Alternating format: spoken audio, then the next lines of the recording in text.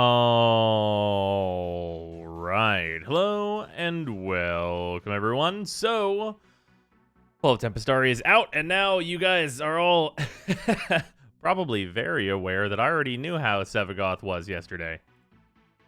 It was interesting to see what people thought, though.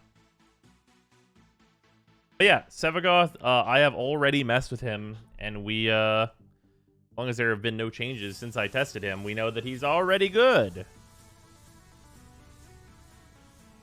We're quite aware that he's good. So that's good. Here, 1 second. Here we go. Looks fun as hell. He's real cool. Happy I was wrong. Oh yeah. It's always nice to be wrong about that kind of thing. But yeah. So basically the over under here is that I already put thermal sunder on him so that we can just like level this motherfucker. And get Let's have a summary of this update. They bug fixed the volatile farm, and void storms are bad fishers that want your eyes as payment, and they are centered around the host only.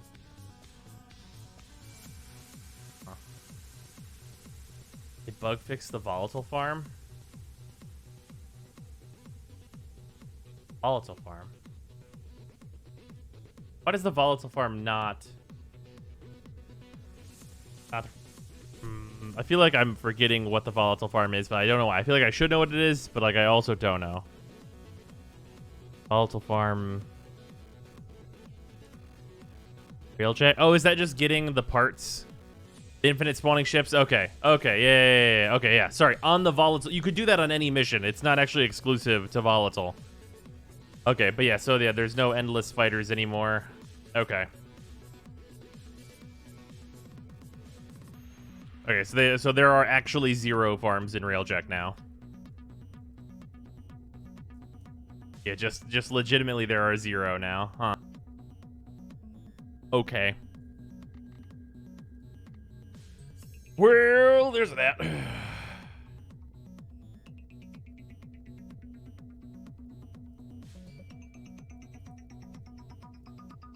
Update on console does not log you in. I'm sure they're working on that.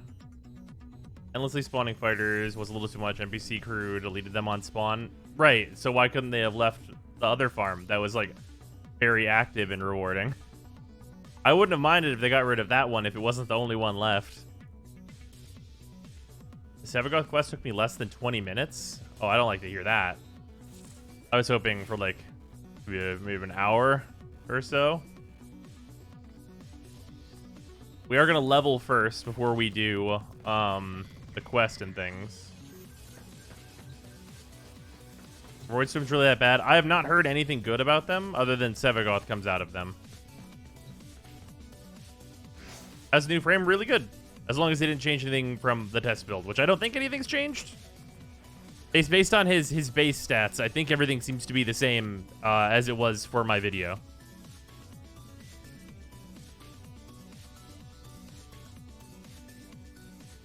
The quest doesn't have, like, any filler. It's why it's so short.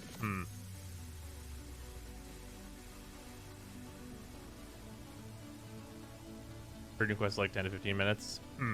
Okay, well, all right. Yes, I was gonna make sure I have an affinity booster, and then we're just gonna do solo leveling because it should be super fast. Oh, yeah, actually, well, no. I guess we get more spawns. So if anybody wants to go, feel free to PM me for some leveling runs real quick for anyone else who's a nab at a Sevagoth. And then we're just gonna get in there real quick and slap some levels into Sevagoth.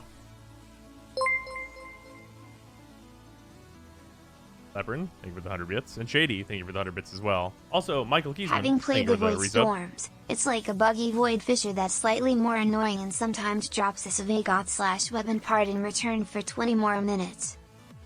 Huh. Glenn was just asking a question on his stream and I answered based on your vid. Nice. Welcome, Cleric. That's pretty on point. Oh yeah, I'm pretty happy with this. I made some slight adjustments from the test server. Linked twice if you're under NDA and had to hype Sevagoth in spite of the Forma investment because 3 things have to level in Forma. I think better give me a blood shot. I mean, he's like... Here's the thing. Like, Sevagoth is going to require a good amount of Forma, but like... It's not that bad, really. The Void Storm visuals literally made my eyes water, it's such a visual dicer.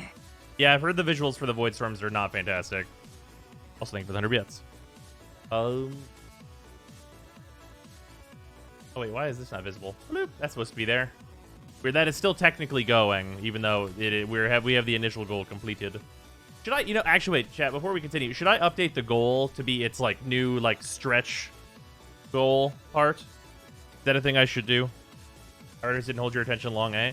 It's mostly because their first patch kind of screwed the pooch.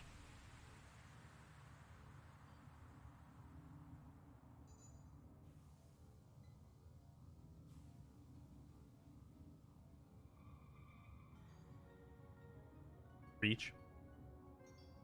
Include rolling for Chilana. I refuse. You should actually have epilepsy warning if you're going to do Void Storms. I'm not kidding. That's super fucked. What is with that lately? It seems like everyone forgot that epilepsy is a thing.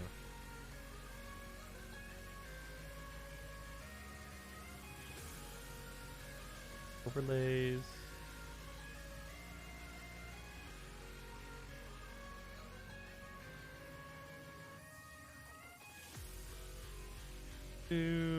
Settings.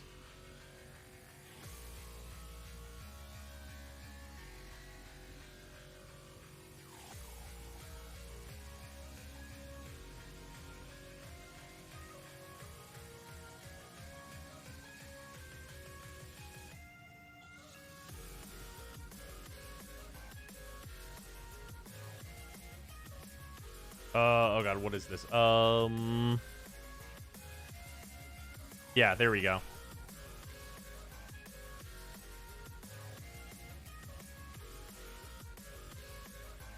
Boom. There we go. Now it's on its stretch mode. Do we know what helmet ability Sevagoth gives? Yeah, it's Gloom. Which I'm not sure how that'll translate, like how well it'll translate to other Warframes. Because it is an AoE slow. That also gives you, like, health steal, or life steal, rather. So there's that.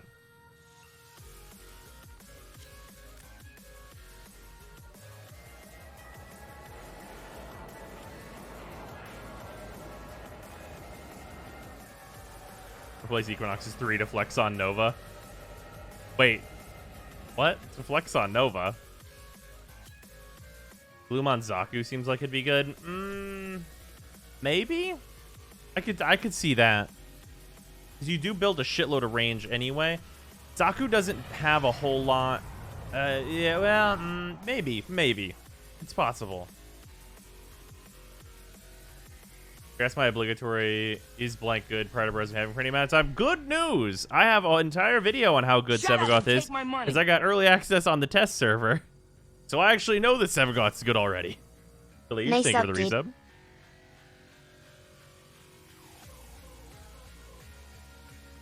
Actually, I'm already aware. We're actually just going into speed level this man's real quick. What ability would you put on Sevagoth? I actually don't know that I want to put any other abilities on Sevagoth.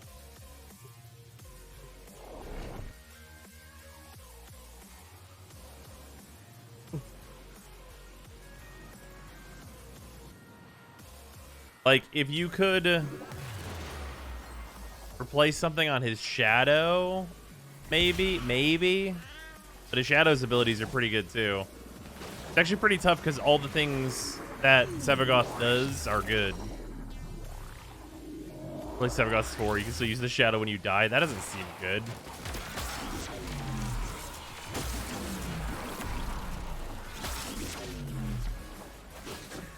Up, Para? Gonna be running some Void Storms today. Oh, for sure. Yeah, we're gonna get Sevagoth all ready to rumble, and then after that we are gonna play the quests and do Void Storm things. Only use its 2 while you're dead though, right? Which is good enough. You can still kill dudes and get back up.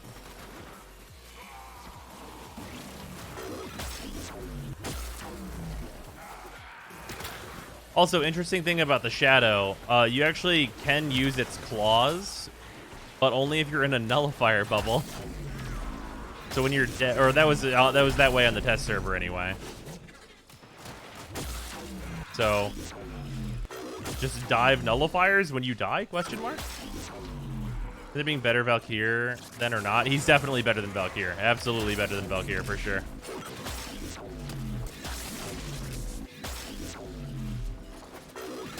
I will say that he is a Warframe that I think will really benefit from like you being a person who wants to play solo.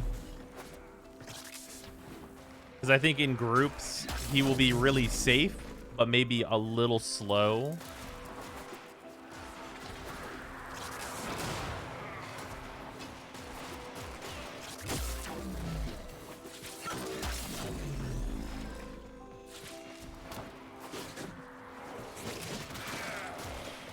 That's perfect for me. Yeah, if you play solo, like Sevagoth for me gave me vibes of Nidus, and some of that is just like the quality of the design of Sevagoth, straight up.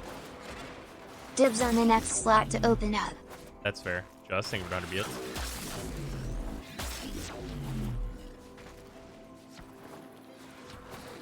Hopefully this gives us one of the good maps, so that I can just shoot up to level 30 real quick.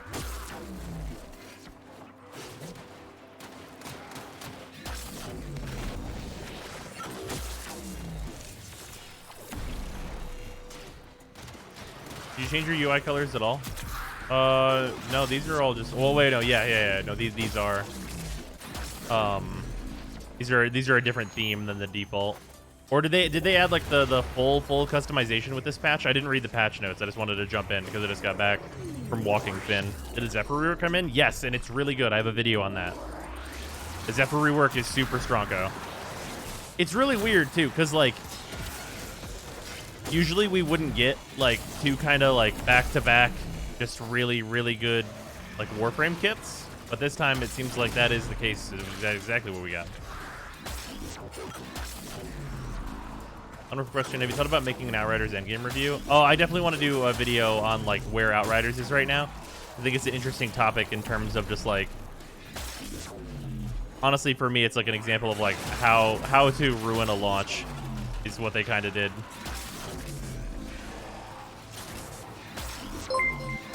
And I don't mean the servers being inconsistent. Leprin, maybe 100 bits. These last few updates feel like Pablo energy. Fair. Yeah, Zephyr is very good now. I don't know if I would say Zephyr's one of my favorites, but like, I'll play some Zephyr.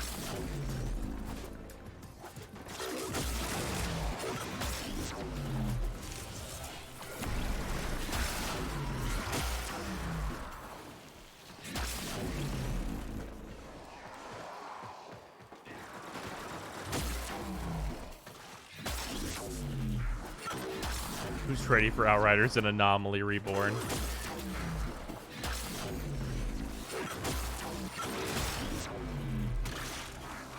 Came from D&D called where you roll multiple dice and pick one inspired advantage. So whenever you roll multiple dice and then you get to pick one, you're rolling with advantage. Notably, you can also roll with disadvantage, which rolls 2 dice, but you pick the lower number.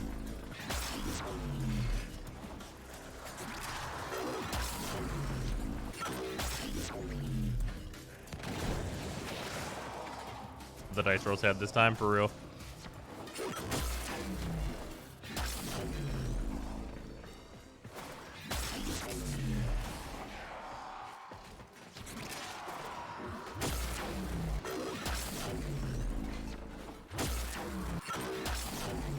Then if Sevagoth you have to place him on a tier list. I would say, based on my time with him on the test server, barring any changes to him, I would say it's a pretty fair bet that he's going to be at least an A-.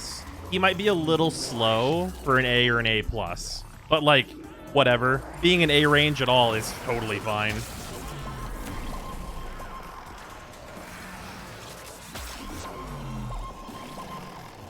you play the quest? Not yet.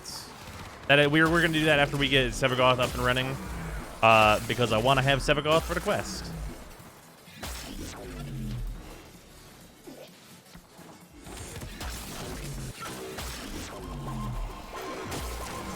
Yeah, so we did yield infused thermal sunder, so Sevagoth levels go burr.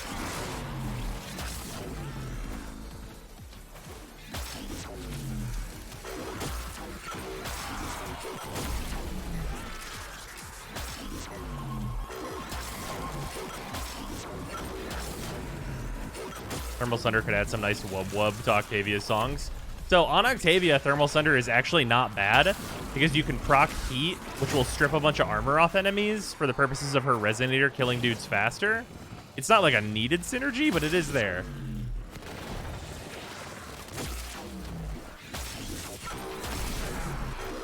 And newer player, what's Thermal Sunder? Thermal Sunder is Gauss's third ability, so whenever you unlock the helmet system and give it a Gauss, you can put Thermal Sunder on any Warframe, and then the specific setup that you do is on a brand new Warframe. You put Thermal Sunder in their first slot because it's a DPS ability, which is what I'm using here. And then you use it to wipe Sanctuary Onslaught, which will give all the experience from enemies dying to your Warframe. So you level super fast.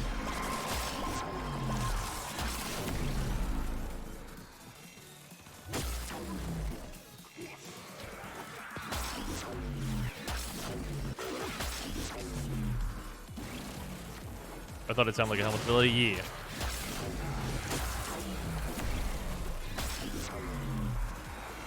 Pros, I am patent pending leveling. Yeah, well. It's one of the really, really nice things to come out of the helmet system because, like, you can level so quick. Like, my Sevagoth's already maxed. We're in Zone 3 right now. And I have a booster, but we're on Zone 3. Zone 3 is, like, what is that? That's, like, 7.5 minutes? I don't even know how long I've been max rank. I don't even know how long I've been max rank.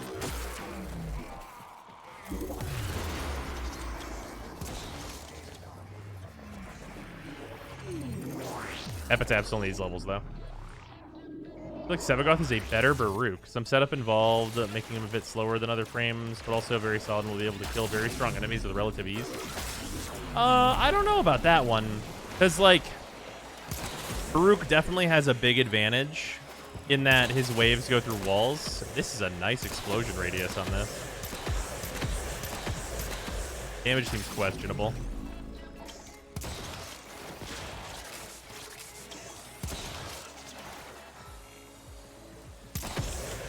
Wait, so tap?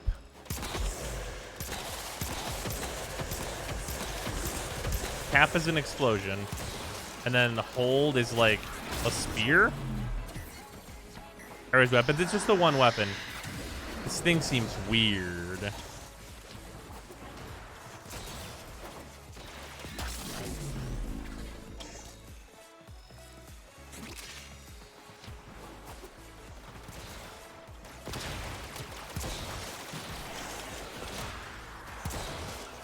I just want to see damage numbers.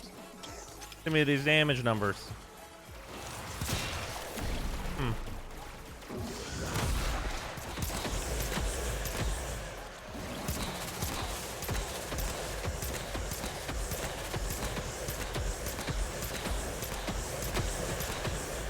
Oh, whoop.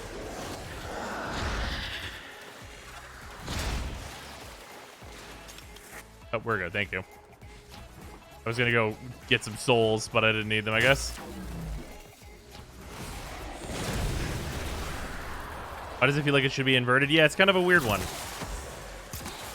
Feels like you don't really get a lot of damage here, so it seems like you'd want to like ping people for like more focused damage, and then hold it to like shoot grenades that have like a big damage boost as well. But like you have to hold it, so that would be the downside. What a mysterious weapon.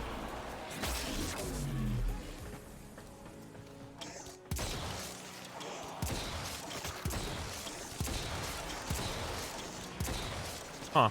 Oh, well, we'll see.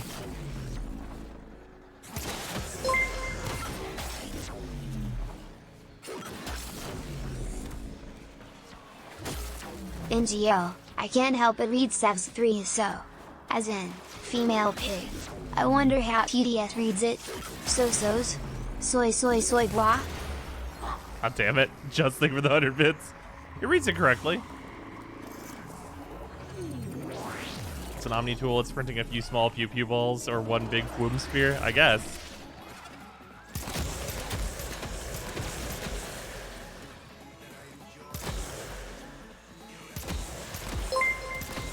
I guess it's supposed to be like a just status spreader.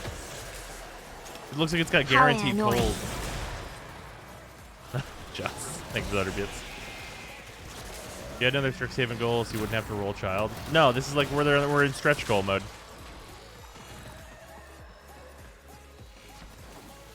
This was always on the cards. It's literally in the exclamation goal command.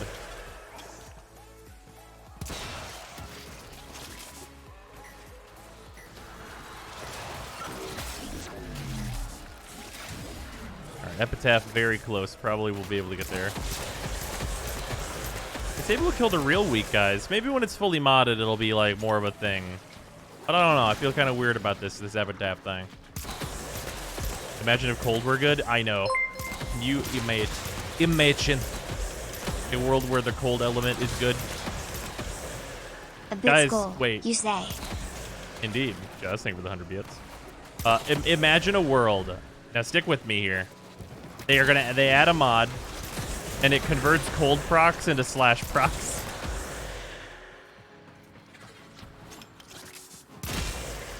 Guys, just stick with me here.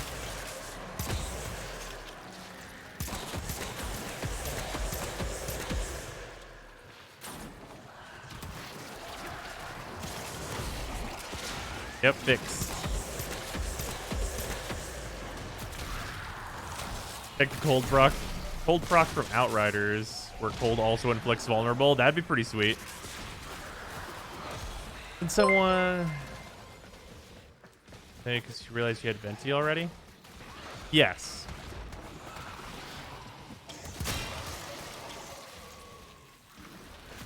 They said to save it for a new character, though. So, like, when I guess... Who's the next new character? Is it Yanfei or Eula? We will do some rolls then for that character.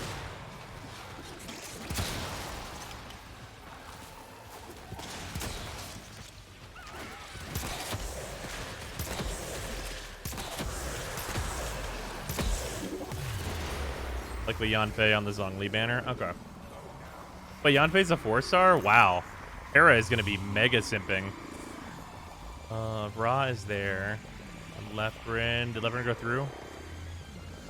I think Leprin went through, so we'll do one more.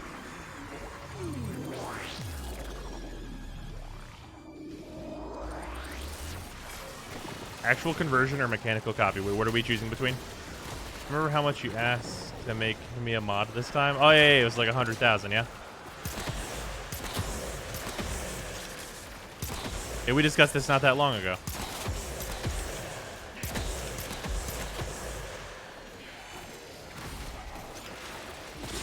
Also, wait, I do want to clarify for you that there were responsibility additions. There were clarifications. It is not a permanent position. We did very clearly discuss that, and I know you remember. See if it still works. It does.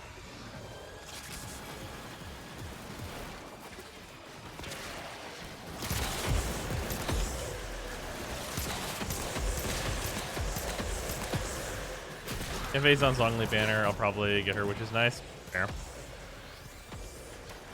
If you're buildable leveling like this, you can click on it should be a big yellow button over there, and it's for thermal sunder. I'm not using oh wait, I guess I can use thermal sunder now because my gun is leveled. But basically, I build into thermal sunder. Oh, they killed my shadow because it's unmodded. That seems about right.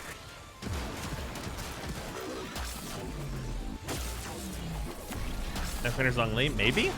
We don't know.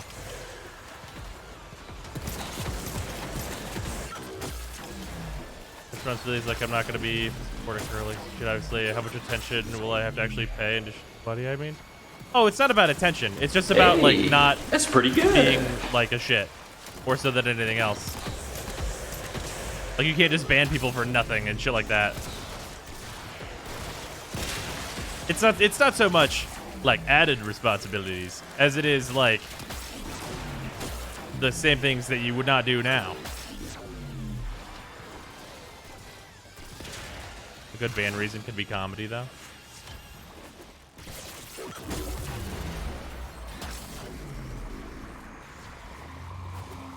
When was I not allowed to ban people for anything? You. Oh shit! I went through. Hera, you can't just ban people for doing nothing. That's rude. Wait, I'll just let the thing run out. We can just let the thing run out.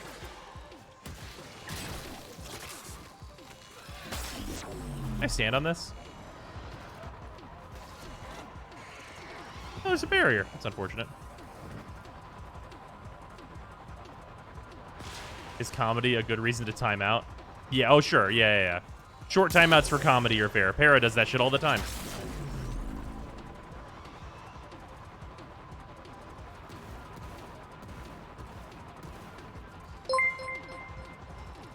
Oh, okay, cool. Understood. God fucking damn it.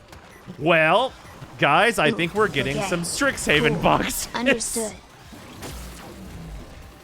Jesus fucking Christ. Just thank you for the 100 fucking 1,000 bits. Jesus fucking Christ. Fucking holy God. That's what, fucking 5 boxes? Yeah, that's like 5 boxes of, like, collectors. Jesus Christ. Stimulus checked. Nice.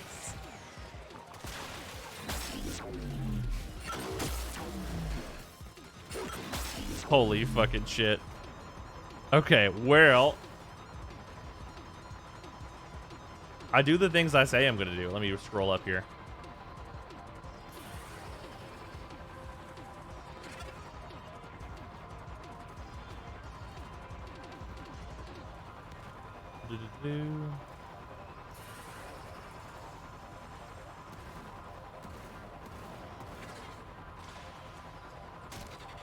Literally, where is the button to make a mod?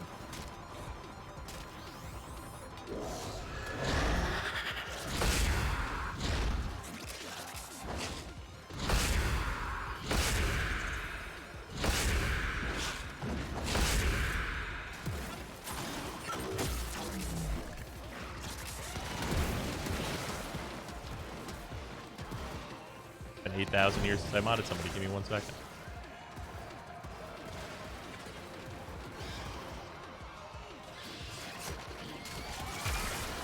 That works, right? I think that works. Okay, there we go.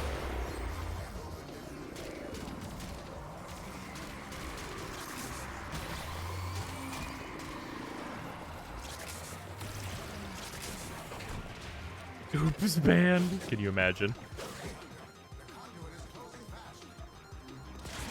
Yeah, I legitimately don't have a problem with it. Like, Justice has been around a long time. And, like, as long as responsibilities are had, then I'm cool with it. I mean, I'm down. Everyone has a price. And this is, I think for the wager here, it's like, yeah, okay, yeah.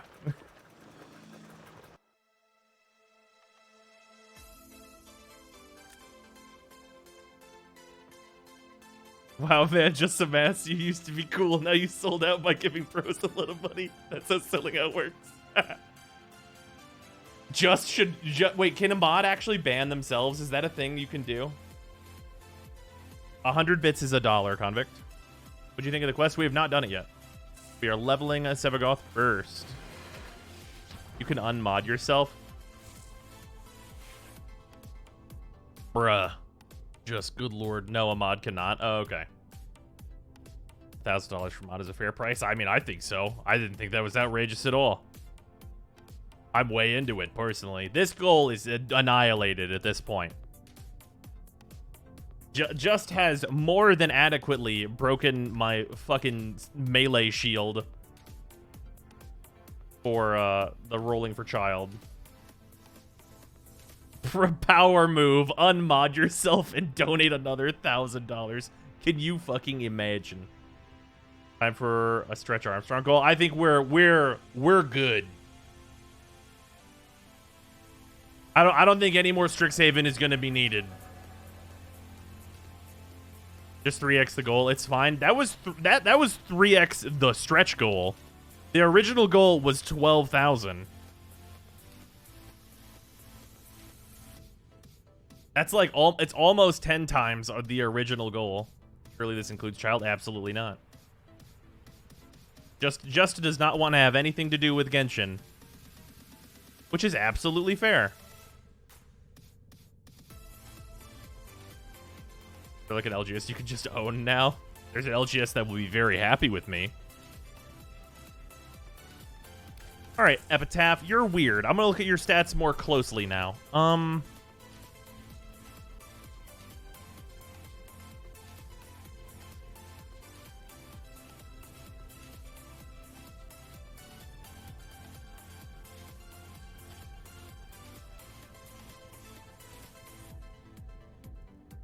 Oh, okay.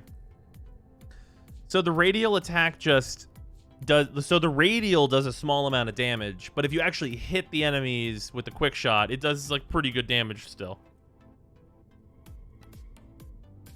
Okay. I guess that's interesting. That's kind of a weird one. I mean, the blast is nice. I guess it's just, like, the AoE on it is really just for crowd control. It's not like a fire and forget type weapon. It's a fire and think about it at least a little bit. Are the weapons Epitaph? Epitaph is weird. Epitaph is weird. Quick shots for ads, charged is for the big boys. Yeah. Seems about right. Okay, well, yeah, we'll throw some Forma on this. This weapon seems interesting.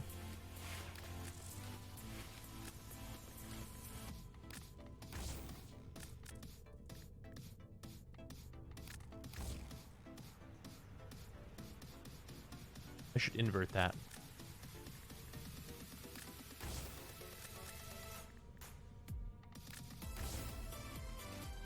Technically slightly better. Once the crit stats lie, the quick shot has very little crit. Oh, does it? That's unfortunate. If the quick shot has very little crit, that makes this a pretty different scenario. Any other weapons come out with this update? Unless they're in the quest, Epitaph is the only one that I know about. There may be some in the quests. I do not know currently.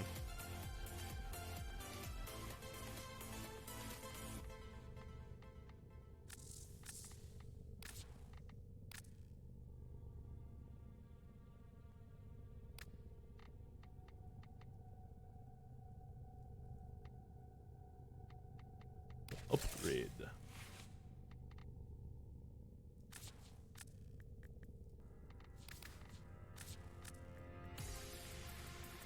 Yeah, I've also been thinking about whether or not it should be Strike or Fury. I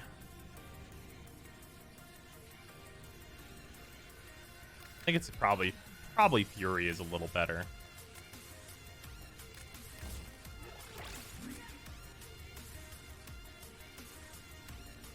Guessing the Gladiator set won't work on Sevagoth's weapons. You mean on his 4? It might. You can equip them. You know what ability Sevagoth gives to the chair, though? Yeah, he gives Gloom.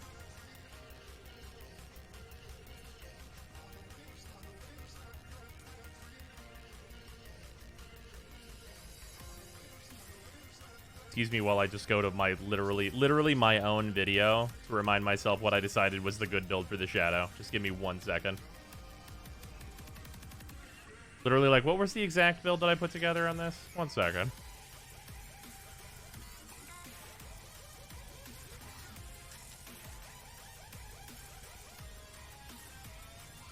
Okay.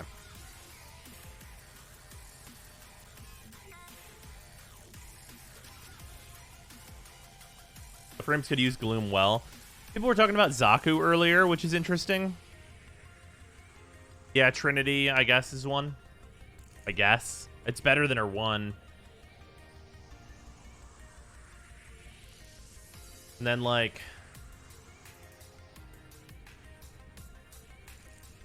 But then you'd be playing Trinity. Instead of Wisp. You could use it on Wisp.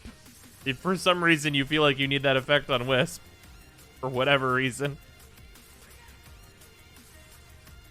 Garuda would like it a lot, actually. Oh, that's true. Garuda would not mind it. Garuda needs... I mean, Garuda really wants Breach Surge, though. So that becomes a little tough.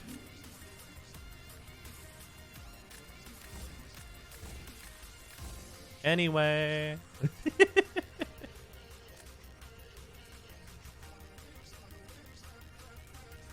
And then we...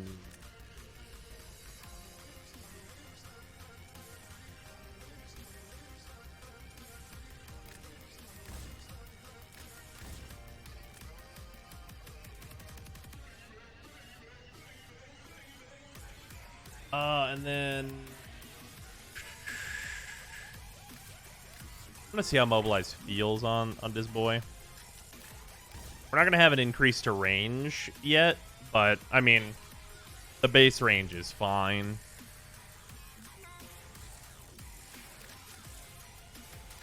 So main build. Well, I think this slow might be slightly low. Oh no, it's because I have less strength right now because this build's not complete. Right. Yeah, I have less strength than I had before. That's why the strength is lower than on the test build. You have to form with the shadow, seriously? Yes. Its mods are entirely separate, though. You actually gain a lot by being able to mod them differently. Will Gloom still drain energy when you're in Sevagoth's 4? Yes, it does. But Sevagoth's Shadow and Sevagoth have separate energy pools, which is important. You get affinity for the Shadow and Claws or just the frame. I don't know if you... Yeah, I assume you mean MR. I assume that you get... You know, I assume that you don't, because you don't get it for, like, Exalted Blade or anything. So it should just be for Sevagoth.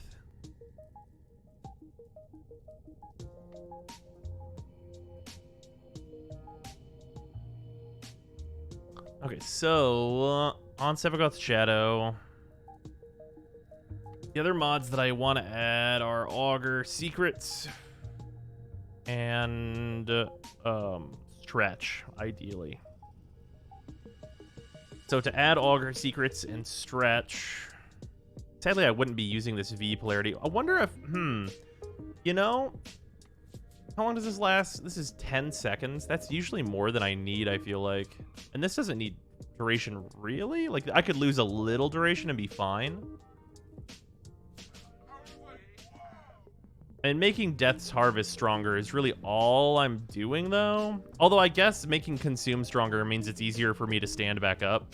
Because if my Sevagoth body dies, I guess that's the thing there. Think about going in on it a little bit harder. Yeah, Transient Fortitude is a possibility. But I need to create 9 points here, and I can create 5 and 4. So this means Stretch gets put here. And then...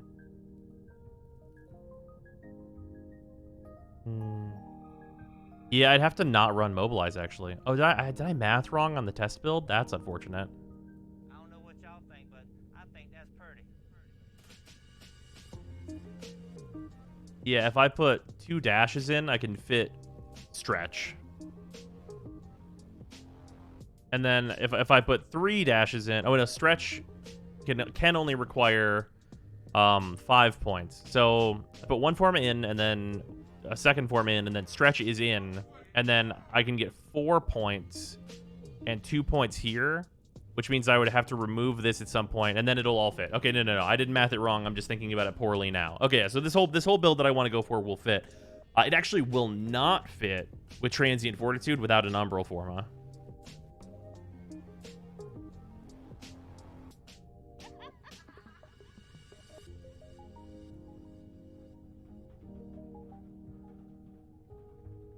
Just think of the 100 bits. You're not wrong. But are we actually having to worry about mod points in my Warframe? It's just if we don't want to use any Umbral Forma, and I'd prefer to avoid it. And leveling Sevagoth's Shadow, I'm going to keep it real with y'all. Forming the Shadow, not going to be a fucking problem. Not going to be any problem whatsoever.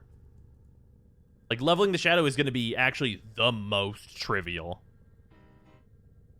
Oh, the message does not play sound. I'm sorry. I had it muted from whenever I went and opened YouTube. I'll just read this out. Our 46th Warframe, Sevagoth, the Dark Helmsman. Why the hell isn't he named fucking Sharon then? DE, what the fuck?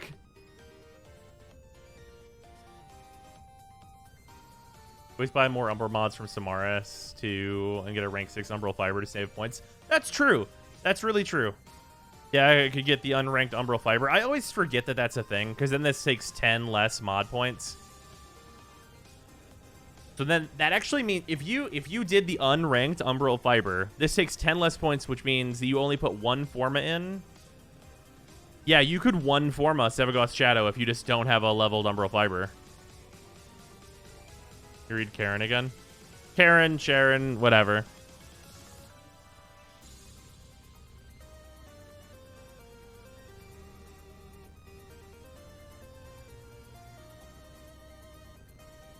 The Twitch Warframe plug-in thinks Sevagoth has Gauss's Thermal Sunder on his one. Oh, I did have that going on. My build hasn't. I haven't exited the thing yet. It should update now. But we were doing the leveling build in config C, so I had replaced Reap for Thermal Sunder.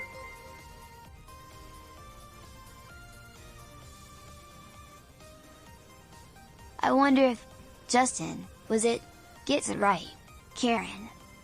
Yeah, there you go. You proc Deimos Arcane and switch to Shadow Form. Do you get stacking damage from him sitting in the pool? Are we really at a point where we're gonna think about those things? Probably not.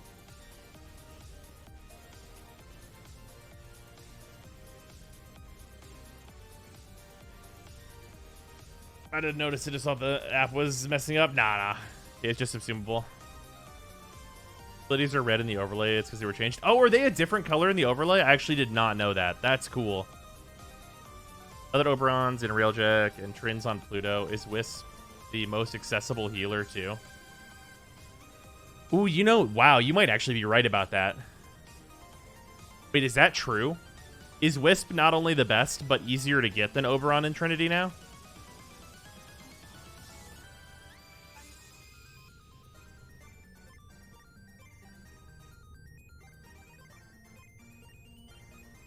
Huh.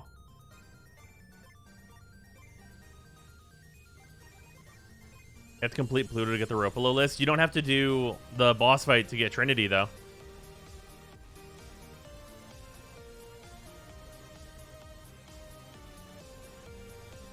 And you don't have to farm the points or anything to go do the Wisp fight. And I would say, from a subjective standpoint, that the Ropolo list fight is way more fun. And also, I think, faster? Isn't it also? It's definitely faster.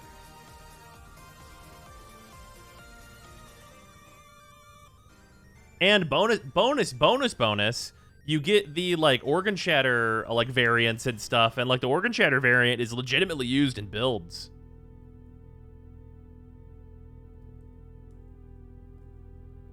Oh, yeah, you do need an amp. That's true. I guess that's kind of the depends point.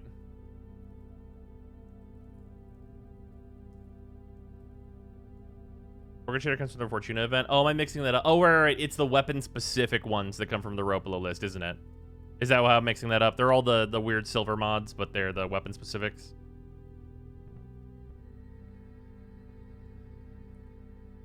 Canonaros is a healer because of his 4. No. I would say he's primarily a tank. Okay, let's see here. Okay, so where we want to end up with Sevagoth. I mean, Aura Forma is the easiest thing to just slap in here, right? So when can we expect Oberon to get buffed to match his new absurd point of acquisition? Kappa. Nox, you're the 200 bits. If you die in the Sevagoth Shadow mode, what happens? You get sent back to your body, or if you turned into the Shadow from your gravestone, you just are downed like usual, but it's the gravestone. Okay, so it'll kick you out of your Shadow. You don't go down or anything. They have separate health pools. It will, I think, empty your meter, though. You'll have to refill your meter before you can go back into Shadow form.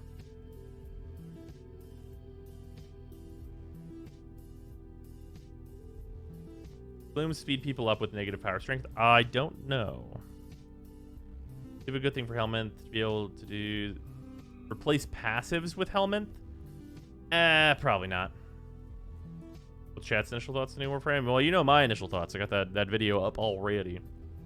Ready for him being able to use different ephemera is dope. Yeah. I wonder... Oh, so there was actually... I didn't show this. But there was... Yeah, You know, I don't know if I. You know what? I don't want to have to be clear to say. So we're just gonna see how this looks. It looks this way, which may or may not be the way that it looked on the dev build.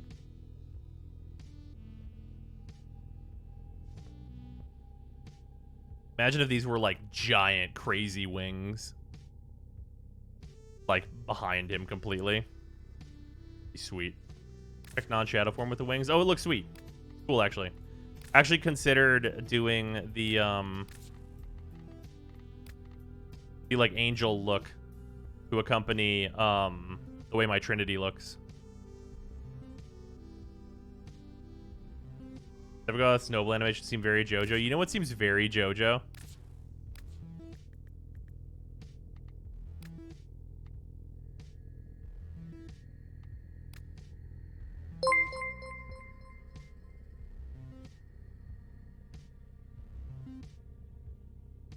Bros, what grand company is Raytama part of an FFFFX IVM conflicted and am too pretty to be conflicted? Oh, Para, thank you for 100 bits.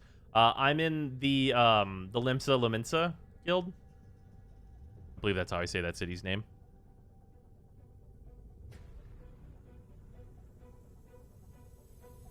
Can't tell me he doesn't have a pompadour. That's fair. You're valid for that. Yeah, there's some real JoJo posing happening. God, everybody's a part of Maelstrom? Yeah, because Maelstrom's the best one.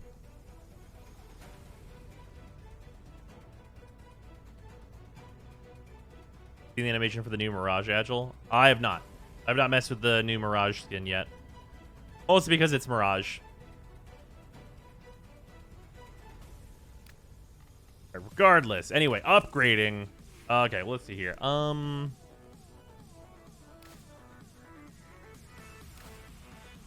So this D polarity is going to have to go.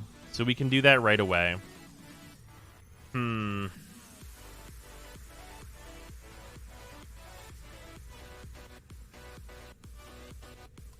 I guess...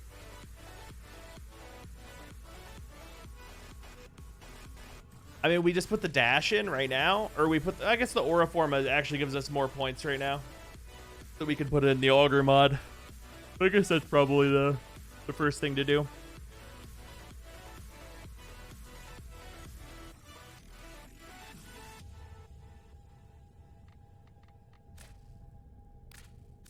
Alright, aura form it is.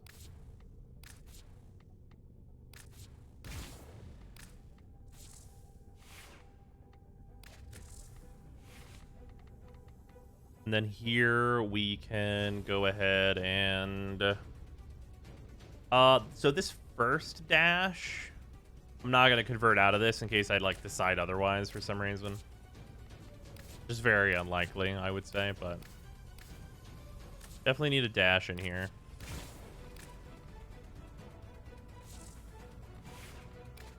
Klaus.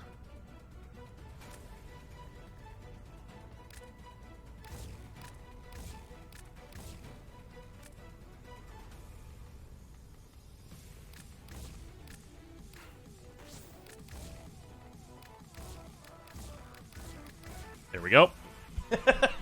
Just start slapping prime mods in there.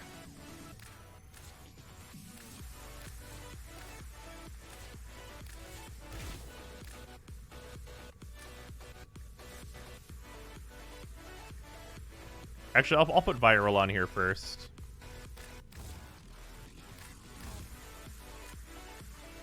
How about a little more?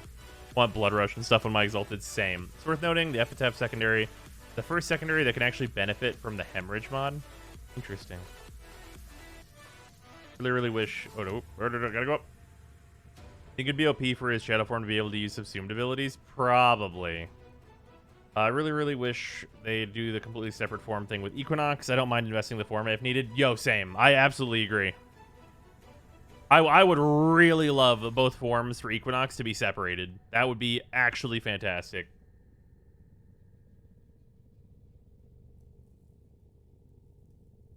Okay, his claws are super good now. I'll have this not eat any of my extra XPs. Leveling the epitaph still. Oh, did epitaph not keep my colors? No, this is right. I will say, it is really strange for me. Epitaph, fucking brightness warning. Loses all detail. Becomes a block.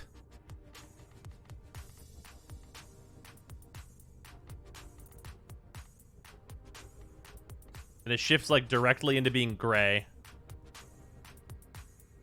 Hello, white rectangle. Yeah. Look at this color and then look at this and tell me they're the same.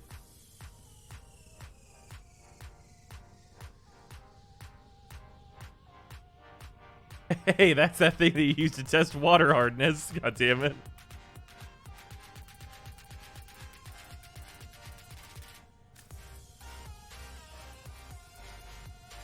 Because you can kind of see the details on it in the dark.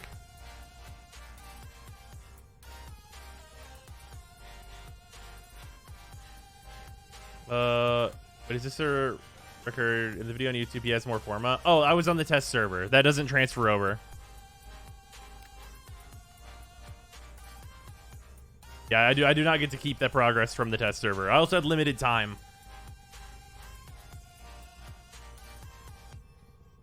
This is not a recording. The update just came out today. Corporate wants you to find the difference between these two pictures. They're completely different pictures. Sevagoth looks sick. He is pretty sweet. All right. If anybody wants to go, well, I guess spot opened up, so Jess, I'll invite you. And then Leopard is here, and I guess Ura and Helix will reinvite. Ura's offline. Okay, cool. We'll reinvite Helix then. Sevagoth Prime is probably dope as hell, I'm not gonna lie. He's pretty metallic already, so I wonder how a Prime would go for him. That's quite a ways away, though. I'm sure they'll figure it out. Is now a good time to hop back into Warframe after half a year? If you've been away for half a year, yeah, it should be good. You probably would want to do Railjack now because it's like a good time. And then I think that also means you didn't do the Protea quest, which is good. Can't go right now. Oh yeah, you missed Deimos too. Deimos has a lot of fun stuff on it. There's also some like open world, like kind of whatever stuff, but. Oh wait. We almost messed this up. We're not on our leveling build. We're on our like for reals build.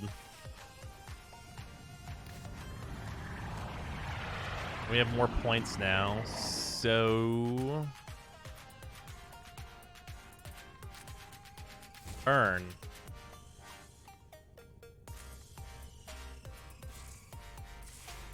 Thanks for answering. It's not a problem. Done the new quest, by the way, or is that still oncoming for here? We have not done it yet. We are going to do it after we have Sevagoth, like, all formed and such.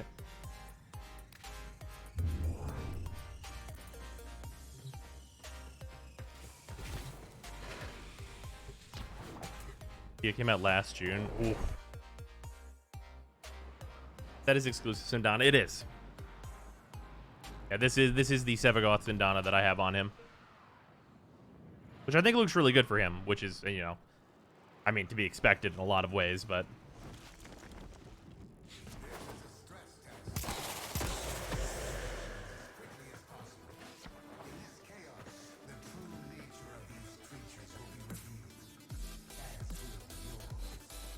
Samaris, door stuck. Thank you.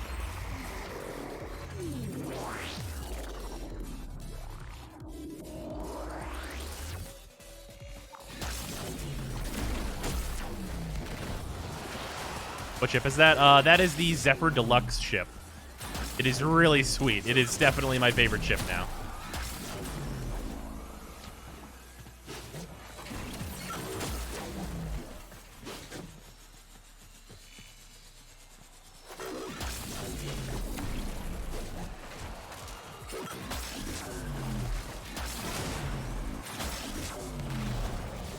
Wow, fast customer service.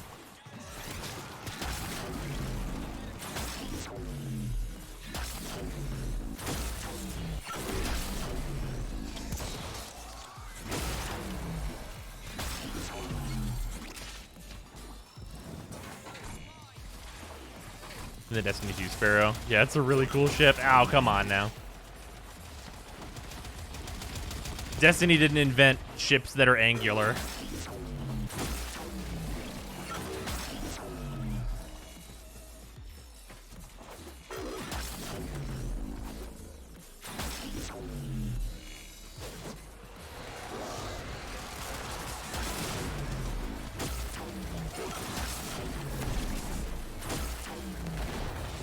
According to Bungie, they did? Absolutely not.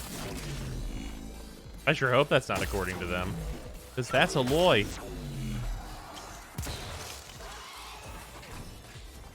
I've only seen the movie The Boss Baby. I find the Godfather would have Boss Baby energy. So what is linear time? In the drop tables of Void Storms, there are 100 full rad void traces in the table. Is it?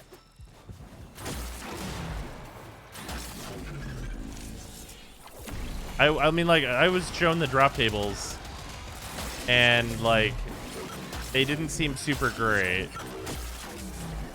It seemed like it was going to have a Nidus situation with the drop tables, I'll be honest. Also, that is not good, just so we're clear. Or Sevagoth's weapons, unless you aren't using them. I am using them. The epitaph is Sevagoth's weapon. This is a weird weapon, because it's got a charge mode that's like a sniper rifle. Kind of effect here. But then its tap fire is grenades. And it basically has, like, no ammo troubles whatsoever. We make a video on this build. That video's up. The build that I am, like, making already has a video. I got early access to the test build, so that is up. That's up on the YouTubes already, along with a full, like, 20-minute Steel Path run on the Kuva Fortress for him. The whole dealio. That is already there.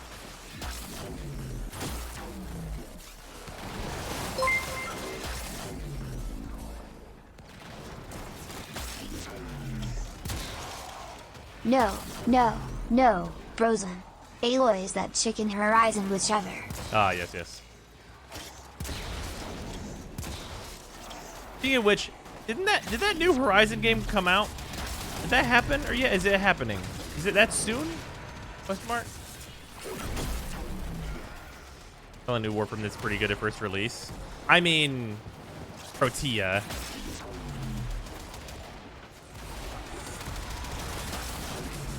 Like, Protea came out and was pretty good, and then, like, the helmet system said, oh, Protea go burr.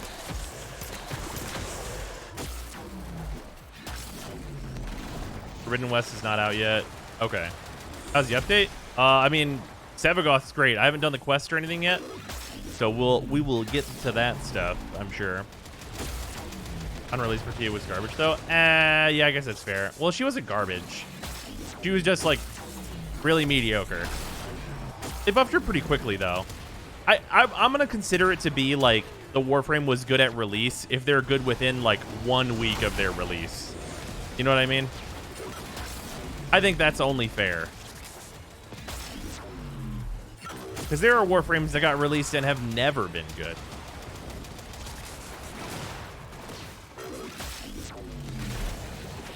Although I guess one of those recently got changed to be good. So that's nice. They just became good. That's Zephyr.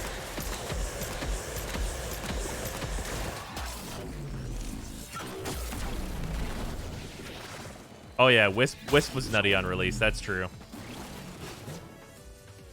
How close was Zaku? Zaku needed a couple of weeks, 2 rounds of changes. There was stuff involved with Zaku becoming good. It was a process. All right, good tile.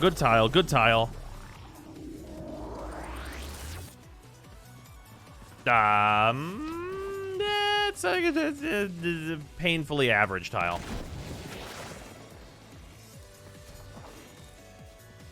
When was Frost good? I mean, technically, before Gara came out, he was like a defense frame. But that was like years ago. Is there like a statute of limitations on a Warframe having ever been good?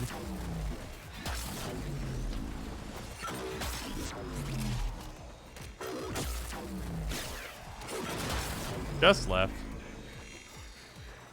Question mark?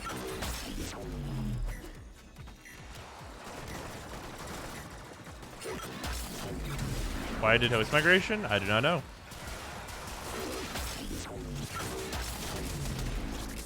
Frost was good when he was the only defense frame in a lower power level meta. Yeah. Good versus best available. Yeah. I mean, there's like a long-running thing of Frost just being like, oh, look at you. You press 3. Isn't that cute?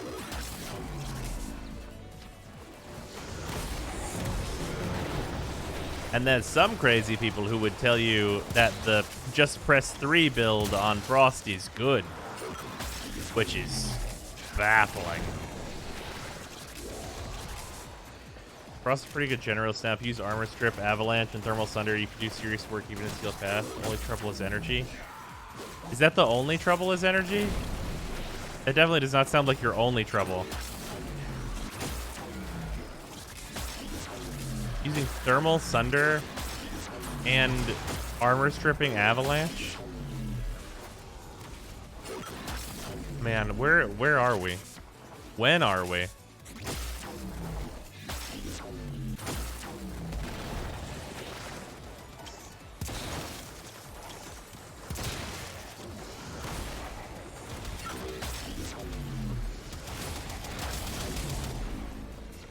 There is a difference between something being good and something technically being a thing you could use.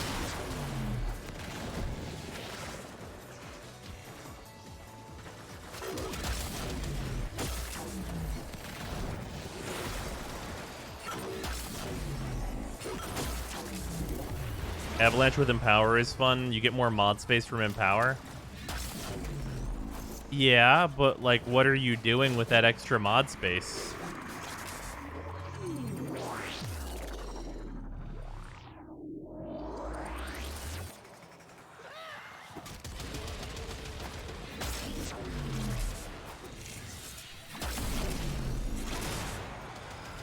New frame is nice, needs a lot of forma though. Yeah, he's forma intensive, that's for sure.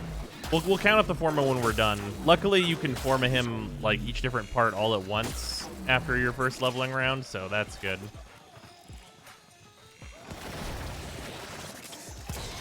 All right.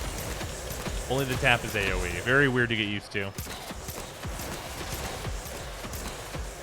Man, where's the energy leech? The world may never know. Are you the energy leech? Yes, you are. Man, energy leeches should have a marker. Anytime an energy leech spawns, it should be like considered a major threat and be marked on your map. Like something.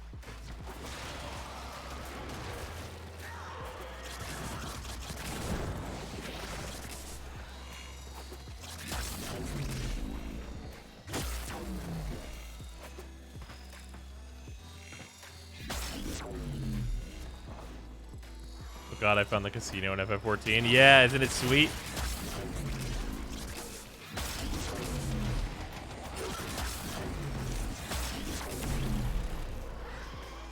Navi's graphical effects for like nullifiers. Yeah. Energy leeches have needed that for a while. Just something that's like, hey, I'm here.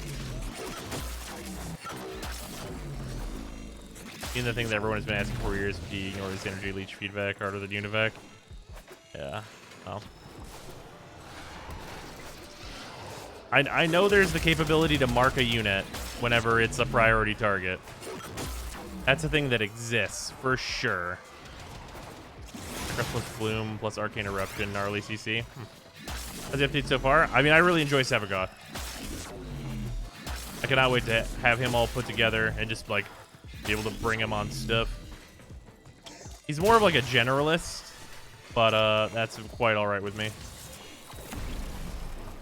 Link-like disruption mobs? Sure, yeah, that could happen. Yeah, that would not be a bad solution either.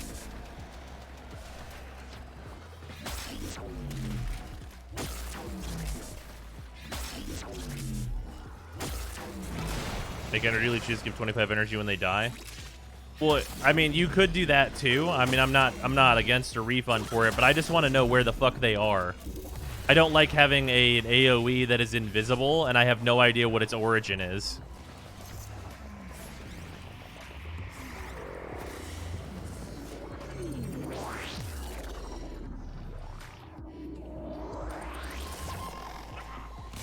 Like, it's like literally the most powerful anti-Warframe effect in the whole game, and I have no idea where it's coming from.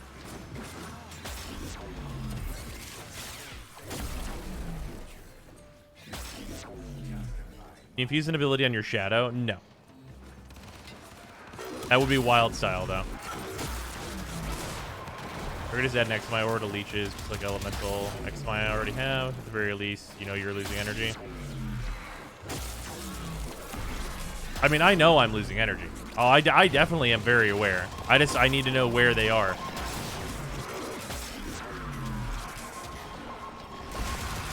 Like, of all the things that could be line of sight, like every Warframe ability that, like, we use a lot gets turned into line of sight. Can the energy leech be line of sight?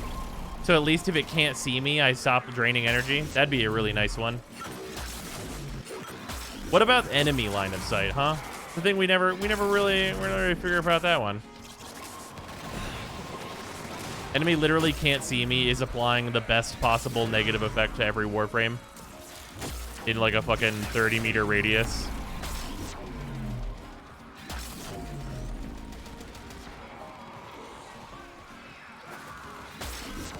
We still have vacuum as a mod. I mean, it's available on all companions now, so I'm like honestly pretty chill with it. Like, I thought like vacuum not being available like as a thing on all companions was like killing diversity, and now it's available on all companions, and like, yeah, I think it's much better. We're in a much better situation than we ever have been with vacuum, and I'm pretty good with it.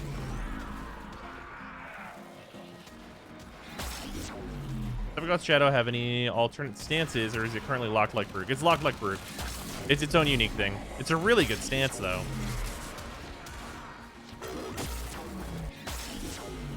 Alright, Sevagoth is maxed.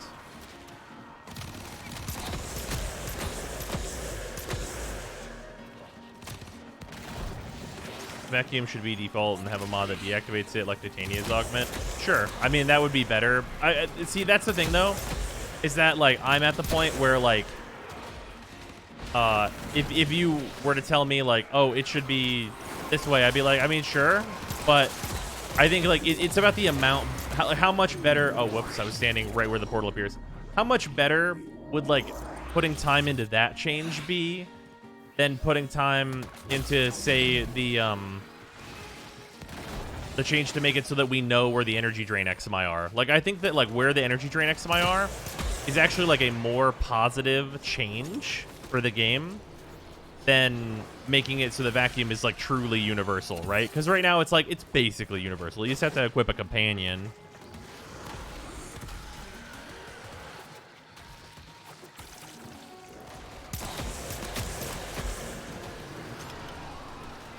Or Exalted is having Blood Rush.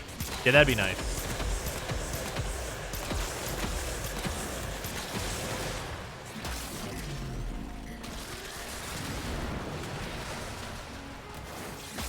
For vacuums, the pot upgrade of Warframe. If it's an auto include, then address it in some way. I mean, that's... I have a 3-hour discussion on my YouTube channel about how modding should change that you might be interested in.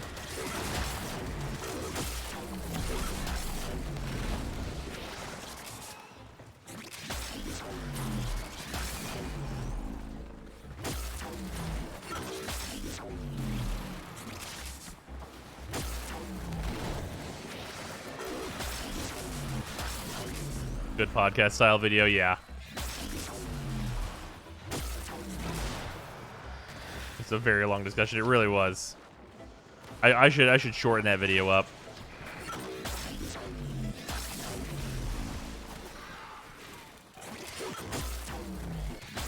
Or I should condense it down into like a more digestible form, I suppose. I know it's wild we still haven't had a companion 2.0 where they introduce AI behavior controls. Do you want that, though? Why do you want that? Because they tried, like, the AI behavior controls with Korra, and it's like, why would I bother with that? It's, like, never useful. Like, Korra can literally do it, and it's like, why would I do that, though? It's the ability we literally replace.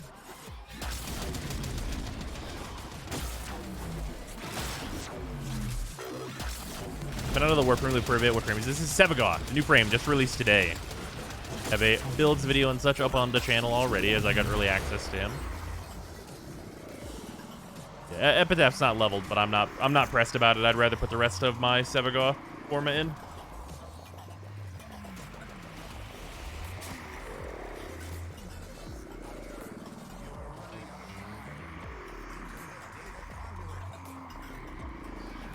I just want my companion to always stay near, to be honest. I mean, I would love a mod for my Smita that makes it invisible but unable to attack enemies. Just invisible / invincible. Cannot attack enemies. That's a fair trade, right? But we've got all the offensive mods for the Kavats that everyone is using, right? So, like, clearly just taking away their offensive aspect that is super, super useful, guys, would be worth it if they were just invincible then. Wouldn't that be... that seems like a fair trade. No offense for all the defense. And offense is a good defense. You're like trading the better defensive option, right? That's how this works.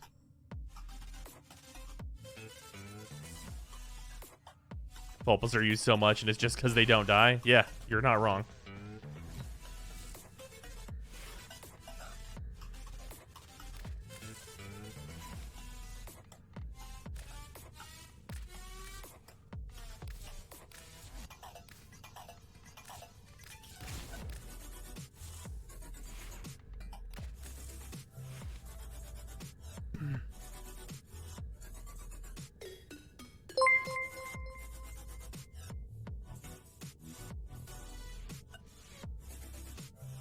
How about you just remove companion life bars entirely?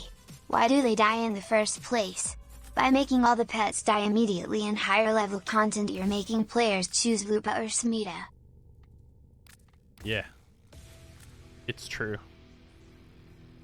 Don't know if I like this fighter spawning fix. My game bugged out now. I'm at 48 out of 74 on my fighter kills and none are spawning. Oof. Like the new song, downside is I have to replay the quest again to get the actual Soma chord. Ah. Okay, so I want to add Power Drift up here. Oh wait, sorry. This is the actual build. Okay, so we can add Augur Secrets and go in here. Then 145 is plenty of range. I think I'm very comfortable with 145. And yeah, 105 duration, totally fine. Whew. Oh, excuse me. And full efficiency. And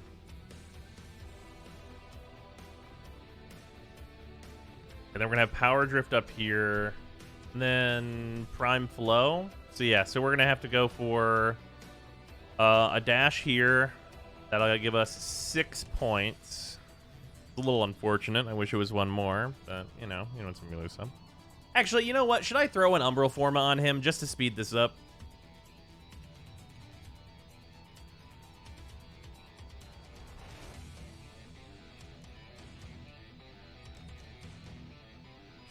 Do it or no balls? Yeah, we might as well. We'll just do it fast. I mean, I've got 3 of them sitting around, so I mean, really, like, whatever.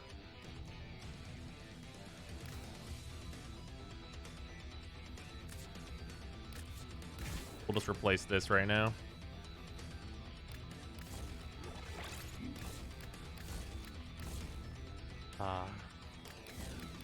There we go. Does anyone understand why I just did the thing I just did?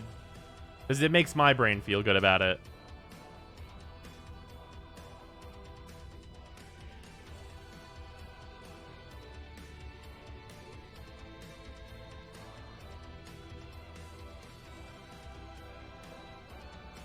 OCD power. Color matching, yep. All the rarities are grouped. The rarities are grouped.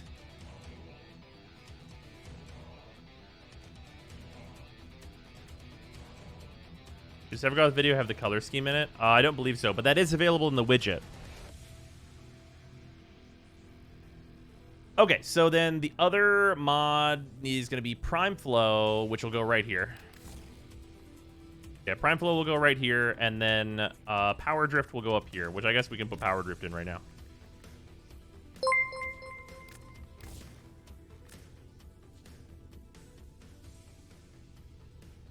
This is gonna sound weird, but I kinda wanna replace Savagoth's 4 with like Larva or something, and just have the Shadow be for revival. Really?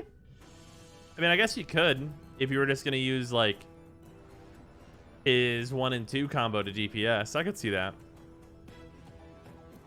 Regular flow now. I'll throw Power Drift in first. Okay, then how many formas is it gonna take us from here? We used an Umbral forma, so now it's gonna be 3 more forma. Three more forma. Yeah. Because we need 7. Oh no. Yeah, 3 forma then. Yeah. Or if we use another Umbral forma. No, I'm kidding. I would not do that. Just finished the quest. Just now checking in here. Why are the weapon in Savagoth drops polluting Void Storm reward pools? It gives me reasons to not do them.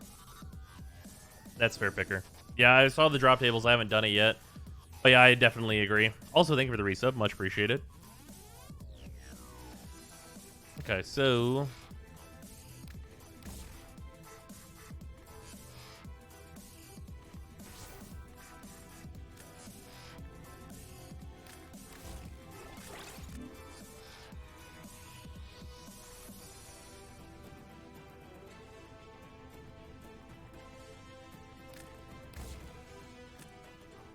There we go. Okay, so yeah, we have to level them again. And chance of getting it back into FF14 since the expansion's coming out in fall. I definitely want to. So there is absolutely a chance. Okay, and then on the Shadow, if we add another dash, we can get Stretch in here. And then... yes, we'll replace this with a dash.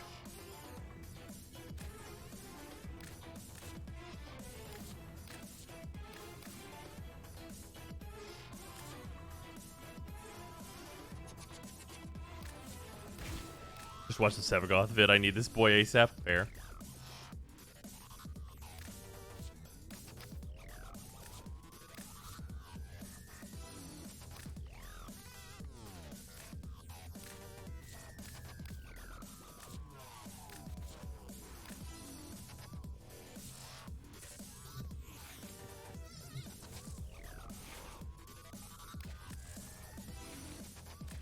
Please?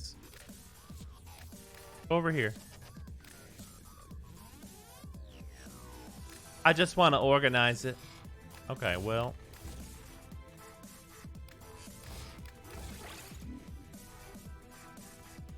Can I move the other one?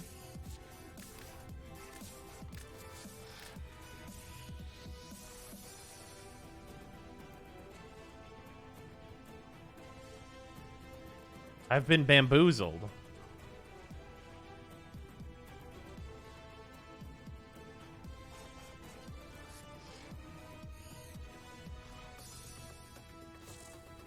Well, it doesn't matter much anyway for now. I'm sure that'll get fixed.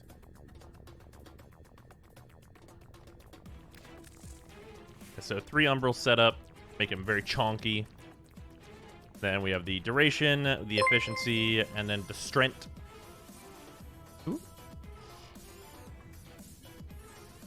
Like, Savagoth has really solid abilities on his own, and his Shadow is just a little too slow feeling. Also, the dash is only on a horizontal plane, so a bit jank. What would you replace his 4 with if you were me, bros? If you don't like his 4, there's a few ways to go with it. I mean, you definitely go with a grouping ability. I think you definitely go with a grouping ability. Because if you don't have his 4 with its grouping ability, you're going to need to supplement that. Here's the thing, though, is like, if you don't like his Shadow, I would build his Shadow with just a shitload of range. And then just use his Shadow like to group up tons of enemies. And then you switch back to Savagoth to do combo. Like, that's better than, like, putting Nidus's 2 or anything on.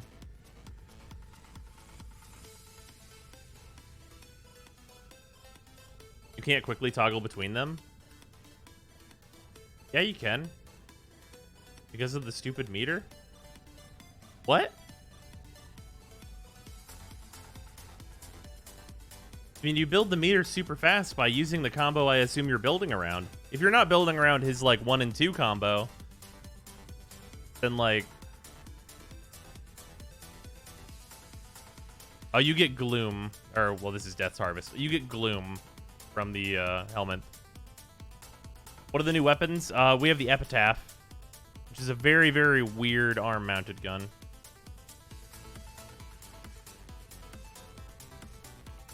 Alright. Let's level this boy.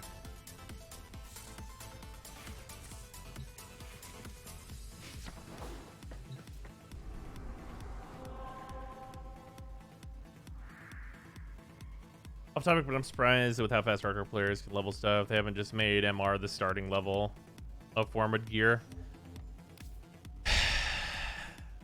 Yeah. Yeah.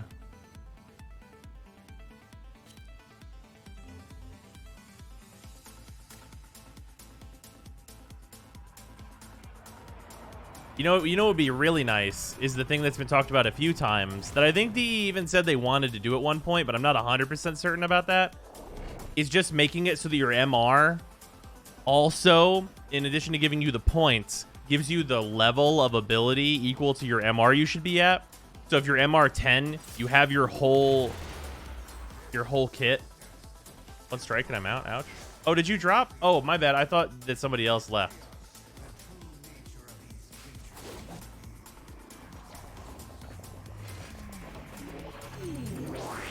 Not bad. I forgot that you dropped. We were talking about other stuff. Quest complete? No, we haven't done the quest yet.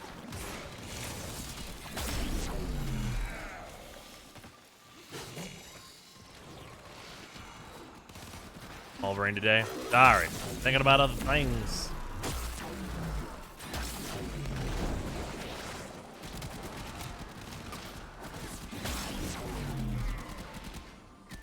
We're doing the expensive fast living thing. Nice. Oh yeah.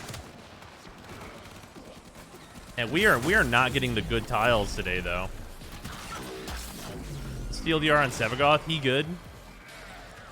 Imagine like what Protea is to Vauban, but for Valkyr.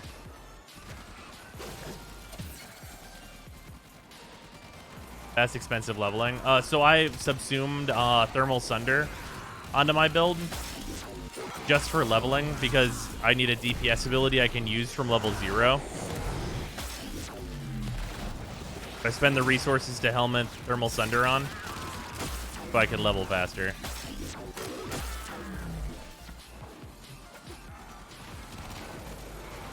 I'm gonna use Hunter Adrenaline since his abilities heal him. What? Why? At high levels, if you get shot, you'll just die. So like you should be like regenerating your shields all the time with auger mods and things. Did that say Gloom was level 255? Hey, wait a minute. I don't think that's right.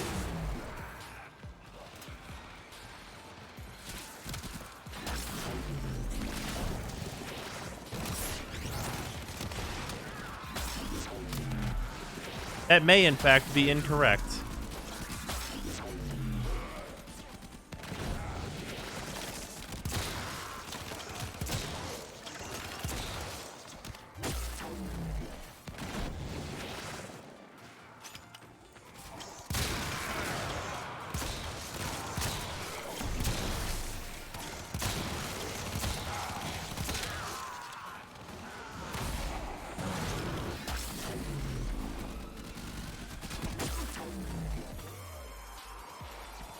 Level 255 Gloom. Enemies are slowed so much they start to go backwards in time. Yeah, right?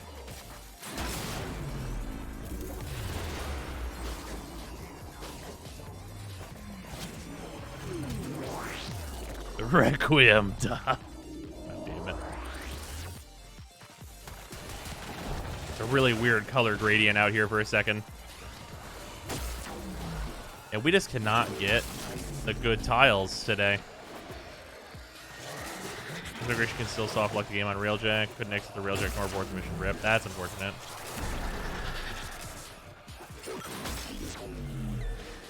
Epitaph feels like a mini Chakra with hemorrhage. I can see it. I'll have to try it. Is it guaranteed impact?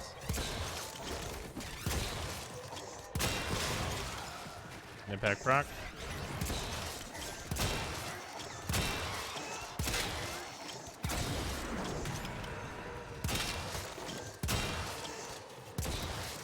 It's like guaranteed impact if you don't proc slash, maybe?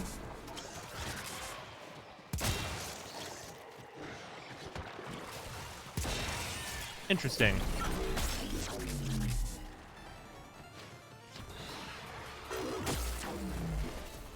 I mean, how do we make impact good? Just make it slash question mark.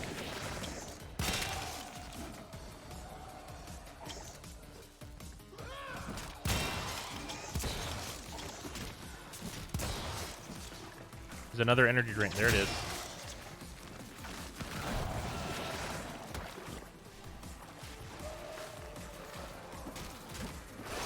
There's another energy drain somewhere. Who can say where? You got it. Some of these days, energy will go up enough. There we go. Burn.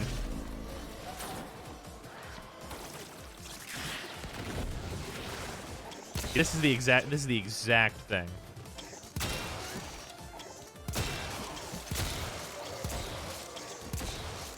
Who can say which one is the energy drain? The world may never know.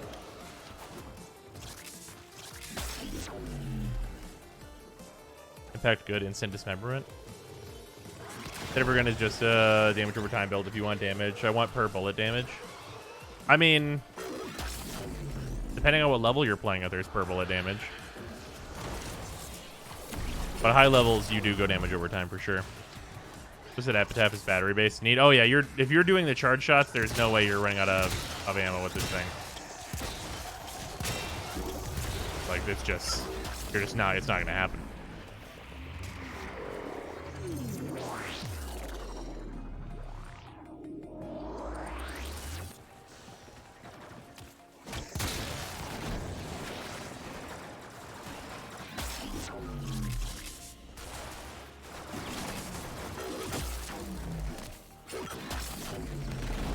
Fire viral, sometimes just toxin. Yep.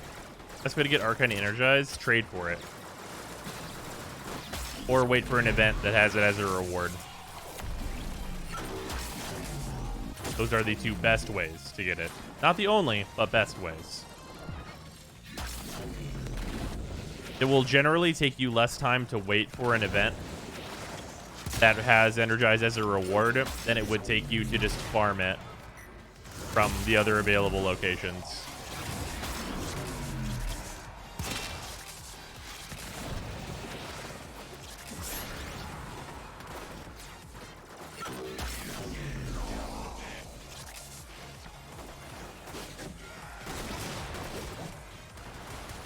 $1K plat, I'd rather just not use caster warframes. Yeah, I mean, you can make 1K plat not terribly slowly.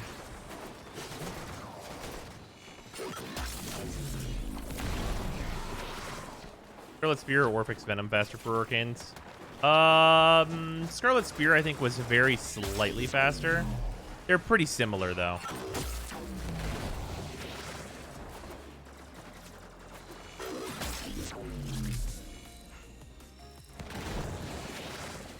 Wisdom reward's not guaranteed. I haven't gotten anything from the official drop table 4 out of 5 runs. Wait, really?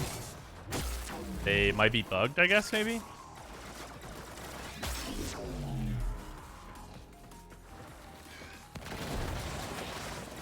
Scarlet Spear was faster, but more boring / annoying. Yeah, that's fair.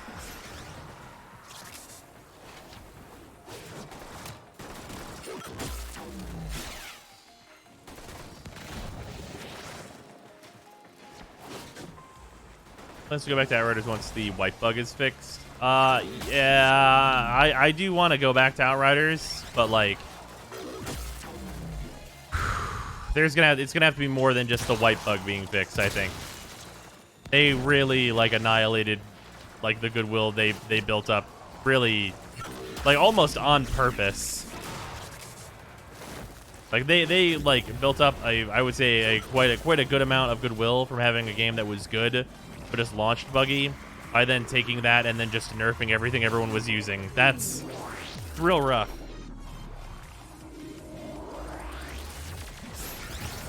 Say highly optimal Scarlet reacted way more versus high optimal Orphix. Yeah.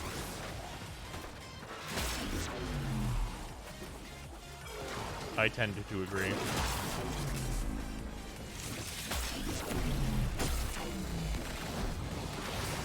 Finally, a good tile. Good enemy type on the tile as well.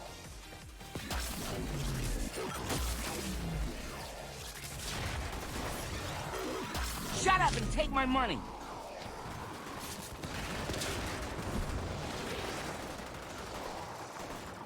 Outrider's still hitting 50k to 70k average on Steam. Yeah.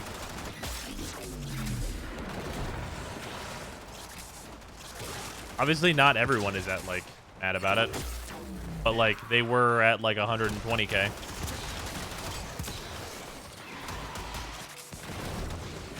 Which obviously was like initial release, but like still, it's a significant drop.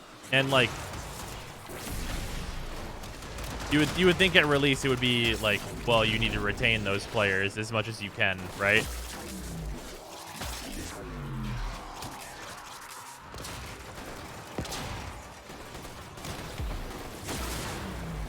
Especially for a company that might as well be brand new. What did People Can Fly make before this?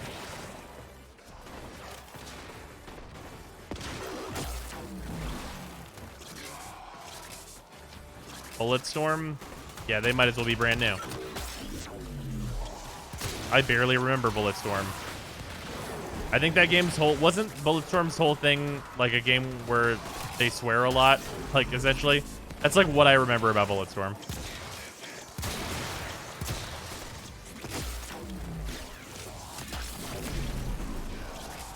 Gears of War Judgment? Wasn't Gears of War Judgment the bad Gears of War? Isn't that the one where it was like about Baird or whatever?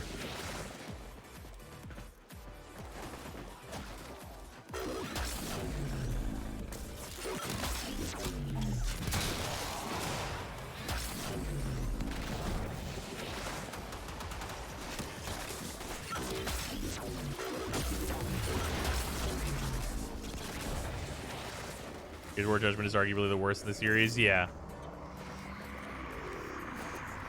I think with the nerfs to the meta whatnots and Outriders, is anything scratch close to what was before? I mean, like, some of the things they used are like still usable, but like, it's more so that they nerfed the stuff for no reason. Like, they nerfed the stuff because it was the stuff people were using and like having success with, and they didn't buff the things that like are just bad, like the bad options that make no sense to run, like Devastator without a full set of legendaries. Just like they needed the help real bad, and they instead decided to like just kick the things that people had just farmed. And there's also like the matter of like, you absolutely destroy any faith that people could have in the game, right? Because like for me, I was gonna farm out a pyro and like do a bunch of other things and like have all this like farming good time, but like if the first thing they're gonna do is nerf things that people are using, like I have no why would I farm the thing that's just gonna get nerfed? Like, if I think a thing looks cool, like is that enough for it to get nerfed? This is your first patch.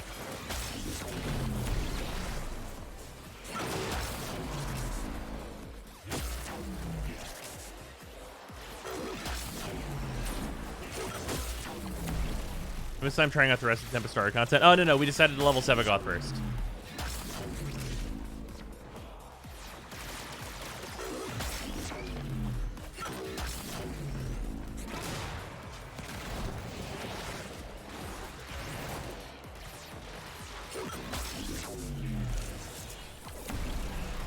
All rounds are super overperforming and deserve to get nerfed. They just overreached. Yeah, no, it's definitely not like outrageous to like nerf that stuff later.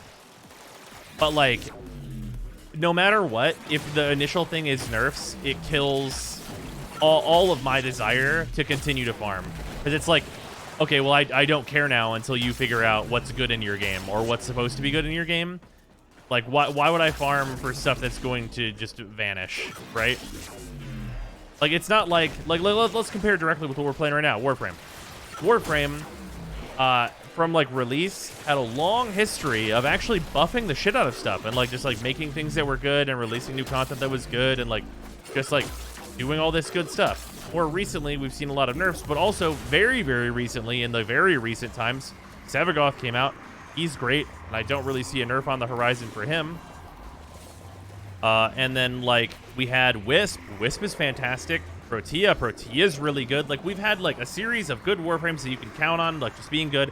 They worked to, like, make Zaku good and, like, work now, and Zaku is good and works now. Maybe he needs a little bit more investment than you maybe want, but, like, Zaku's good. And like all that stuff, and like that stuff is like, oh yeah, well, we know that DE can do things right. Very clearly, we have exact perfect evidence for that. Whenever there's not like a built up amount of expectation, it's that the release of Outriders happened, there's some unfortunate server troubles and stuff, but game seems fun, balance problems on the back end. And then the first balance patch that comes out, they nerf everything that's good. And it's like, okay, so is that what we're doing now? Like, if we figure out something that's good, you just nerf it? Like, is that... That's the impression that I'm immediately left with. I have no other data to cross-examine with. Didn't the nerfs come before the stability fixes? Well, the patch that introduced the nerfs also introduced an inventory wiping bug.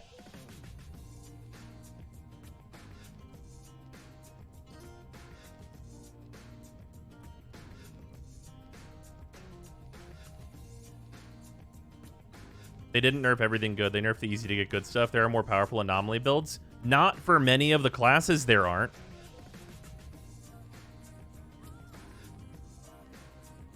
For Devastator, you have like literally an option that requires 3 legendaries. Minimum.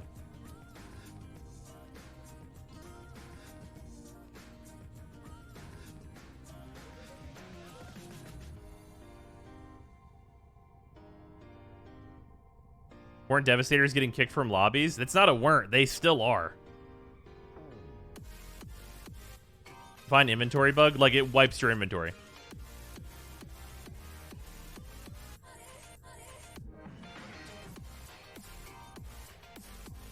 People get their wiped inventory restored.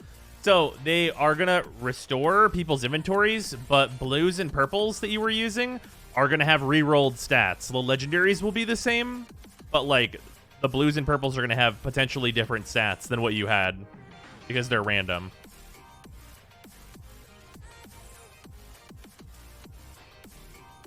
Ammunition builds for easy, strong, for low investment. Yeah, so why would that not just be like an introductory build? You make an ammunition build that is good and like pretty easy to put together, then that gets you to the other builds.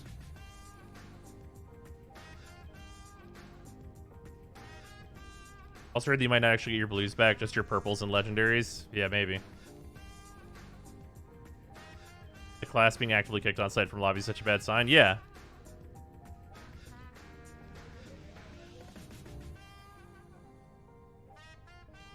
Should have been offline like Remnant and Monster Hunter. Yeah, that probably would have been better overall. I know solid fashion on Sevagoth, the Chroma Prime, like guards are snazzy. Oh yeah, I'm a big fan. Hey, I really like how Sevagoth looks. I'm glad I decided to do like the like bright white mixed with this like more tannish one. I think it looks real nice on him.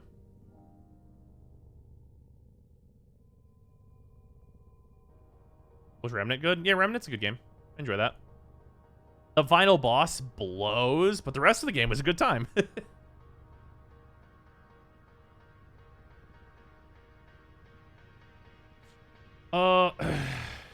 I'm behind on previous content in Warframe. Is there anything in the new update that I should shift focus to? I mean, unless you're way into Sevagoth, which, like, I wouldn't blame you. It's probably not anything too important. And also, like, previous content is, like, prerequisites for doing the Sevagoth quest, so... Sevagoth's real good. We are forming him up currently.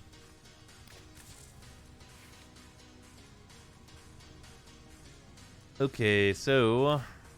Okay, so we just need to get to 7 points here. I guess it doesn't really matter what order we do this in, because these are just a bunch of dashes. Although, wait, you know what? Actually, wait. Are we dumb? Oh, man, I'm a stone-cold moron. Wait, it's because we did the Umbral Forma that's a potential option. I should not have removed that V polarity when we decided to put in the Umbral Forma. Because I can option select for not Augur Secrets and instead Transient Fortitude. But that would make it a build that won't fit without an Umbral Forma. So it's probably still best to do it this way. Wasn't it a D? Oh, was it? No, yeah, you're right, you're right. So you're right. His Shadow has the 2 V polarities.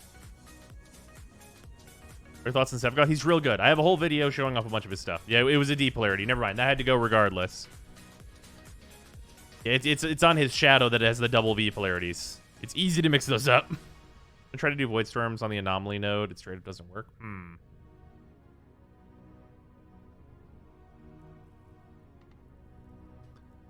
Yeah, so I guess it's just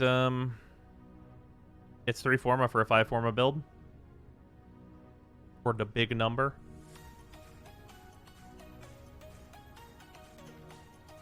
Because I don't have anything with higher drain. Like, if any of these were... Could I like... Any of these?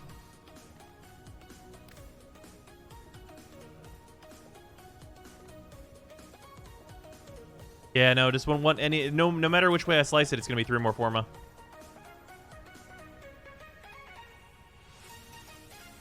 Use the 3rd Umbral mod instead of Augur Secrets. You only lose 2% strength.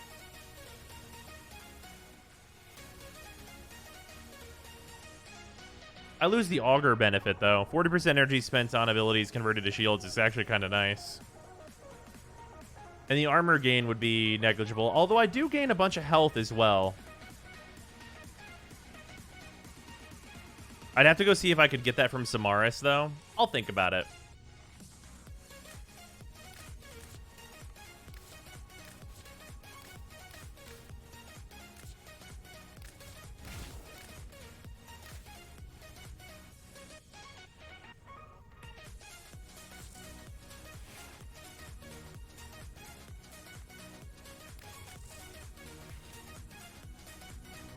And then on here we have the dash here, and then we need last 2 mods are stretch and then Augur Secrets. So if we did an Umbral Forma, it would be 1 more, but it's it's 2 more to not do the Umbral Forma. It's fine.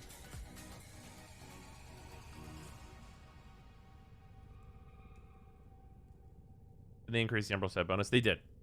It goes up to 77 now, which is great. I missed the Void Storms being tried out. If so, any opinions? We have not messed with the Void Storms yet or the quests. We're just getting Sevagoth all boofed up. Let's do the easy one in here first.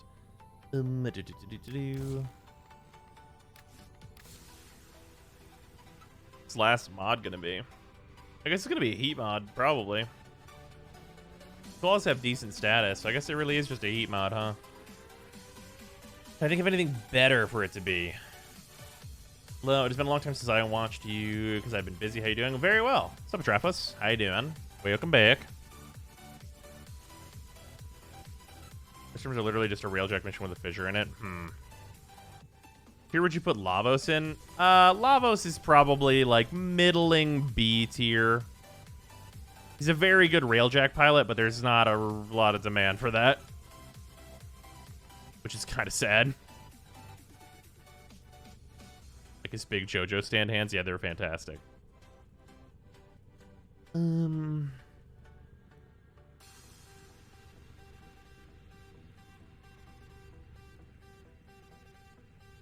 Yeah, I guess just throw the V polarity in for now.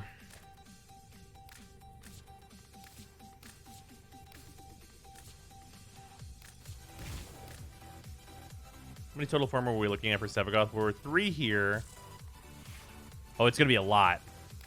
Because of the way we're doing this, it's going to be a lot. Because we're not using unranked Umbral Fiber, which is an option. I do want to clarify, right now, if I just used unranked Umbral Fiber, this build would be done on 2 Forma. But like, but like, what if?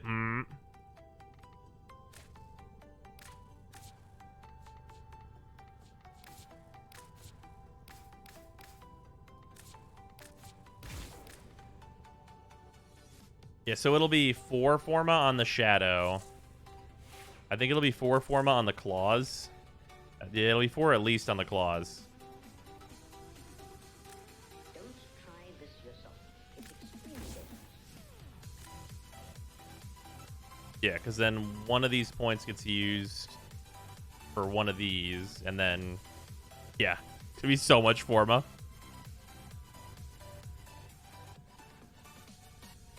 He looks like Gengar and a Yu-Gi-Oh monster had a baby, but that baby does cocaine. All right, you know what? I could, you know what? The Yu-Gi-Oh thing. I get it.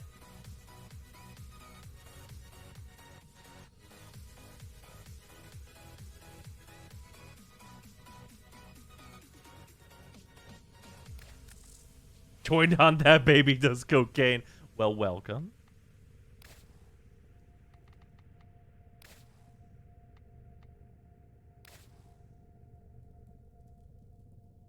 Oh god, what was the last mod? It's Power Drift, Secrets, Stretch, Fleeting, Streamline, Prime Flow. Right. Prime Flow. Right.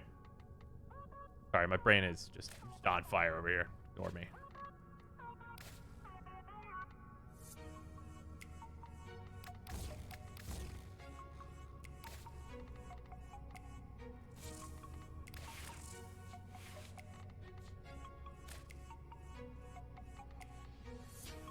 Oh, right. I did not re-level him yet, and I already put that in. Okay, unranked. Epitaph needs another Forma.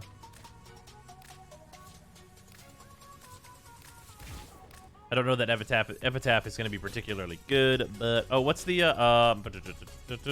Impact. Hemorrhage. That's what it is. Oh, right. This costs...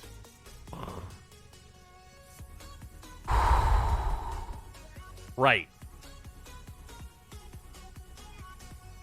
The huge investment changed your initial ranking. Forgot that this costs 15. Damn.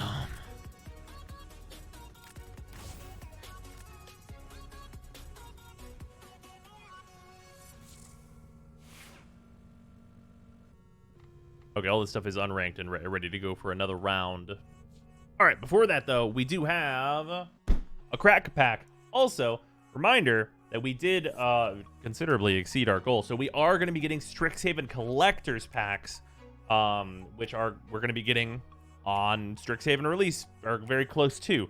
So probably not the day of, but real close to. Day of Strixhaven release, though, we are going to have those commander decks to look at, so there will be that. Wait, there's a new Time Spiral? Yes, this is the Time Spiral Remastered set, which is basically the whole Time Spiral block, plus a few new additions for the purposes of draft, but also just good fucking cards. Nice, Matt. Oh, yeah, I'm very happy with this. Nice Sensei's Divining Top, Matt.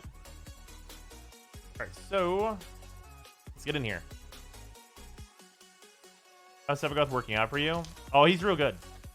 We're mostly just leveling him right now, but he's very functional and a lot less Forma than we're actually going to put in him. Alright, Spiketail Drakeling, Brute Force, Drifter, Titanul Woodreaders, Mind Stab, Virulent Sliver, Steel Primordium, very good card, Amaro Scout, Bound in Soylence, Hickory Slick, Salt Blast is our uncommon, Scrib Ranger, another very good card, uncommon, and that card as our last uncommon, and Walk the Eons. Buyback, sacrifice 3 lands. Target player takes an extra turn after this one for 6 mana. So yeah, to my knowledge, there's not a way to break this card unless you have... So, okay. Alright, I'm gonna tell you guys about this setup, and, like, you can just tell me I'm dumb. you need to have a green in your deck, and you need to be able to play 3 lands per turn. And you need one of the cards like Ramonap Excavator that allows you to play lands from your graveyard. And then you can take infinite turns with this, with that incredibly, incredibly complicated setup. But, like, there's no real way to, like, break this, though, because that setup is, like, hilariously particular. Like, what's the least amount of cards necessary? Hey, that's pretty good. You need Azusa, Lost But Seeking. Christ, And it's been 51 Ramonap months already. Excavator and Walk the Doesn't feel like Eons. 4.5 years. Fuck off, that's not magic, that's a fucking failed Vegas magician. Yeah, right. Yeah, you need the cheapest you can do it is if you're running green and blue in the same deck. You can use Ramonap Excavator and Azusa, Lost But Seeking, plus Walk the Eons, and then you have to be at 6 mana and also have those 2 creatures like on the board already, and then you can take infinite turns, which is okay. I mean, it's infinite turns, right? That's an infinite turns combo for low power. You're not wrong. For low power, absolutely, 100%. Yeah, so you could do some stuff with this. Hey, it's fucking ya boy, Gary, Merchant of Asphodel. Yeah, Gary is a sweet card. We love to have more of him. Only a 12-card combo. Technically, it is a 6-card combo if you're counting the islands. Gary! Infinite turns, Unga Bunga Go Go. Yeah. I might have to figure out a deck to put that stupid Walk the Eons combo into that I just described. Because I actually didn't have a Walk the Eons before this, so like maybe I put it in a deck. Maybe we do a little trolling. I think 1 extra turn is probably worth 6 mana, no need to break it. Oh yeah, for anyone that doesn't know, like in Magic the Gathering, cards that say take an extra turn actually have additional text. They say this card costs no mana, draw a card, play an additional land.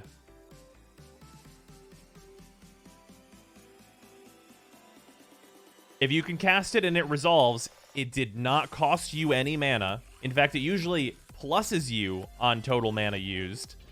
And you draw a card, and you can play another land, and you get another attack step. So, extra turns are fucking busted if you think about it in terms of that. They're always insane.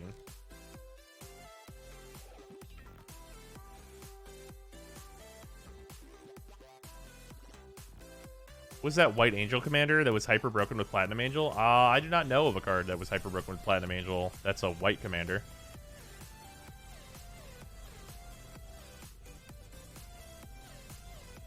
And then you cast the extra turn for free in the first place? Ah, yes. Just play Kefnet. Just play Kefnet extra turns. Your group will love you for it.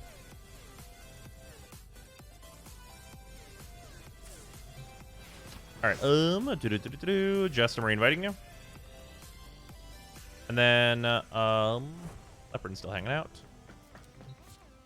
I know it just wanted back in. I'm going to close these other ones, and then whoever wants to go can PM me.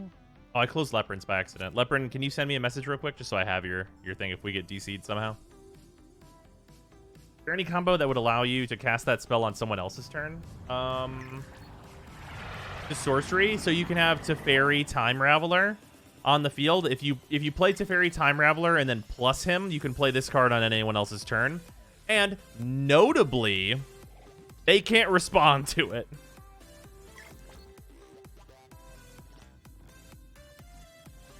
It's a pile of buns.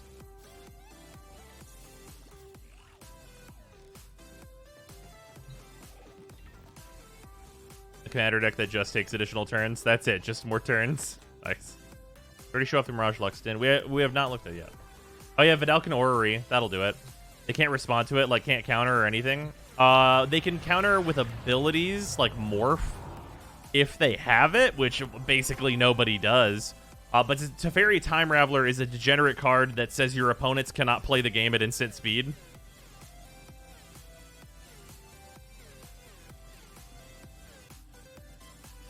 Just look up Teferi Time Raveler. It's got some really stupid text on it for a card that costs 3 mana.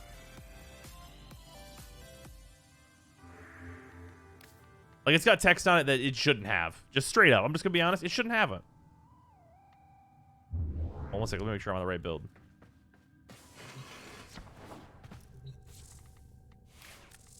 Aha, I'm not. Now we're on the leveling build.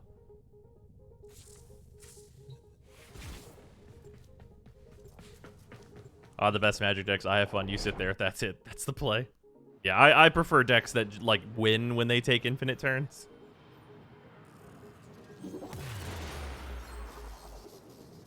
New 4 fairy. Isn't that bad? Master of Time? What? What do you mean Master of Time isn't that bad? I have that in my Atraxa deck, and the reaction from the table whenever I was, like, minus it to take 2 extra turns was, ugh. And it won me the game on the spot. And it lets you sculpt your hand into the perfect hand in Commander. Like, it's not that good in Standard. But as a Commander card, it's like, oh my fucking god. How's the update? I'm really enjoying Sevagoth. We've not done the quest.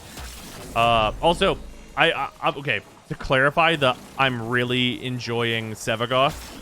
I played him on the test server a bunch and really enjoyed it there. Where I'm just getting him back to where I got him on the test server. Why does that say 2 turns? Right, exactly. Get an extra turn in the middle of the other players. Get 2 extra turns in the middle of the other players. I literally did that on one of our Commander game nights. I was Atraxaing, and it was like I played Teferi. I had like basically nothing else to do. I just put Teferi down.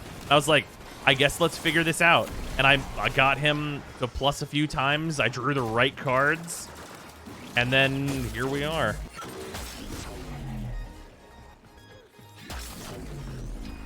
I said take 2 extra turns. I think I ended up making like infinite turns somehow with that Teferi.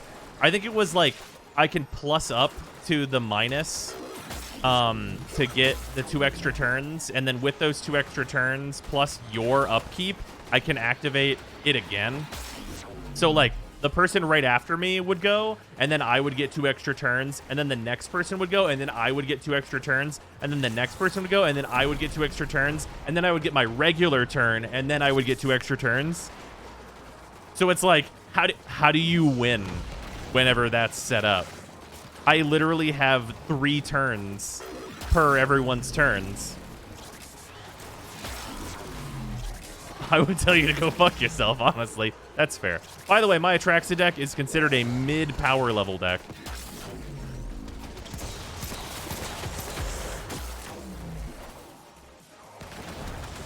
One for you, and 2 for me, and 1 for you. Next one by boring the opponents into scooping. Oh no, I killed them. Like, whenever that loop was established, I was like, and then I'm going to play Vorinclex, and I'm just going to kill everybody.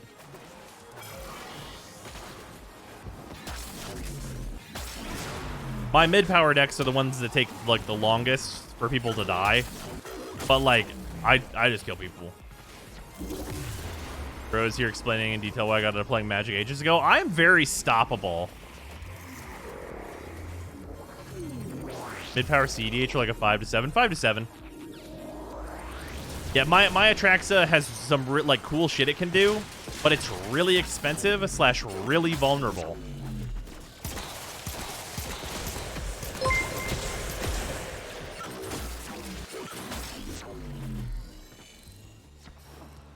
Teferi wishes to trade with you. I receive 3 turns. You receive inordinate suffering. I cannot tell you how much I appreciate the trading meme that has become like the shit recently. It's so good. Oh, Leopard forgot to go through. Nice. Leopard, thank you for down your bits. Oops, I forgot to go through. Bro, if that happened to me, I would just go make a pizza. Well, that's kind of the thing, right? Like, if I set up that combo, it's usually not go make a pizza. Here's the thing. This is the thing like a lot of people don't understand about Magic. You can't do this in online Magic, but in paper Magic, whenever you're playing in person, if someone sets up infinite turns, like say I set up infinite turns with my Atraxa deck for like my 20 mana combo or whatever it is. If I set that up I'm gonna ask, does anyone have a response? And if the answer comes back no, then I'll go, okay, so I take infinite turns, I play this card, and I kill you all. Next game. Let's go to the next one. Like, it's not like this long... I don't make it a long, grueling process. I just tell everyone how they die. Like, there's no... It's not next time on Dragon Ball Z. It's, oh, shit. Oh, Frieza just killed that guy.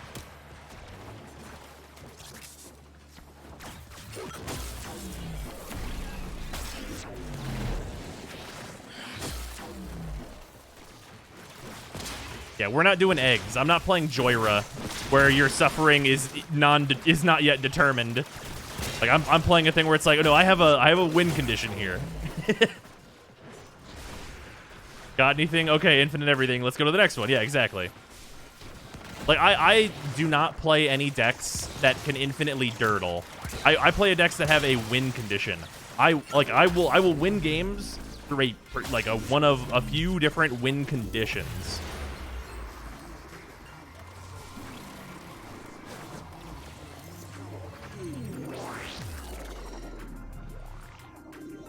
I ult Ugin. Okay, we're good. Next game.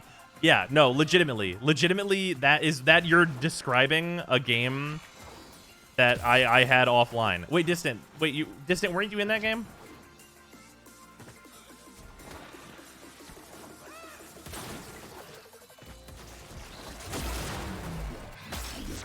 Okay, yeah, that's what I thought. Yeah. Yeah, I was playing in the other Magic Discord, the one that Hippie has to set up the games and everything.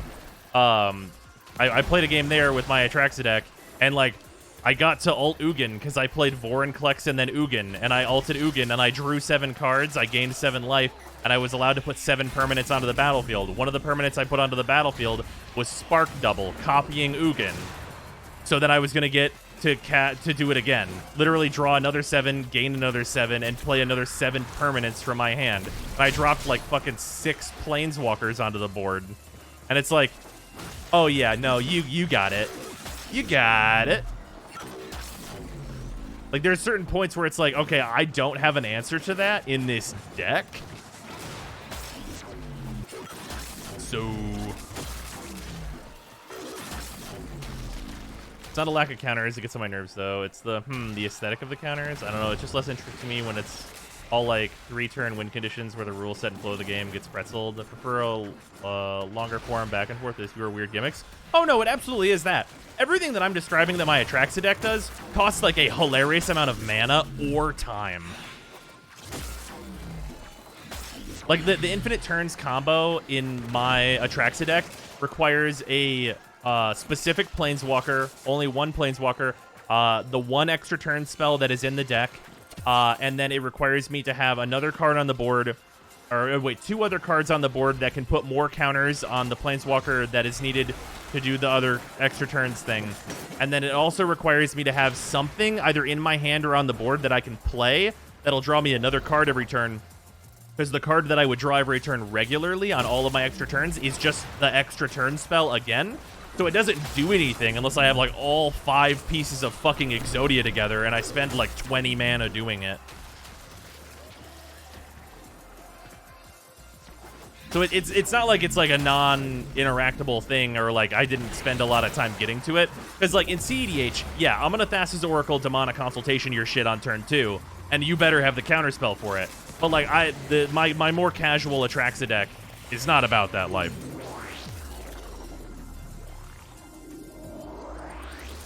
Yeah, I'm not Yu-Gi-Oh comboing you all on turn 1. We're like on turn 12, and it's like I'm trying to do a cool thing. If someone has a counterspell, I'll die.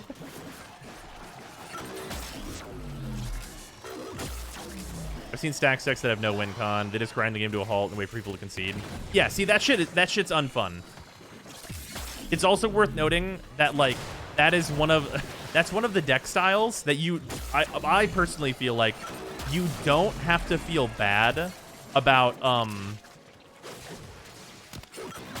showing them a real deck.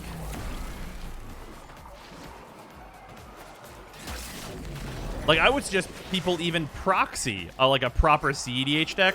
That way, like, if you just have an asshole at your table or your store or whatever, and they're like, yeah, I play my stacks deck, and then we just hang out for 100 turns until you all draw 80 cards trying to look for an answer to this. It's like, okay, instead, I'm going to combo you on turn 1, and hopefully you have a different deck you can play that's a good time. I receive comboing with First Sliver on turn 1, even though you have counter magic, I'm holding Force of Will. You know, I just you realized receive, today play something Goth else. is basically a rework for Chroma, Hero, and Valkyr, but is afraid. Makes you think, haha, think. Nice. Noxing with 100 bits. You would say beat them up. I was honestly chill with it. No. You know, you beat up their soul. The story that I tell all the time is the, like, there's certain, like, types of players that, like, haven't found out yet. And there is the point where more experienced players sometimes need to teach. And the teaching can happen in a few different ways. One of the ways is, hey guys, telling your table, hey guys, I'm gonna play my really strong deck. So I'll just like win on, I'll win really fast, and then you guys can just play out the rest of the game, like play a 3-player commander game, because this person has stated that they're just going to win very fast. Whenever that type of person starts up a game, and this happened for me, I went, oh, okay, and I pulled out my First Sliver deck, and he attempted to go off, and I was like, Force of Will, and then it was my turn, and I was like, win the game, and he was like, counter spell of my own, and I was like, Force of Negation. Wait, no, reverse that. It was Force of Negation on his turn, and then Force of Will, or it was Pact. Maybe I packed it on my turn. It was one of the free counter spells.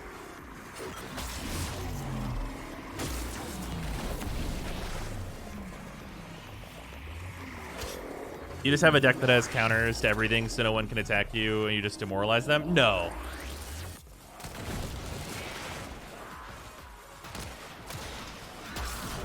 That people in some casuals with their decks are power level 9 because they can win on turn 8. Then you pull out a 2-3 win deck to ride that they are bitches. Well, it's not about them being bitches, because like it's only if people are being an asshole about it, right? Like if someone thinks they have a strong deck, I'm willing to have like a very like normal conversation, be like, oh no, it's not that strong. That's like a pretty like normal mid-level deck.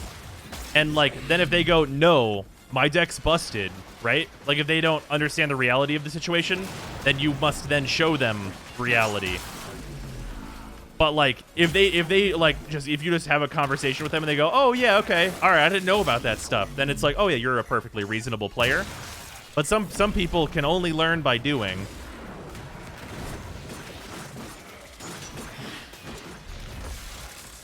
And there's me who has no idea what makes a deck strong. Sure, right. But like if someone were to like explain like strong decks to you, I'm sure you'd get it. There's so many people that overestimate the power of their decks. It's fair. 4-turn Eldrazi deck thoughts? Which Eldrazi?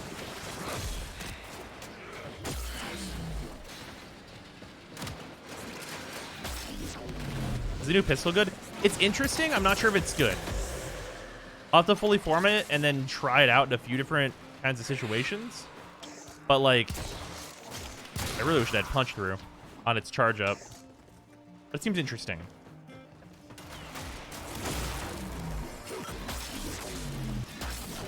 It has punch through. Is it just not like a lot of punch through?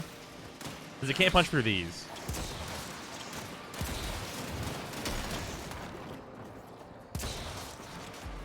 It's 2 meters.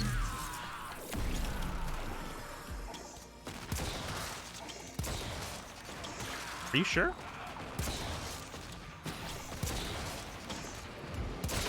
Oh, we got him. Weird. What the hell?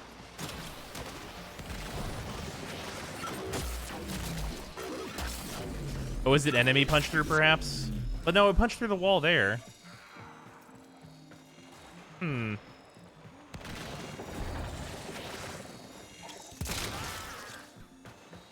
be good old spaghetti code. Okay, fair enough.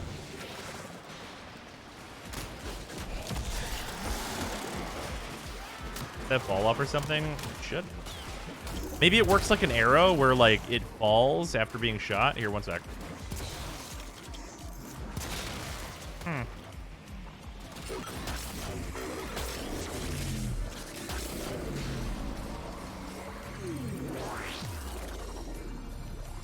Appreciate the Sato mask because it requires, don't ironically, be running Turbo Fog.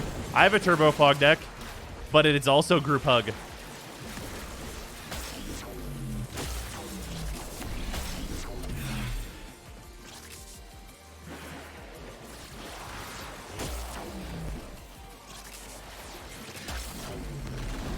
I have Turbo Fog, Group Hug.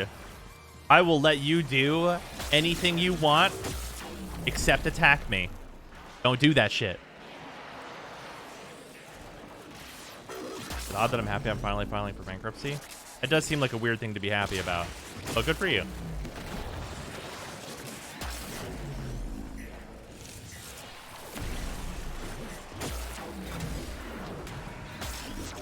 How's Sevagoth so far? I really like Sevagoth from what I played on the dev server. But we're just getting him up to full power, as it were, right now through some leveling.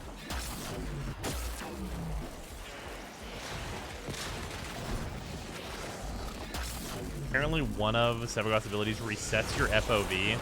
Slap the marinara on that spaghetti. All right, fair enough. Is that fixed in this hotfix, maybe? Ceaseless Hunger and Winnower? Yeah, that's whatever.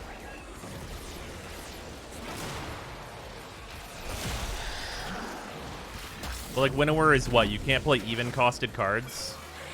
So, like, I mean, there's some pretty low mana cost solutions to those types of problems. I mean, like, what do I have? Like, you're like, okay, I run Ulamog out on turn 1. Okay, I path it? Whatever, moving on. Like, it's a huge threat, to be sure. But, like, on turn 4, like... There's a number of decks that can definitely deal with that.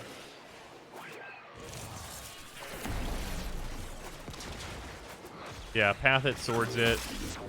Other removal. Bounce it, which is like a temporary solution.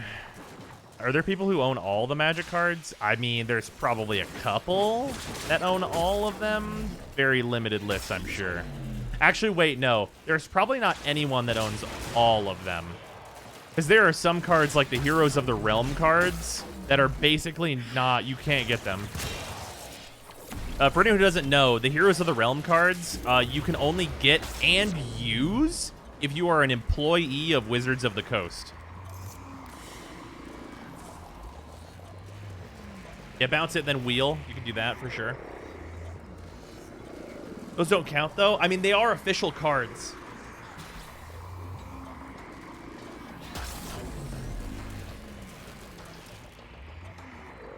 You have to confirm it was given to you, but not to own it. You can't use it, but you can't like not. You can own it, but are the cards good in that expansion? Do you mean Strixhaven or Heroes of the Realm? Heroes of the Realm's not an expansion. It's just like a small set of cards that are for Wizards employees only. Can they be resold? I don't think there's any rules against that.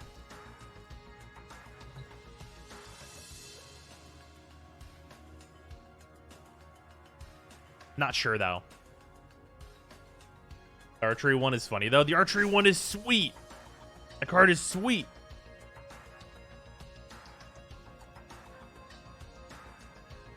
All right. Opa, let's update.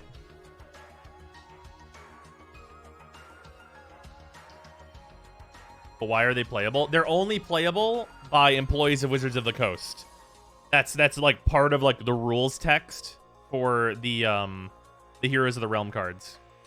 And people that are like employees of Wizards can't join tournaments and stuff and like win prizes and things like that. I mean, for Commander, you could just proxy them because who cares? Oh yeah, absolutely.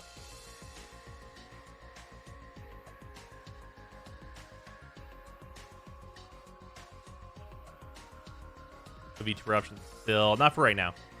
I gotta find time to update that model.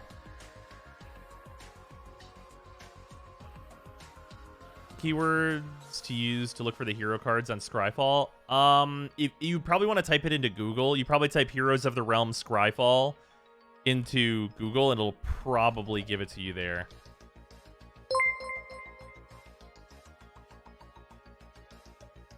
Absolutely, Leprin. Also, thank you for the 100 bits. can I get a spot again if you do non-quest stuffs? Yeah, and then Justin and Leopard both messaged me. We're gonna do some more leveling.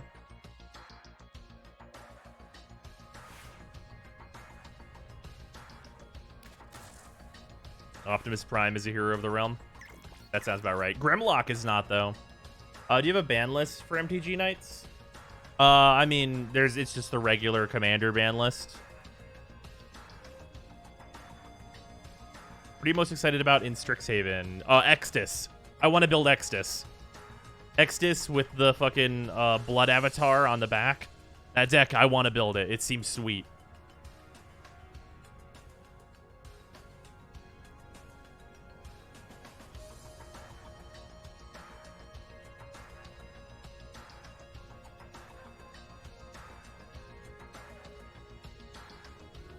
Like, sure, Black Lotus is $1 billion. People can buy them, and there are formats where it's legal to play. There's actually only one format where Black Lotus is legal to play, and that's Vintage.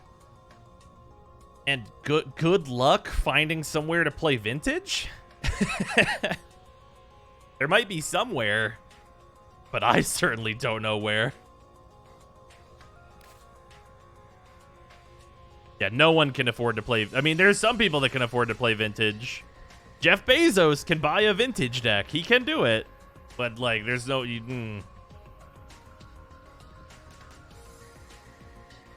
Is Vintage standard rules, but all cards? So, Vintage... Even Vintage... So, the thing in Vintage is that there are no bans, except for, I think, Charizard. However, there are restricted cards. So, you can only run one Black Lotus, but you can run one Black Lotus. Vintage is generally played on yachts and private jets. Try looking there. Right, exactly.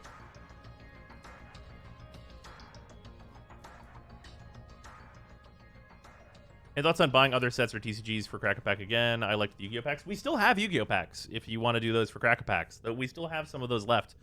And then, I mean, like, once the Yu-Gi-Oh! Packs are gone, like, I'm definitely down to consider it. Companions got banned, right? Companions are not banned. Companions are mass errated, though. They cost 3 mana to put into your hand before you can cast them. So they cost 3 more mana now, making them considerably worse, unless you're Yorion.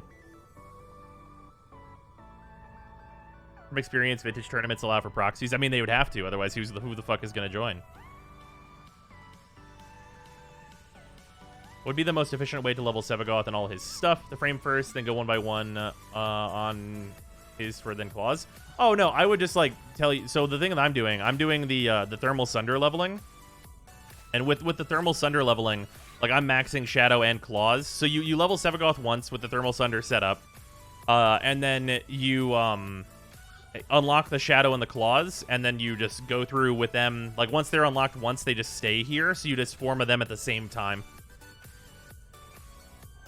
A no proxy Vintage tournament is just an empty warehouse. Right, exactly.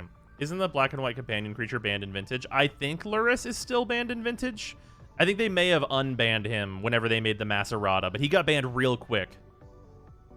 And also, I believe that he was not actually banned in Vintage.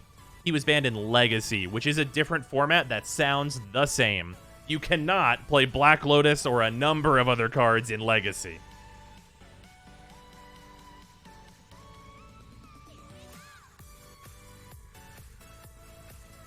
Shadow seems kind of pointless to Forma. Why is that? It's a DPS machine. Any changes you would like to see to Sevagoth so far? I'll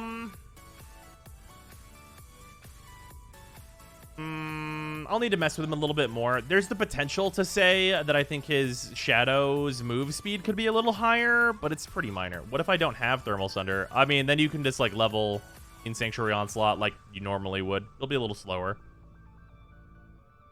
I played my Kalia deck in forever, and I'm considering taking it apart. Is that blasphemy? No.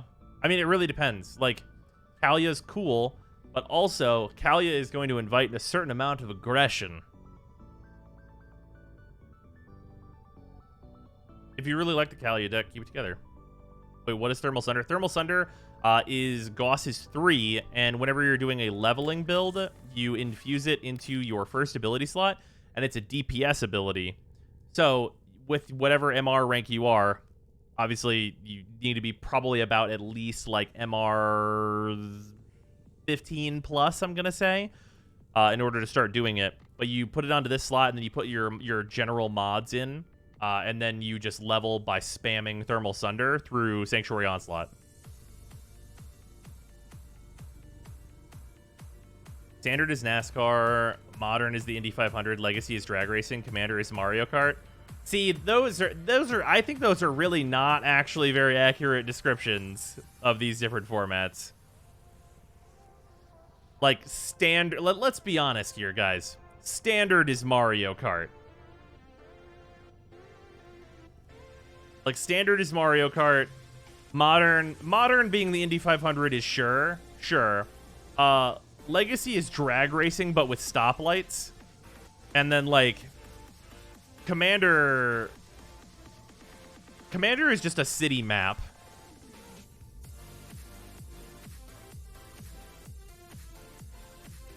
Yeah, Commander Smash Brothers. It's not even the same thing, really.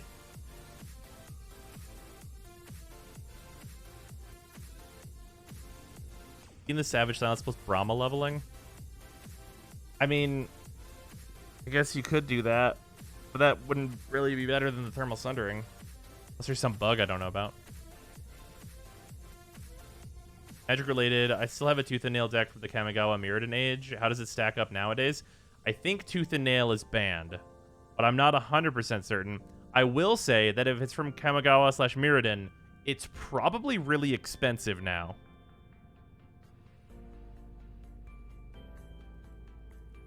Commander is Rocket League. Okay, sure.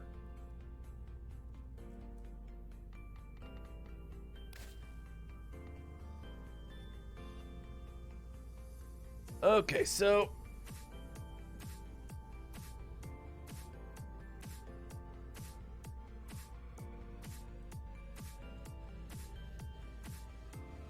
I think I would remove Power Drift is my question to myself.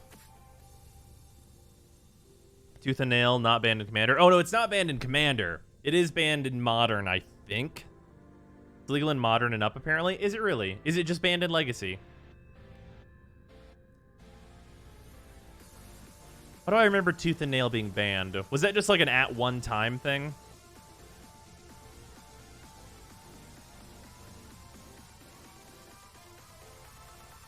Maybe this was an at-one-time thing for Tooth and Nail. Standard? What's Historic? Historic is a newer format that is available on MTG Arena. And it's a weird mishmash of a lot of cards, and it's about to get way more mishmashy. But basically, it's all the cards that are available on Magic Arena. I heard Commander described as I plug my car into my stereo, and my stereo plugs into my moose, and this somehow works. Yeah. A lot of Commander is that.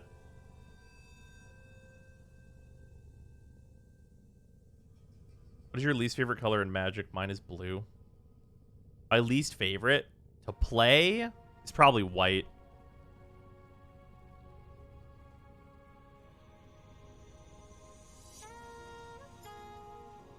Like, to play against, though, is definitely blue.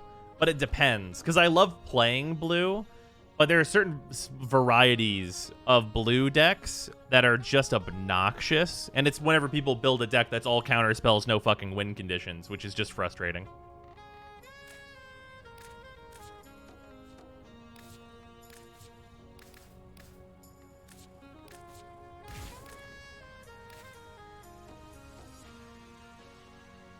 Doesn't everyone kind of hate white? That's the vibe I get. It's not that everyone hates white. It's actually that everyone wishes that white was a better color in Magic, because it kind of, like, doesn't have a good thing that it can do for Commander.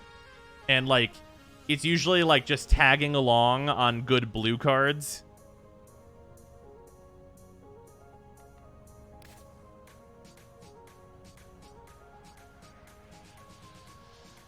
Magic formats are just certain cards being legal or not, or do the rules of the game change? So it's both, actually. So I'll break this down. Standard is like the current sets that are like the new sets, so it's only cards from like the newest stuff. And then modern is everything from 8th edition forward. And then legacy is everything outside of a ban list. Commander is a 4-player format where everyone starts at 40 life and you have a commander, which is a legendary creature or card that says it can be your commander, which determines the colors of your deck. So if your commander is a mono black card like Yawgmoth, then your deck can only contain black and colorless cards. So commander is like a bit of a different thing, but it's super fun. It's like the really fun, like, casual format. But it can also get super serious, too. I love competitive Commander as well. Do you like slivers? I have 5-color sliver Commander with Sliver Overlord as Commander. It was infamous in my old F&M group. Nice. Can you steal other color cards? Yeah, if you steal them from other people's, like, decks and stuff, you can use them that way, for sure. Can you show the Railjack build, please? Quick run through. I think I have a video on that.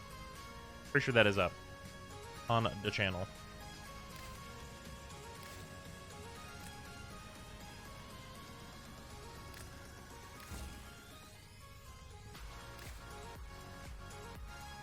It says 9 points on it. I guess I can use regular blow.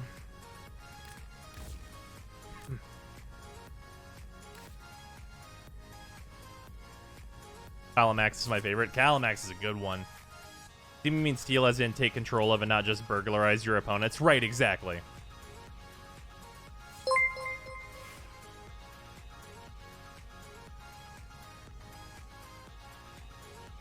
I gotta go AFK, Zyme.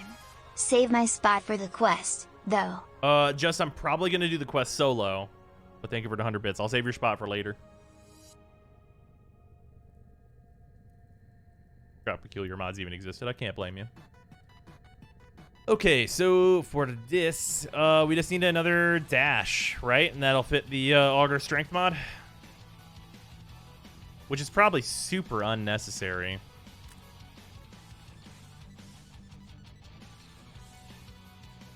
Would I rather this... Would I rather this be Augur Reach? I guess they're the same polarity, so I can just decide later.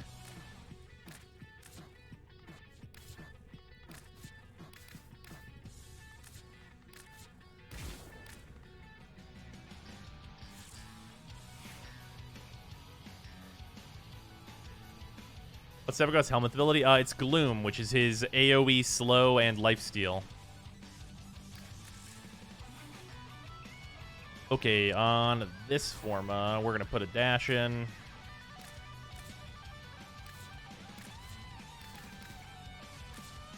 Do the dash. Okay, oh man, this is so many forma that this needs. Oh, it's so many forma that this needs. It doesn't need it. I mean, this already shreds.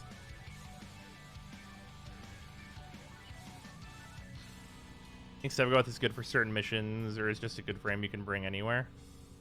I don't know how applicable he is everywhere, but he does seem generally good. So his helmet ability is his best power. I don't know that I agree with that, but it's his best power that could possibly be applied to other warframes. He does a bit of everything, but I'm not sure how he'd be useful for spy. So I'm pretty sure his shadow can hack, and it has a dash, so maybe? Wraithy Boy, not too bad. I actually think Sevagoth's quite good. Very high investment, though, if you're going to go whole hog on him. But you don't need to at all. What frames do you think Gloom would be on? I'm not sure. There's some, like, arguments for certain warframes that, like, need more defensive tools, like Zaku and Frost, maybe, and stuff. And pretty much anything can make Frost better, though. New frame, just Valkyr, but good, then. Yeah, Valkyr 2.0, just like Protea is Vauban 2.0. Does his Shadow Power get helmet or only his base form? Oh, just his base form. Yeah, Garuda. Garuda's an option for sure. Bet he looks so fugly. Oh, I think he looks rad.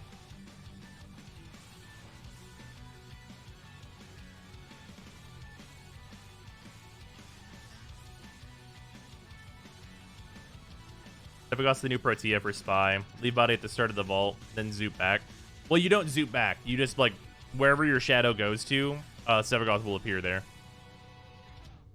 Is the Epitaph any good? It's interesting so far, but I'm not really convinced that it's good yet. Looks like a persona. That's probably why you like it. That's fair. Also got a little bit of stand-up power.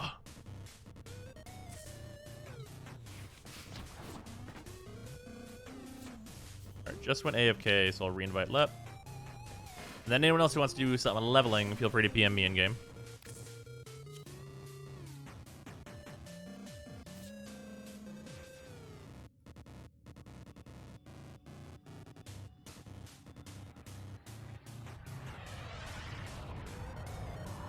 The Void Storms have not messed with them yet. We are getting Sevagoth all the way up in there first. He is a persona with a stand. Ah, yes, of course.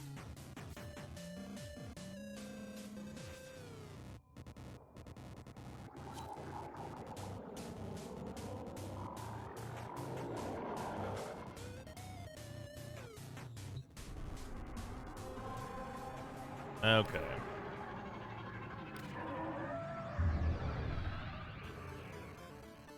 So many forma. Alternate helm looks good, Imo. I'm really not a fan of it.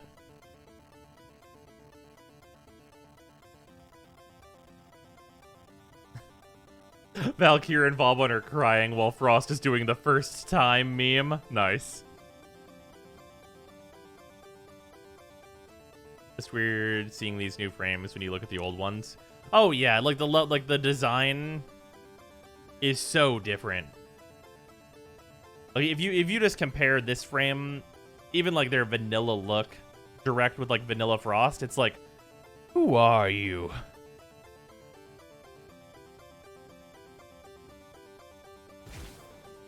Is Sevagoth a Suicide is Badass Persona 3 persona or a punk rock Persona 5 persona? Okay, considering that whenever he dies, his stand comes out, he's definitely Persona 3.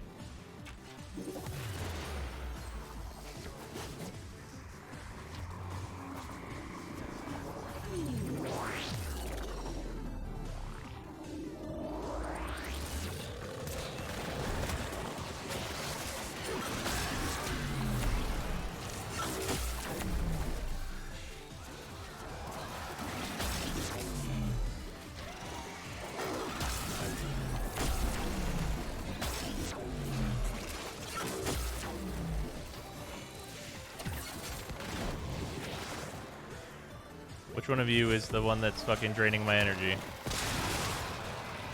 If you're an energy drain, you have to tell me.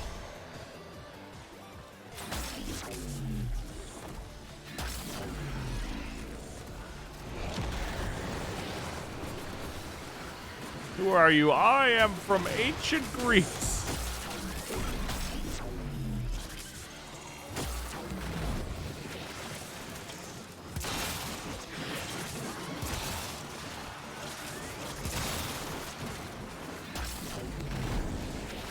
Controller are just man with sword and lightning guy, I guess. LOL. I mean, yeah, you work with what you've got at the time. Oh, these damage numbers certainly look a bit more spicy now.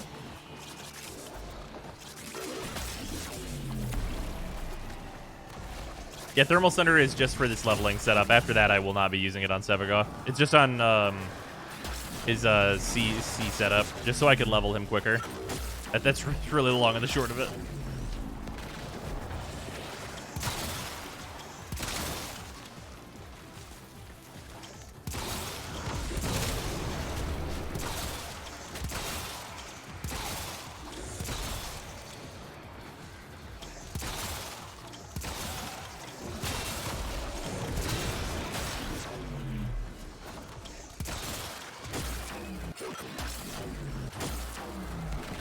Let's assume abilities would be good on Sevagoth.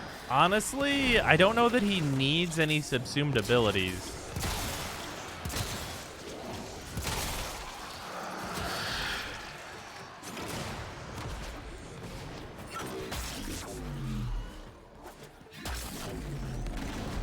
Silence obviously is great for him.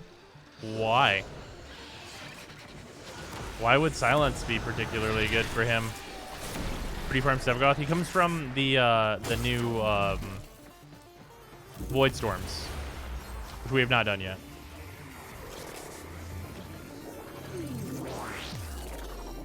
Have you considered Roar? I don't know that that would help him. Like, legitimately. You could go Breach Search since his 2 is a dot and do infinite Breach Search memes. You know, you know what? That's more compelling than any of the options I've heard so far.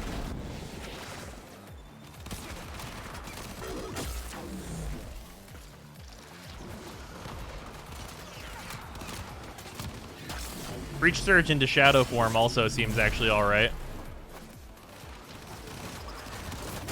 You don't build super a lot of range, but Breach Surge has a pretty good range on it anyway. How many formas is he? Yes. We're on a really forma intensive build. I really want to clarify that you can do a good build with a lot less forma, but if you keep giving him forma, he'll keep eating it. Like, he is a snack monster.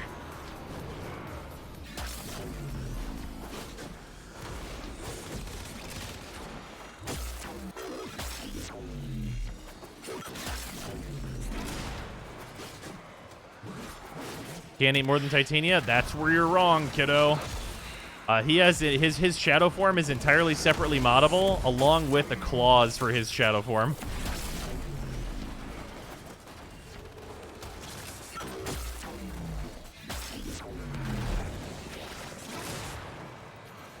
Verdict of Void Storm is a nice idea, but with the removal of Geon Point, any Void Storm takes too long to be worth the effort. Also, my eyes.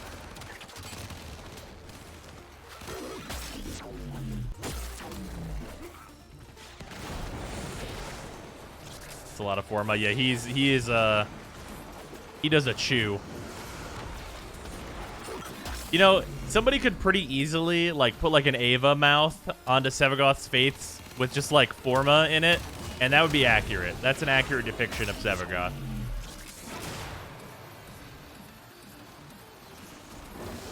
Players, can we use separate mods on the Sevagoth? Absolutely.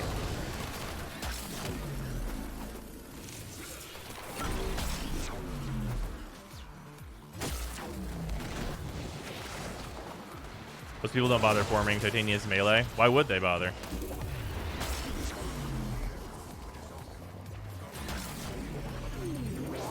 Really putting form on him, his shadow, his claws, and his secondary. Honestly, I have nothing else to do in Warframe right now. I feel it.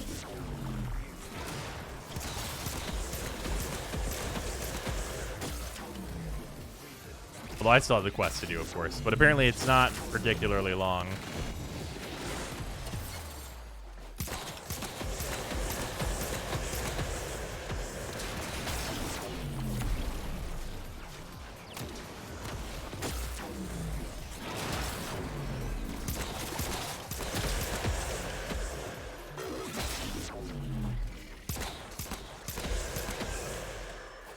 No. How dare you put me on a reset volume? I was fine.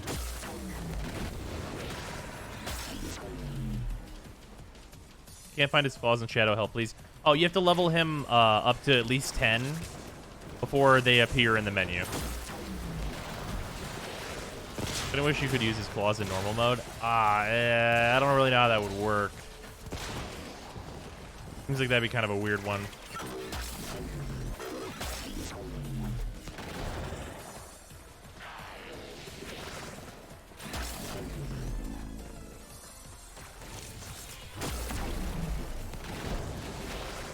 Think Mirage Prime is good at Railjack? No. Mirage is not really useful outside of boot camp setups, and I'm not really particularly a fan of those.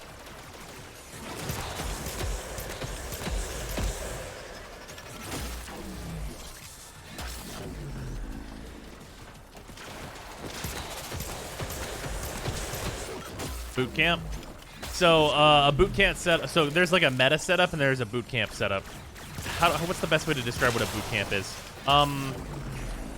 Basically, boot camping is doing something in the absolute most efficient way, but also in like the most try-hard way imaginable. Like, you're choosing to do this mission in 2 minutes and 10 seconds instead of 2 minutes and 30 seconds. But in order to do that, you have to do like fucking mega micro, like StarCraft 2 micro.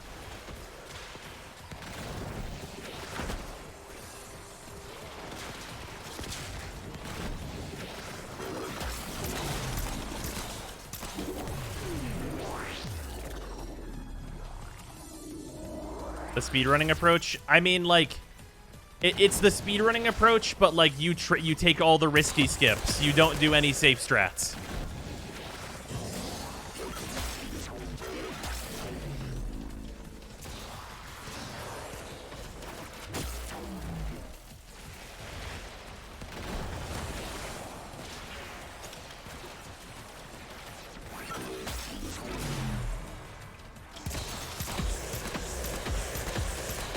Oh, that's sweat swamping, bros. Oh, okay, fair enough.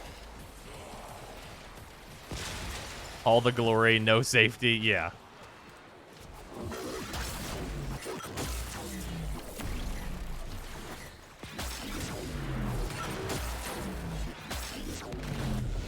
Also having fun. Why no Mirage Deluxe on console? Really? Weird. Might have been just omitted from the cert, but they made it for PC. Small difference, though. That's an obvious JoJo reference. Is Epitaph good? It seems interesting.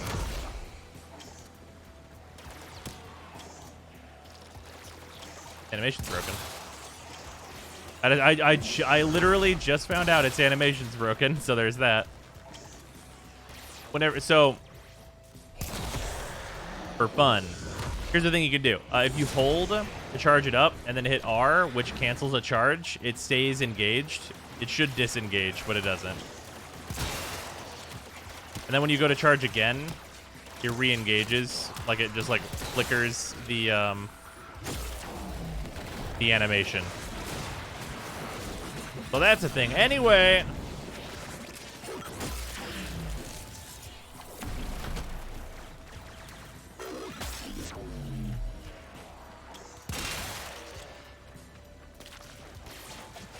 That's a really minor detail that you wouldn't normally notice, but anyway.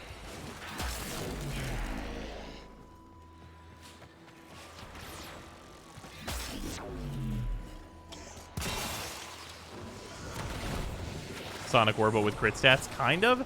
It really wants to be used more of in its charge form, which is like a sniper rifle type of deal. Because this form has, like, some direct damage that it can deal, but, like, its AoE is a little unimpressive in terms of damage output.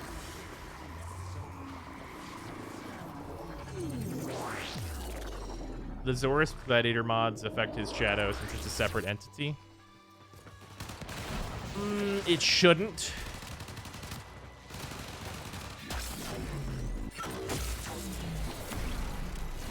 But the answer is maybe. Like a railgun? Yeah.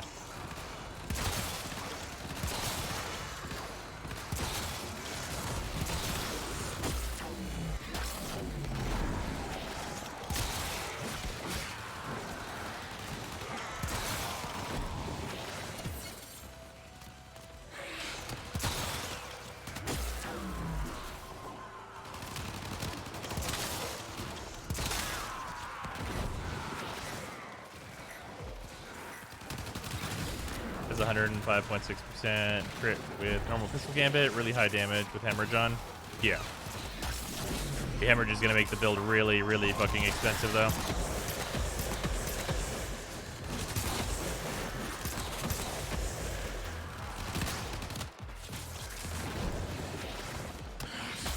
What's I gotta do to get like one good map?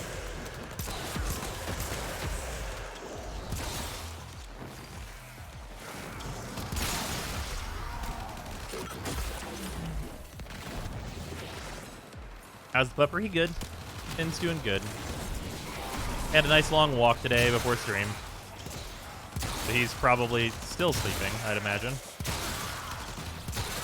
Yeah, before stream, whenever I was like just getting some things situated, after his walk, he came in here. I was just like, I wag tail, pick me up, I sleep and lap. It was like, okay, for a little while, pupper.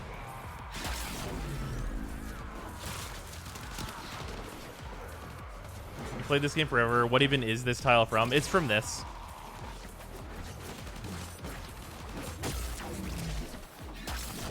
Some people have said that, like, this was technically in the game at one point before Sanctuary Onslaught, but, like, I never encountered it if so, and I've never seen any, like, indication that it existed prior.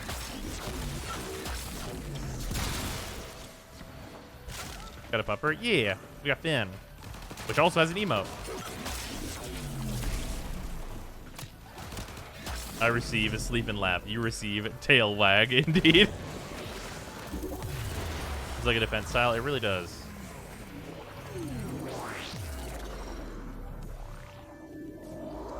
Chroma's mission, I think? No, that's a different room. I do know the one you're thinking of, though. Style's alright.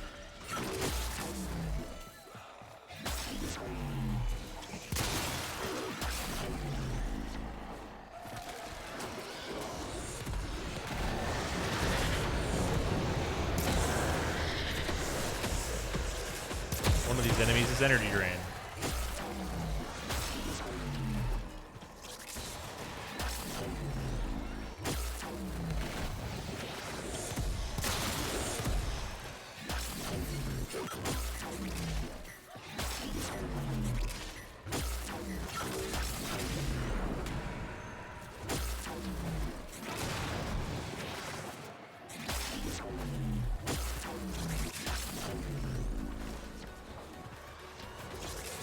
I feel like Carmine Penta suffers from the Brad Vandal effect. MR6, most MR6 won't do Railjack. Oh, yeah, I mean, the Carmine Penta, like, it's worthless. It's MR, I guess.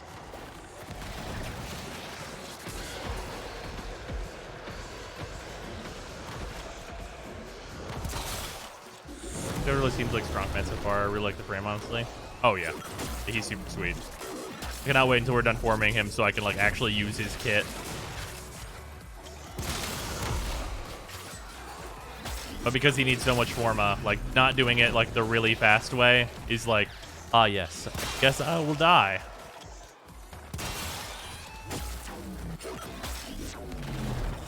Touch Mastery is in the Necromex for an MR29. I'm trying to get to 30, and I'm only a third there.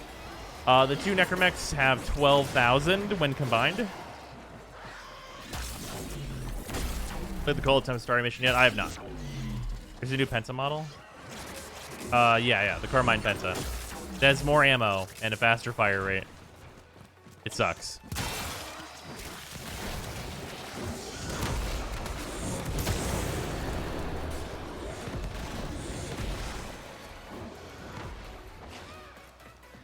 Yeah, it was on the Warframe China build. It's new to our build. It's new to me.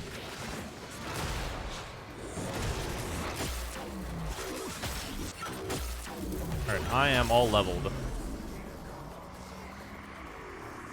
Anyone else is not, though. I'm down if we continue. If you would like to level more. Sucks, but is it fun? No, not particularly.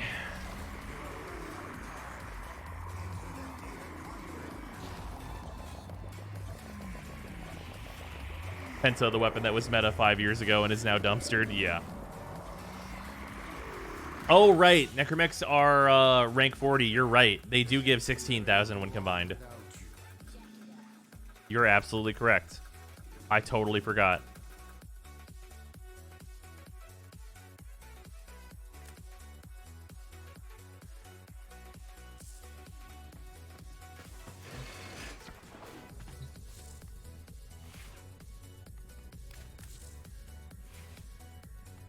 All right, boys. Last Forma.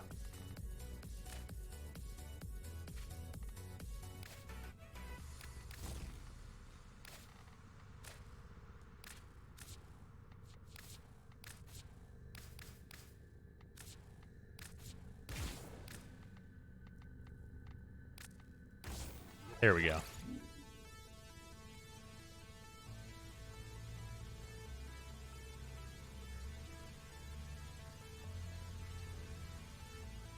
How's the epitaph? It seems interesting so far. Not sure how good it is quite yet, but it's an interesting one.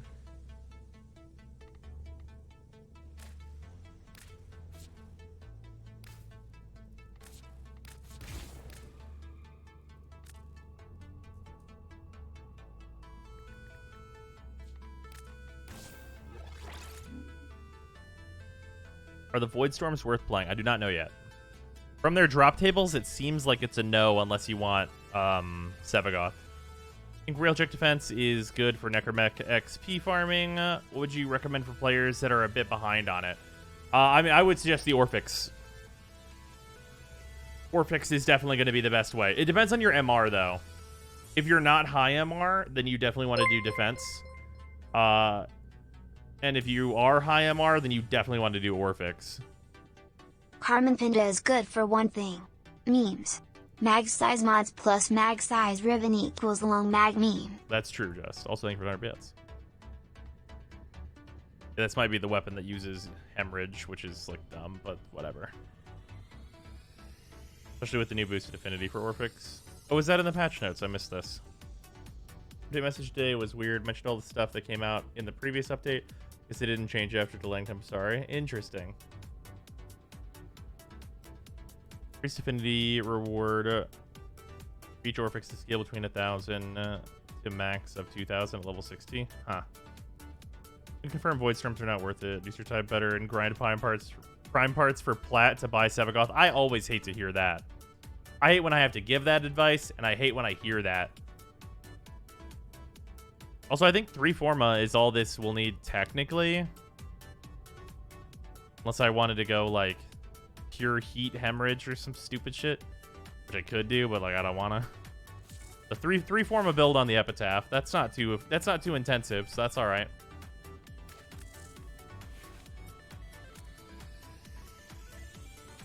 And I'm not sure which Augur mod I want to go with here. It's certainly possible that I should go with Augur Reach. For like the big claw range. 35 meters is pretty spicy. I don't know that I'm going to need more than the 88% vulnerability. Because with this, I get to 100% vulnerability. So I'll deal double damage. But like, man, I don't think his claws are going to need double damage. I just don't. We'll try with the Reach first. Shadow Claws. These need their final mod, which is going to be a heat mod, I think.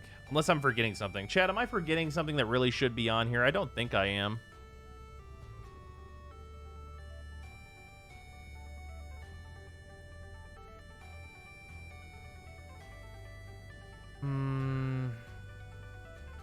Use Berserker?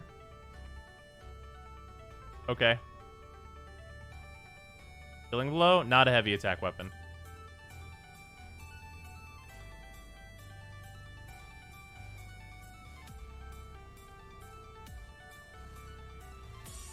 Condition Overload? Healing Return. Doesn't seem useful. Has tons of lifesteal already. Condition Overload is an interesting suggestion.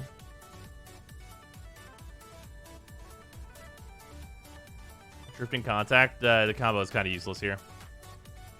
Just as I'm on now. When did that happen? So I told Just that he could be a responsible mod for 100,000 bits, and he said okay, said alrighty then to that. So here we are. He does still have. I want everyone to keep in mind, please. He does still have to be a responsible mod. So if anything fucky happens, I'm available on Discord. But I think he's fine. I think it'll be chill.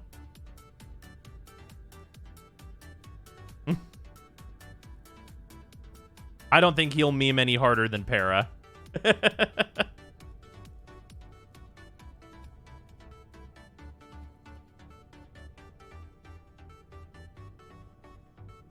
Condition Overload is your best shot, I think. Condition Overload is probably the most damage. Mostly just because he's got really good status. So how many Forma is that, though? Oh, okay. I don't wanna. Yeah, I think that's over under is I don't wanna.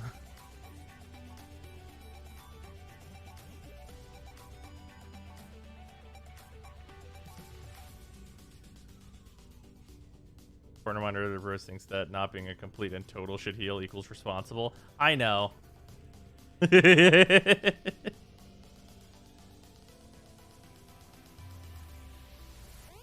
You should overload instead of prime pressure point, then heat. Yeah, I mean...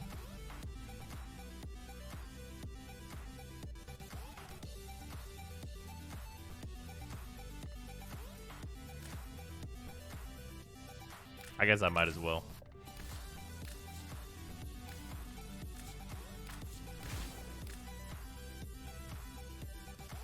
Gladiator might would be better than heat.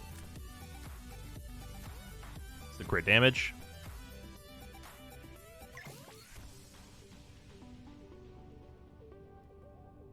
Why are we saying this would be better than heat? Just because the critical damage level is high enough?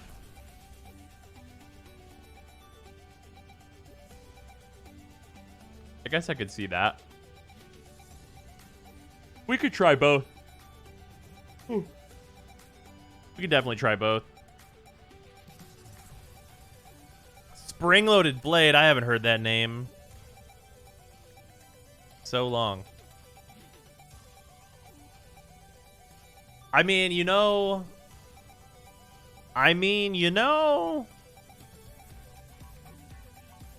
Considering how much damage these do... Maybe?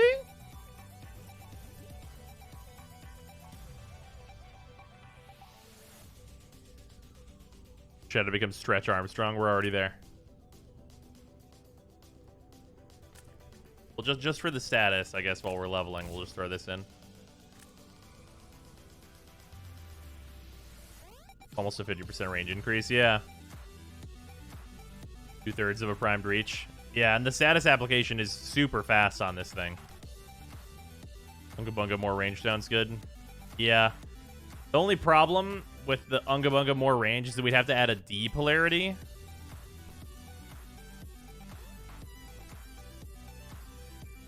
And I don't wanna. Easy. Yeah, or an Umbral. I'm not using 2 Umbral Forma on this Warframe. That's not happening.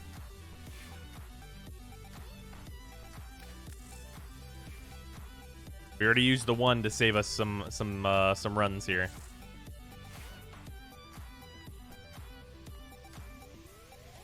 Corrosive? Definitely not. Did these claws proc slash so much? Pre-invite, accidentally dashed into the ESO portal and got easy from me. Oh, okay, fair enough.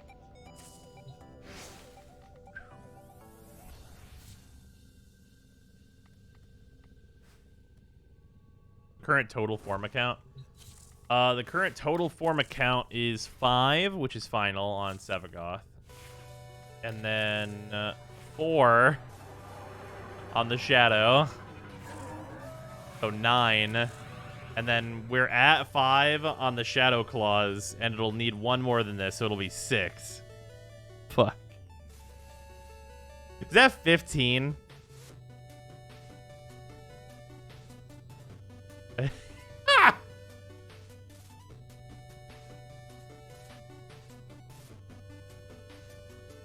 I really want to clarify, though. We are, like, mega memeing.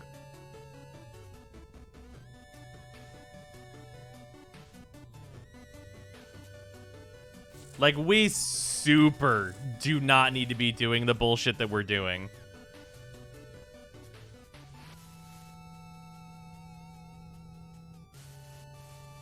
How come Nox got in before me? Nox was already in. Whenever somebody drops, I'll invite you again, though, Jess.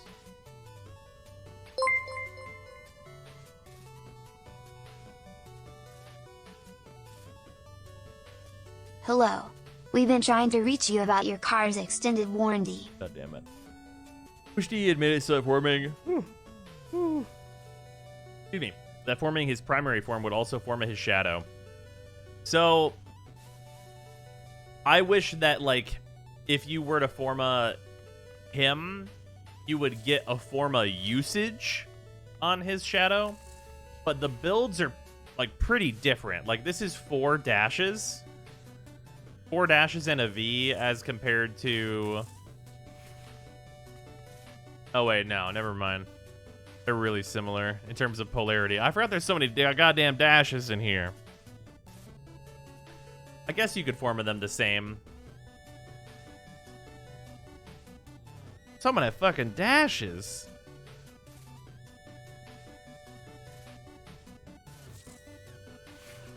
Yeah, realistically though, like, especially on Sevagoth's Shadow, you can run an unranked Umbral Fiber and really save a lot here. Like, you save 10 points, which is 2 Forma, so that would make this build 2 Forma for his Shadow in its entirety. And that, like, that's huge. You're literally dropping down 2 Forma on this one to bring you to 13, which is still a lot. And also, like, these claws I already know to be so strong that, like, you could run it like this, and this is 1 less Forma. You could run 4 Forma, and this is insanely strong. You don't even really need Primed Fever Strike. So, like, there's... It's not like the Warframe needs 15 Forma, but we are giving him 15 Forma. Could be that if you Forma Sevagoth, you also get a would you like to Forma the Shadow for free? Yes, no. Yeah, that would be cool. That'd be really good. It's not like you don't have Forma. No. It's not a problem for me. This is a problem for regular players. Why unranked Umbral Fiber, though? It costs 10 points less and still gives you the set bonus. So, like, just to, like, describe this, because of the way it works now, Umbral Fiber at rank 0 gives you armor, a good little chunk of armor. It gives you effectively 22% ability strength, and also, I think, 220% HP. So, if you're going to put Umbral Intensify and Umbral Vitality in your build, and you want more HP and strength, Umbral Fiber is a 6-cost mod at rank 0 that can give you a lot of both of those. And the Tower resistance, who cares? He don't need 15 Forma, but by God, he want 15 Forma, yeah.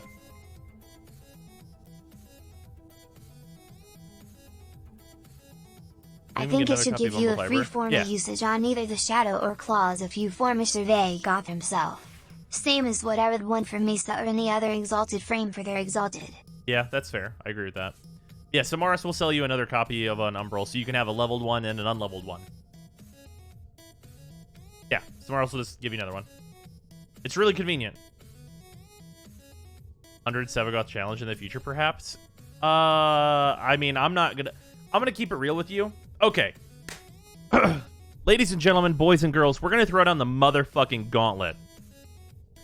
If DE makes the fucking change to this game that based on your MR, you get the ability levels equal to that level whenever you Forma a Warframe, I'll put 100 Forma into a fucking Warframe. I'll do it. I don't know which one, but I'll do it. But that change has to happen, because otherwise, that just means I'm playing a Naros 100 times, which is super whatever. What do you mean ability levels? Like the unlocking of your abilities. Like at level 0, you have only your 1. But at level 30, you have all your abilities. At level 10, you have all your abilities.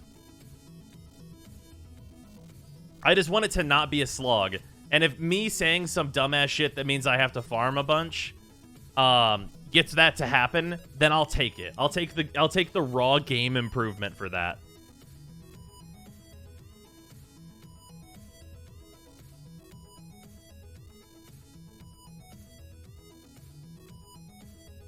Your favorite Frosty frame, of course. I mean, whatever. Maybe that'll come with the Frost rework.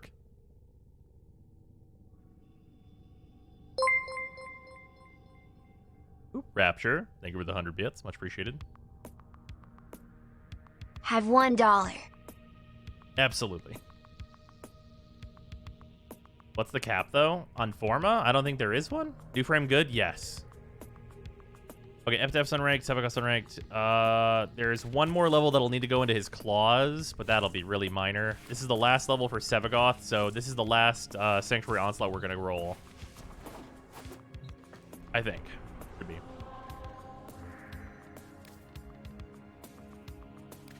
Just realized. Give me 1 second.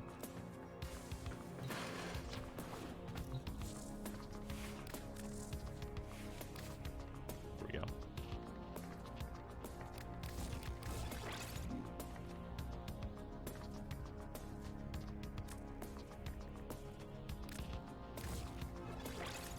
There we go. That's why it's felt like my abilities were so fucking expensive, because Fleeting Expertise fell off at some point. Whoopsies. Well, that's fine.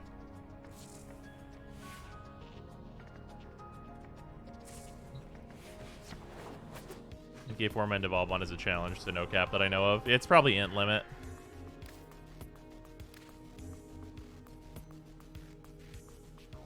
Out of curiosity, what's the gold you're running on him?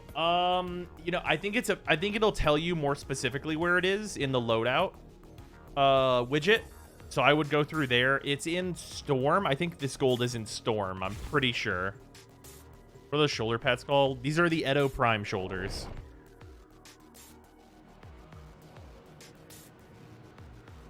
Oh, it's no longer that one, Para. That's outdated.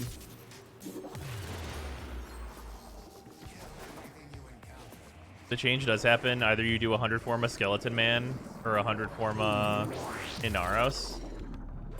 I mean, I'm down. I mean, doing Zaku, if that change happens, sounds like fun, actually. That sounds like a good time.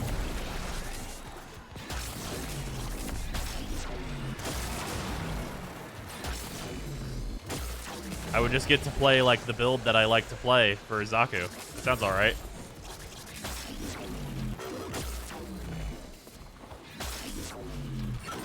How's the gun that came alongside Sevagoth? It's real weird. It's this thing.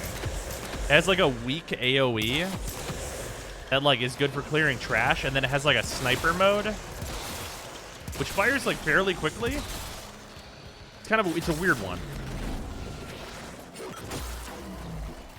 I think I'm bad at this game because Expeditions and Outriders are pissing me off to literally no end. What class are you playing as?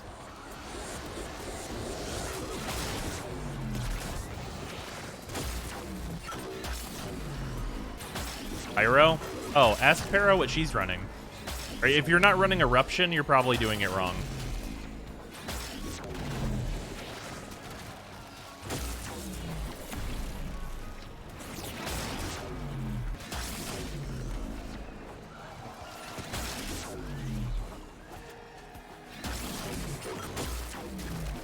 I just don't have any fucking good armor. Oh yeah, I would turn down the Expeditions then.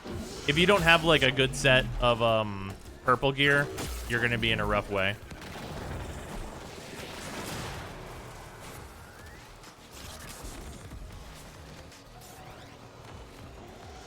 Yeah, your gear's got to be on level for sure.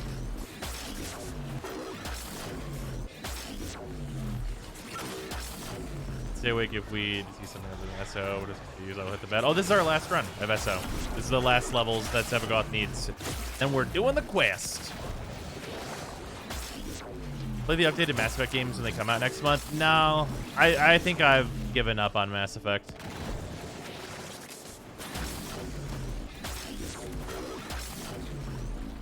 What's next month? The Mass Effect, like, Legendary, question mark, collection.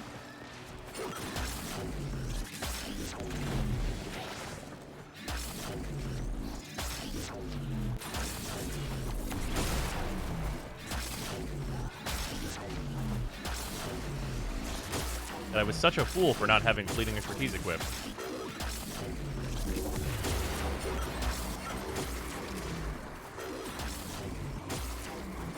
How big is the update? On PC, it's like 400 megabytes or so. And then on console, I think they said it was like a couple of gigs. I believe that's the case. I know Steve mentioned it. I know the PC is accurate. I think it was like 1 or 2 gigs on console.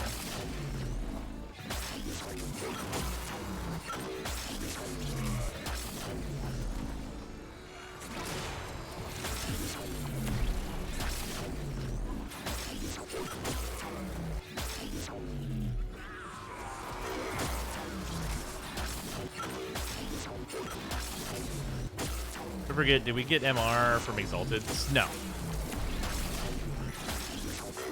Like, there's like, isn't there an exception to that though? Maybe not. I don't think there is. No, I don't think there is. It's 11 gigabytes on PS4. What? Holy shit. What about Sevagoth's Shade? Still not. What do you mean? What's still not? I'm just leveling Sevagoth right now. We're just on a leveling build. We're literally just using Thermal Sunder to level. Sevagoth Shade is cool, but like we're not on like a Sevagoth build right now. We're on like a please level me to 30 build.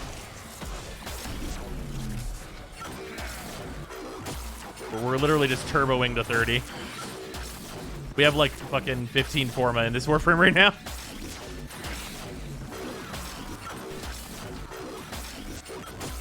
But Nari gives MR if that counts as an Exalted. That must be what I was thinking of.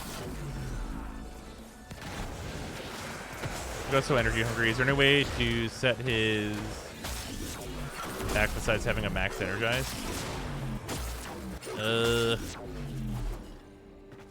I mean,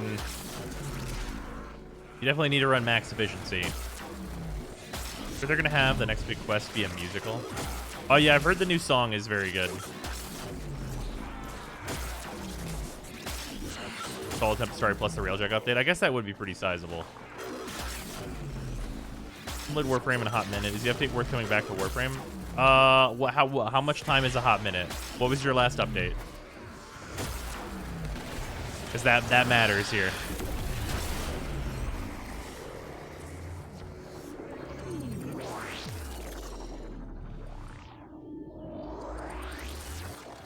Running Boy?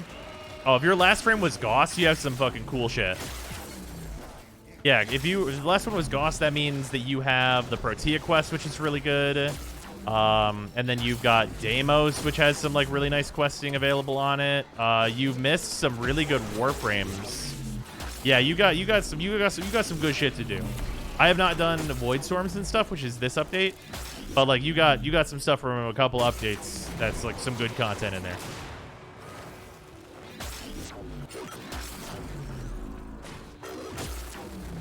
Wasn't Gauss before Railjack? Was Gauss before Railjack? Is that right? That doesn't feel right.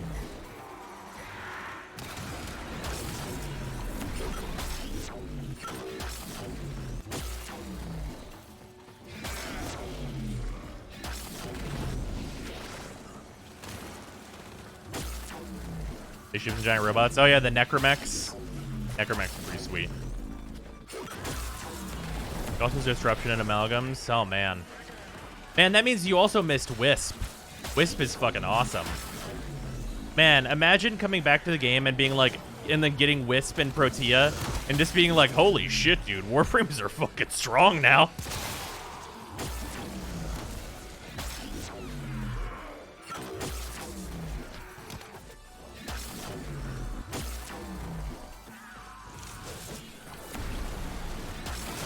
The Ropa fight is trash. What? I like the Ropa fight. The worst thing about the Ropa fight is that you kind of need an amp.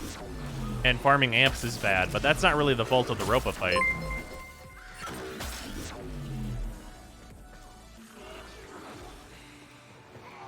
The quest says, though, I don't want to spoil what it is specifically, but it has a cool reward. Okay.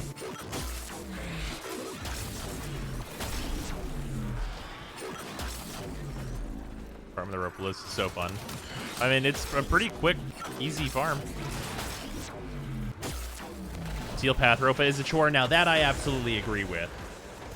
Yeah, Steel Path Ropa list is a fucking slog. A regular Ropa list is like totally fine. I like it. It's a fun fight. You can do it real quick. In and out, 5-minute adventure. Got some story hooks that are neat. I'm max. 2 going through.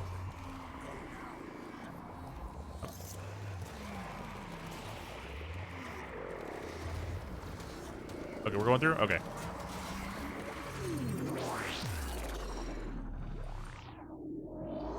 Let's go back into Warframe a couple weeks ago after not playing for over 3 years. Oh yeah, you got some shit to do. Maybe some people speedrunning Steel Ropa. That was some shit. God, that sounds so mind-numbing.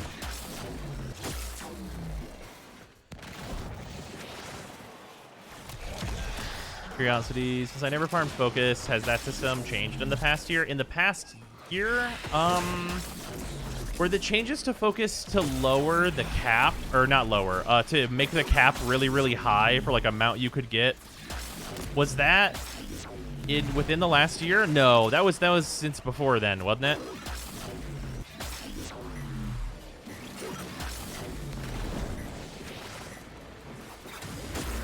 Is that within the last year? That can't be right.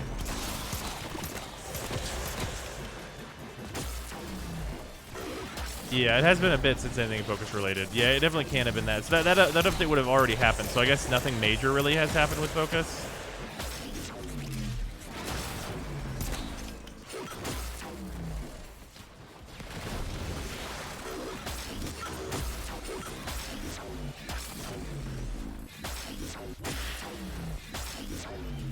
But still an awful grind.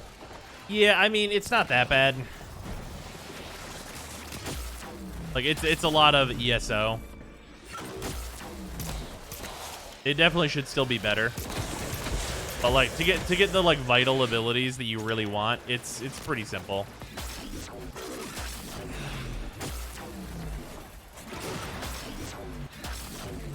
You can just no life ESO for a couple weeks. And not even really a couple weeks. It's the Eidolon part that sucks. Yeah, you're not wrong about that. You kind of need someone to carry you for like beginning Eidolons, otherwise it is a nightmare. Steel Path alerts help making Steel Path less tedious, but I'd love to see it have some more stuff to play for. Maybe Radiant Relic packs. Yeah, I really like the Steel Path dailies. The Steel Path dailies I think are really good. The Steel Path dailies are actually like more incentive for me to like play on a daily basis than a sortie is, like personally. Because they like legitimately feel more rewarding over time.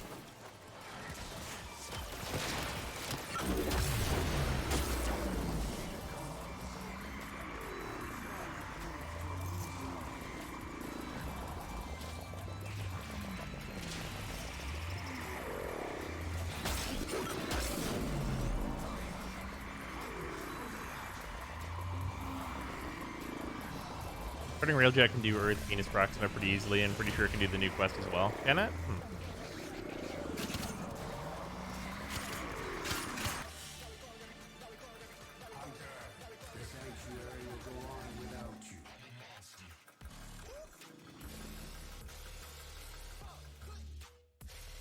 Alright, so the Shadow Claws will be done. Sevagoth is done. We are all formed up.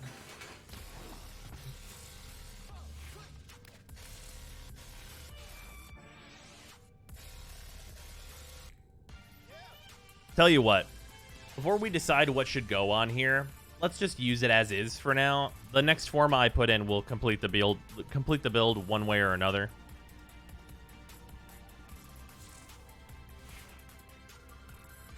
Way too many game modes, which are the same, but with different rewards. How's the new frame? Is he better than Lavos and Zaku? Zaku is a lot better than they were on release now. But I would still say, based on like my current impressions of Sevagoth, I would say Sevagoth is better than Zaku. Zaku has a few advantages here and there, though. Definitely better than Lavos, though.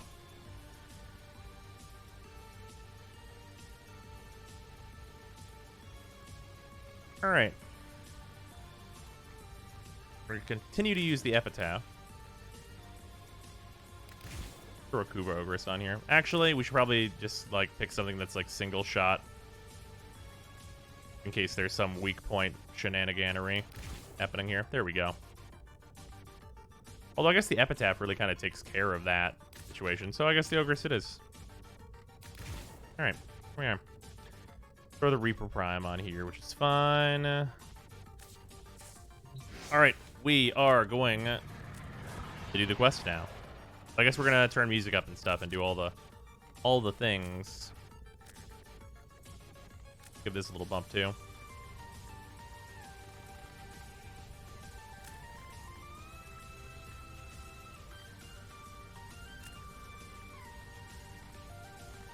It's probably good.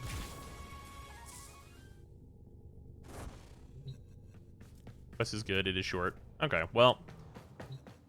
Regardless, we get in there. Call it Tempestarii. Do it. Check-in box. Here we are. Corpus convoy moving towards void space redstone.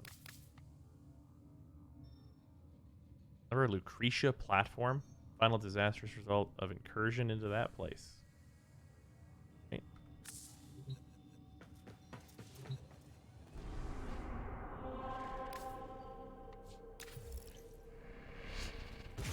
Oh, are we... Okay. Well, fair enough. But put me in my railjack and everything else. Hello, everybody. Right, railjack quest. Right.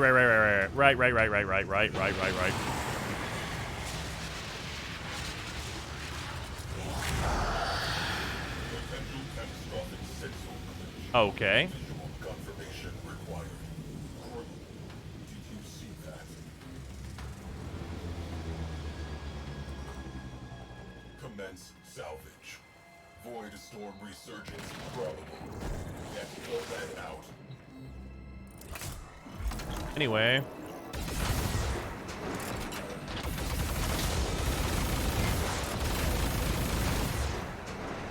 We've got some railjack guns here.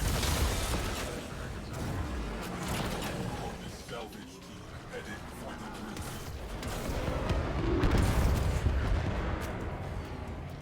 Okay, we're fine here. My gunners are good. Voices are a bit quiet still. Okay, we got you. Let's say speech up here. It's probably transmissions are low. Here, we'll put them both on 80. They'll be very... Tell you what, Ortis, though, 65.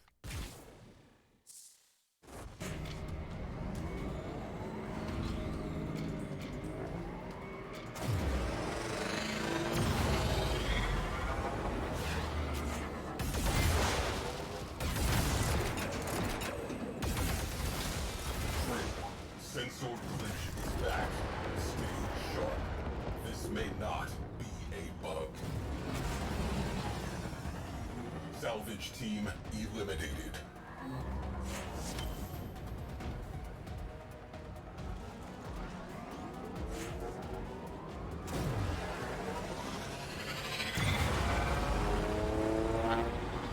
Oh, Lewis, the goal has been completed. This is a neat little thing so far. Alert. Void storm imminent. Corpus reinforcements imminent. Obligatory withdrawal imminent.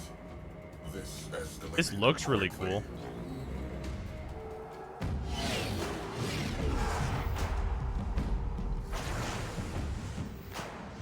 Captain Vala Clarios.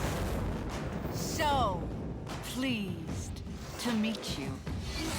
I should have expected Tenorats among the flotsam.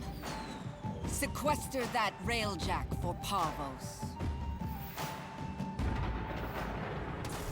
Okay. Gunfight not an option. Isolating escape corridor. 0 damage. I'm sure we'd be fine. Anomaly detected.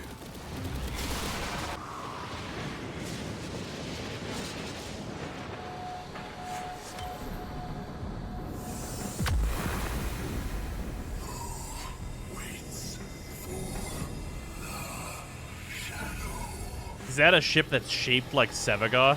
Phosphine Cliffs. That takes me back. It's got like Sevaga's head on it.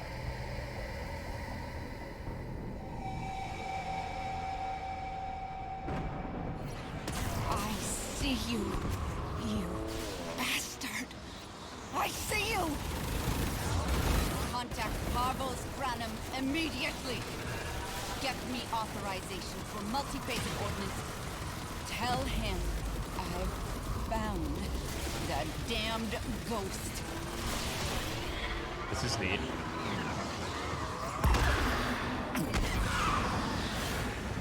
Oh shit. Oh well, goodbye. Ghost ship. Look, Evasive. fucking has some sweet missiles. Focus shields. Isolating escape corridor. All hands, evasive maneuvers. Escape corridor locked. All right. Grab something.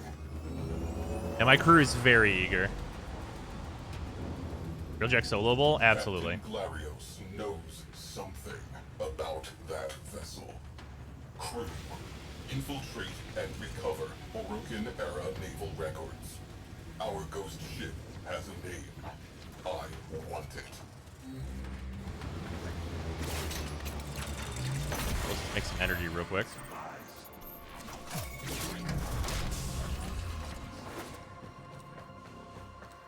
I think the loadout thing is right. Your guns aren't Zektiphotors, are they? I mean, that's what's on my ship.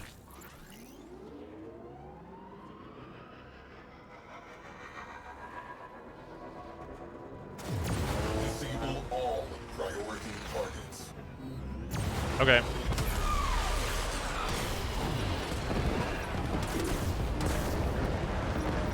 Which ones were priority? They're all dead. Bonus for whoever captures that ship. Ram sleds away.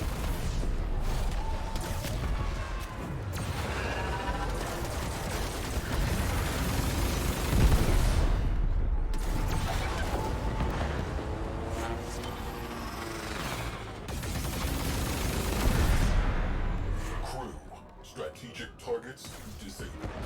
Time for the main event.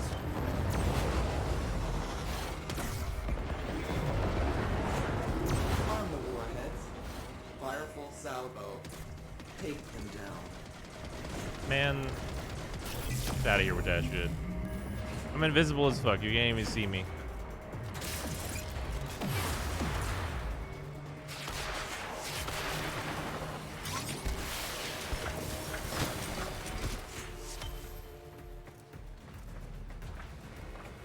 All right, hold on. I'm gonna be over this. There we go. So you guys can see the transmissions now. You don't need to know how much ammo I have. I'll have plenty.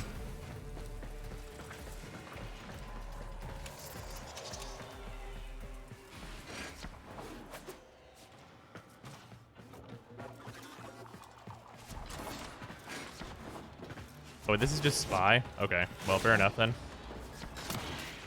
I thought it was going to be like a fight, but I mean, that's okay too.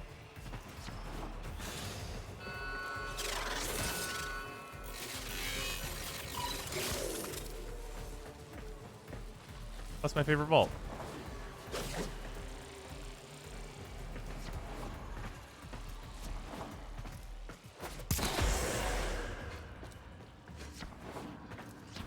Well, rather it's the new version of my favorite vault.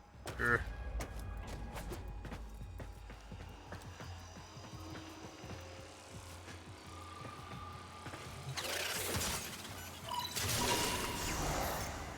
Archive loaded. Our vessel was called the Tempestarii. Void rescue Easy. craft. Missing since the old war.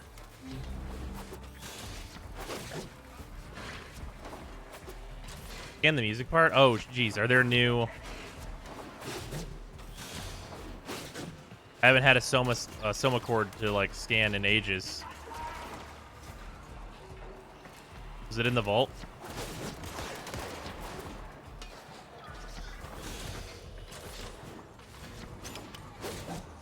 It's been 12,000 years.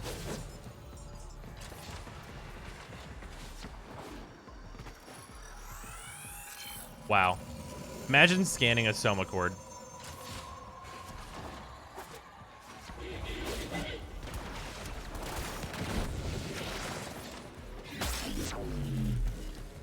Oh, whoops. I'm literally not even on my, like, correct Sevagoth build. I'm still in the leveling build.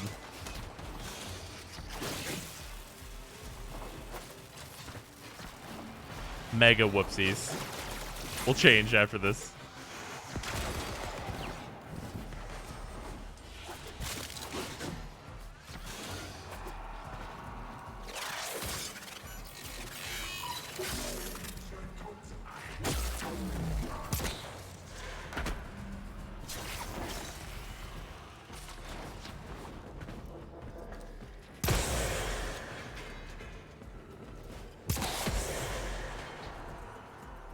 Totally normal spy vault things, just explosions, just, you know.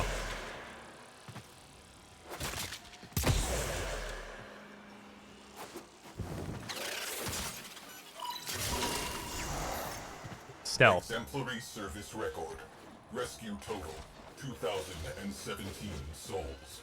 Cited for bravery in the second and third Tharsis engagements. Multiple commendations. Spies famously blow things up all the time. Ah, yes, of course.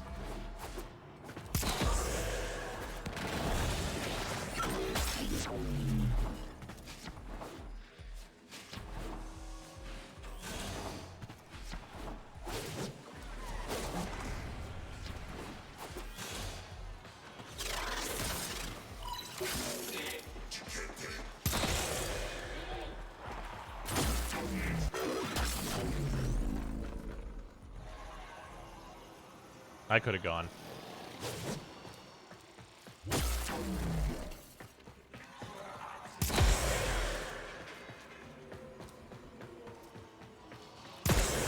Oh, it's wrong side. No, it's up here. Right. Here we go.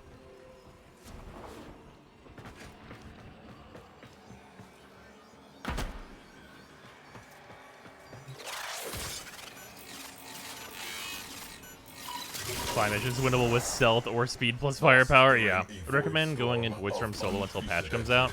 Fair enough. Interesting. Final mission contains a black mark. Refusal to withdraw. Rods record final transmissions. Calling into the void before being engulfed. She has been calling ever since. The Tempestarii went down saving lives. She still waits for an answer.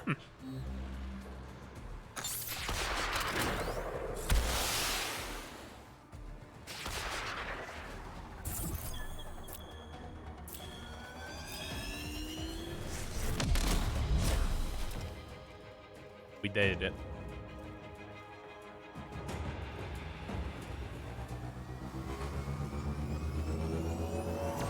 It's that scene from the bad Star Wars movie.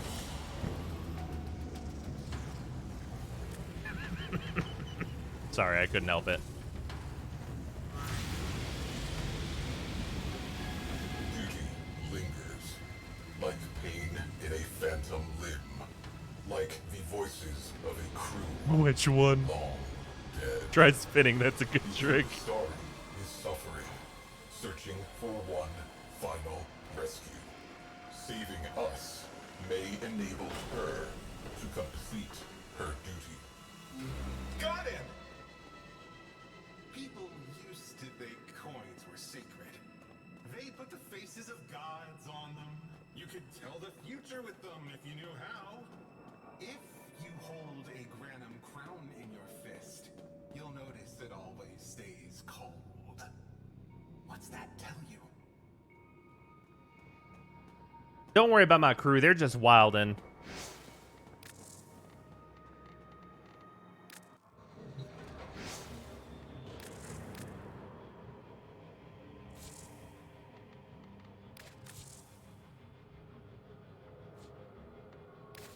There we go. Now we're on the right build. It has significantly different numbers. Oh, you know, did we put the right arcanes on this? We did. Okay, good.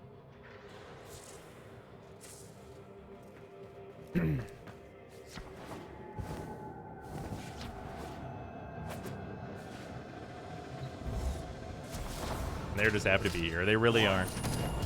Except for Gale. Gale's just always miffed. He's the engineer. That's how you know.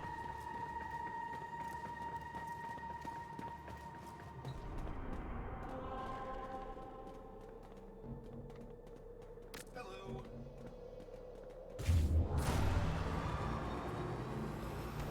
Right arcanes energize and rolls a dice.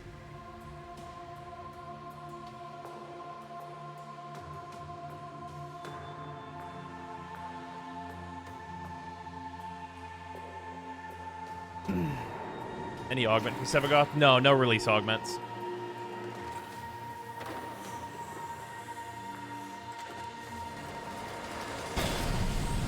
Okay, this is just the regular. There we go.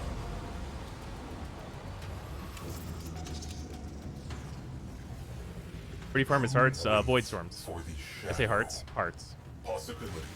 Friend-foe identification protocol.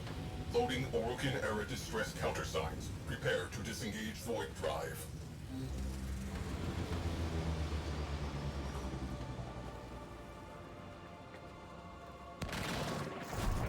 I'll proceed to the mark coordinate after I'm done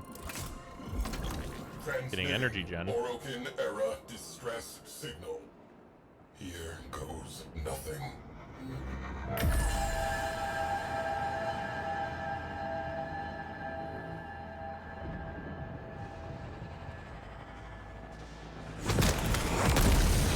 Oh, that worked.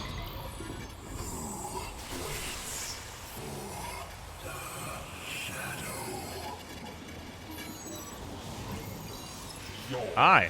Golden Masters.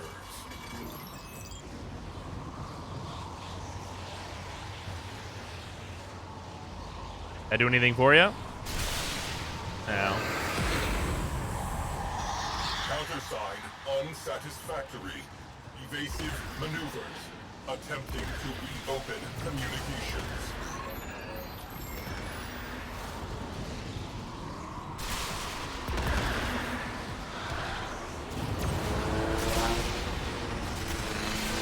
Who's out here spinning around?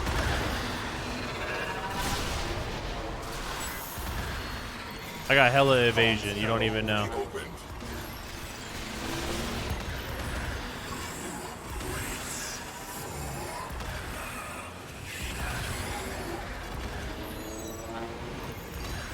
We, the lost souls.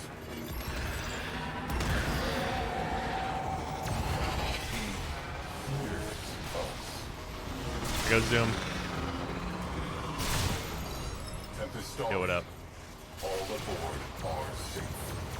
Your mission complete.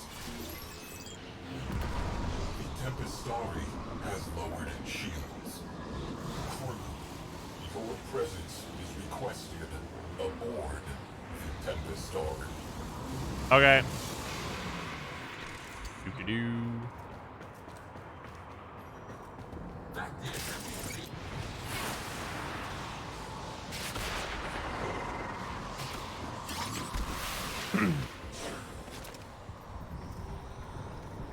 Oh, this is cool.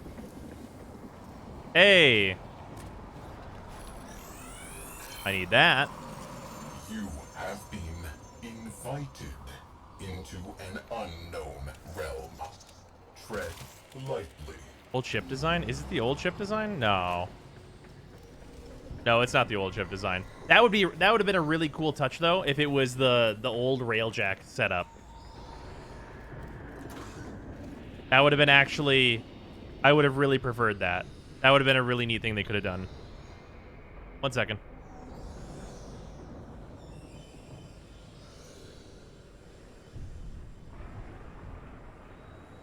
There's a pupper that escaped. 1 second.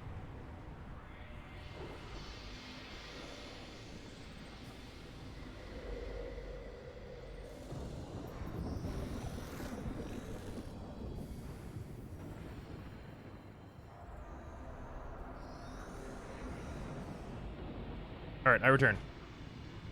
Doggo did an escape and pushed the door open. Okay, here we go. Spider-Man meme. Wait a minute. It's cool that it's the Shadow piloting. The Shadow. Concentrated void energy. He is not conventionally alive. Okay.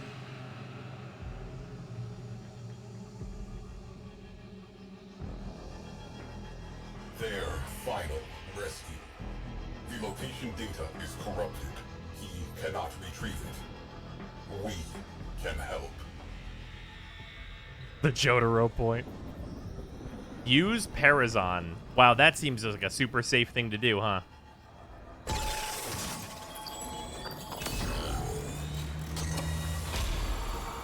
Data restored. Fucking beep boop, dude. Downloading coordinates.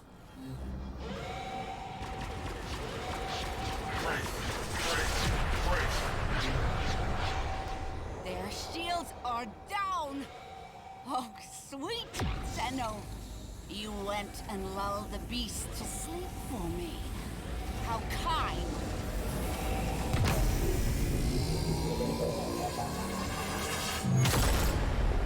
I did it. 1v1 Sevagoth, Final Destination, no items. Exosuit when the Tempestarii destroyed Lucretia platform. I drifted for days among the frozen fragments of my crew. My sisters. I dreamed their dead, gaping mouths were singing with me yet. Oh, hey. So it's into the void, now me Oh, girls okay. and me boys from mother's hands we go. We'll be sailing to the sun till the voyage is done, and we'll be sleeping in the cold below. Sisters below, below, we're going where the winds don't blow. Guess we're all bound down to the deep, and we'll all be sleeping in the cold below, below, sleeping in the cold below. Our sailing ships for the hard and the quick, we roll our load and go. There's a living to be made, or there's hell to pay when you're sleeping in the cold below. It's clearly my modded version. We're going where the winds don't blow. Guess we're all bound down to the deep, and we'll all be sleeping in the cold below, below, sleeping in the cold below. Alrighty then. There's a man on high with the devil in his eye and a golden hand, I'm told. It can hurt you, it can hold you, he can kick you or console you when you're sleeping in the cold below. Sisters below, below, we're going where the winds don't blow.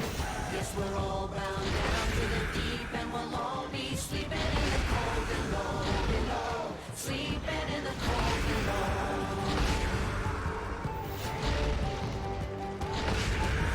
Getting unlimited use of this is cool.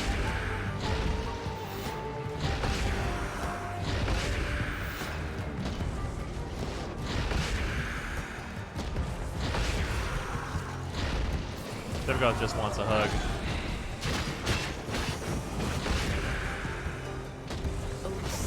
This is a cool thing. Won't you lay it down underground? I'm crying. Sleeping in the cold below. Sleeping in the sisters below, below. We're going where the winds don't blow. Yes, we're all bound down to the deep, and we'll all be sleeping in the cold. Sisters below, below. We're going where the winds don't blow. Yes, we're all bound down to the deep, and we'll all be sleeping in the cold below, below. Sleeping in the cold below, below. Is it skippable? I don't know.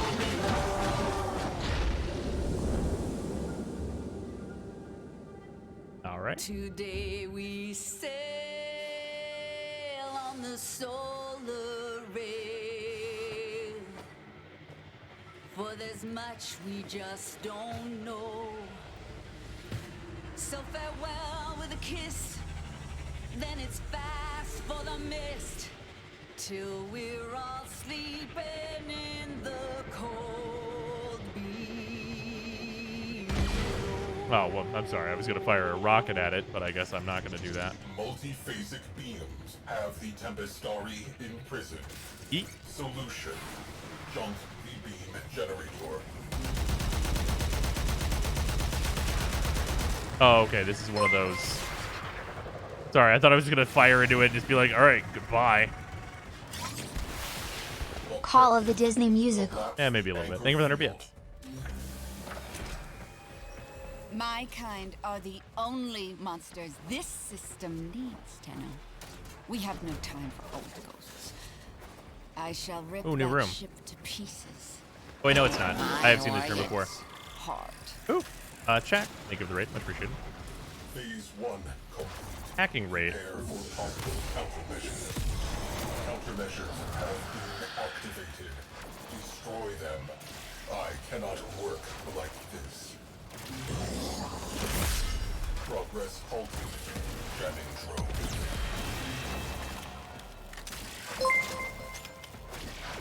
Oop, just same with 100 bits. That previous part of the quest is just a mid-game music video break. Don't worry about it. Fair enough.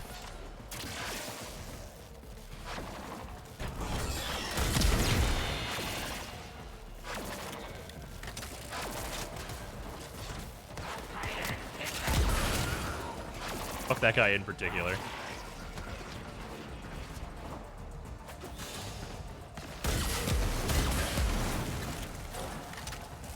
Done. One last thing. Get to the override terminal.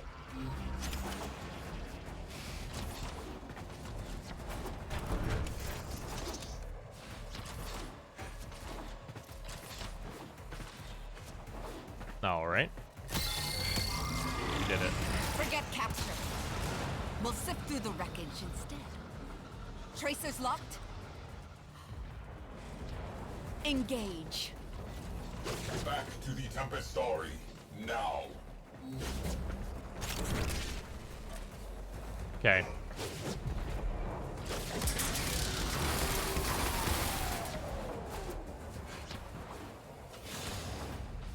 What was the shanty mid-mission? What lore can justify it? Oh, the shadow was protecting you? And then there's music. Music never needs to be justified in a video game, though. Just think about how in Doom 2016, Doom Guy can't hear the music. There's not actually music playing.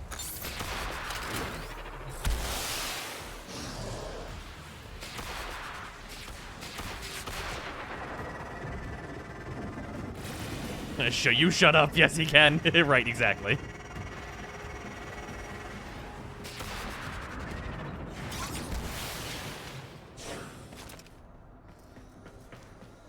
Yeah, this ship looks rad. Tempestarii is charging unidentified. Oh, right, we have their weird guns. Stay in range. Swap down pests. They homing? They solved the console problem.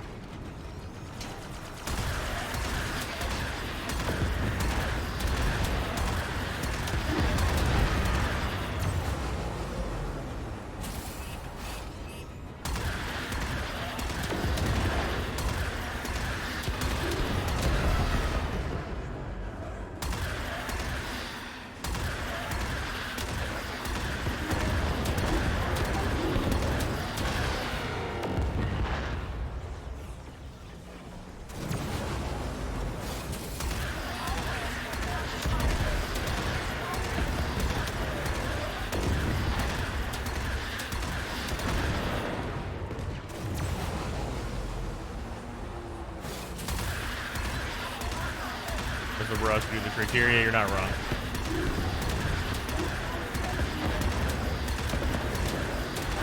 Countermeasures charged. On your mark. Unleash the storm. Unleash the storm?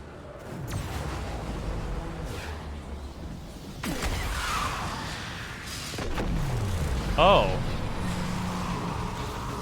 Sisters, That seems good. hear me! Hold them to hand. Back. By the hand. Almost Oh yeah, that seems like a good button.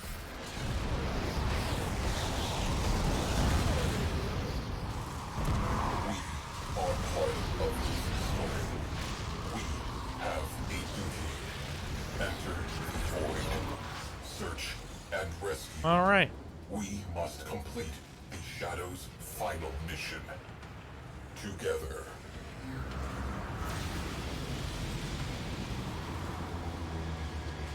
Cephalon size report. Tempestarii. Final voyage.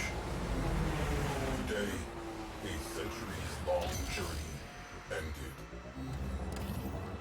Life pod? Together, we braved a turbulent void. Deep within, he who had been lost was found.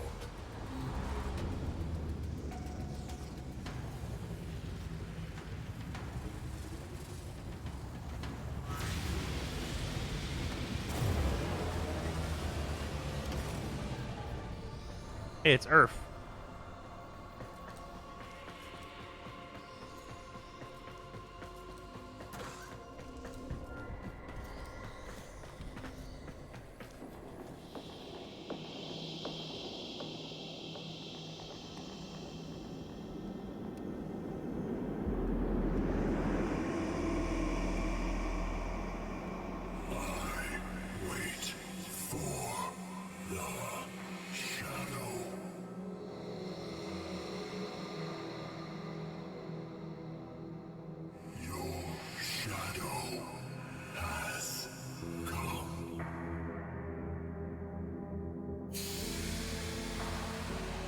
Spider-Man meme.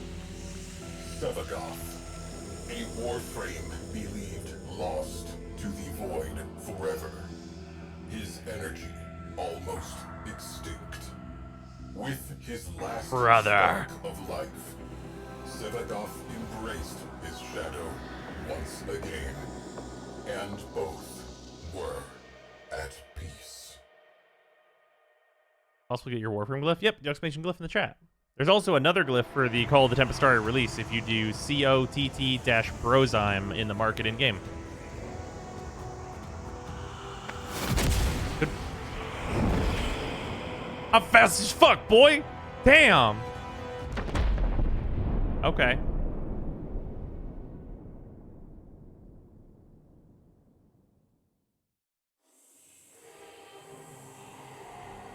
Now, bitch, yeet! This frame empty, yeet!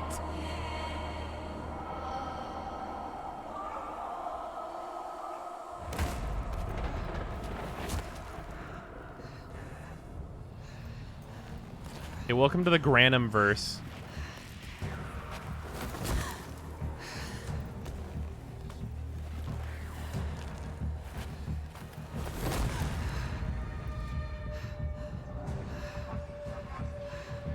Wasted.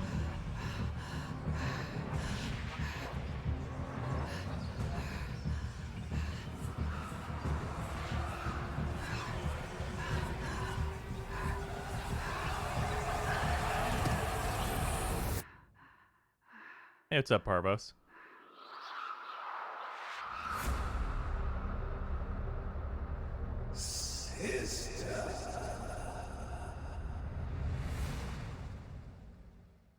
Alrighty then.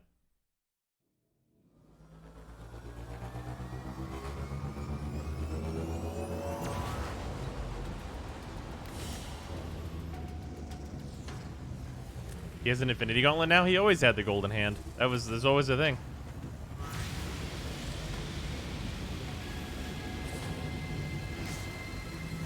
Transmission from the Tempestarii. Sevagoth reconstruction is possible. A task not to be undertaken lightly. Old warriors do not forget their debts. Prediction. We have not seen the last of the Tempestarii. Okay, you get Sevagoth's Prex card, which is badass. You get a little Sevagoth statuette. For the Cold Blow scene, you get this fucking dope skin. And then you would normally get the Sevagoth BP, but if you already own Sevagoth, you get a ribbon. So neat. Transmission. Oh, right. I from forgot the they changed this to be the play button. It's not next page, it's the play button for the transmission. Right.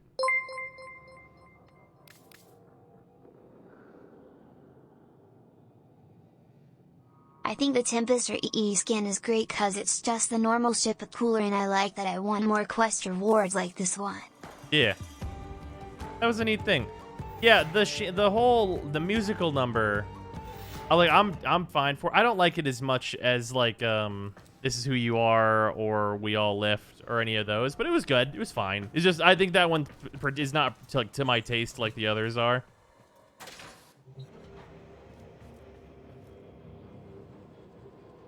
Didn't have enough sea shanty personally.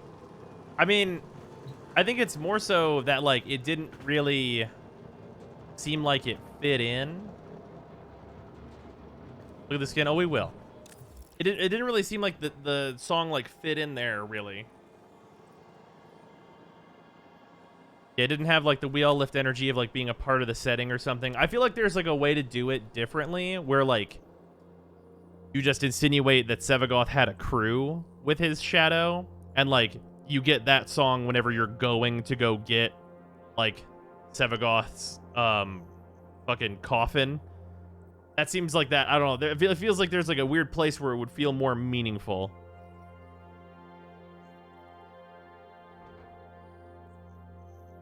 But yeah, it's still like fine.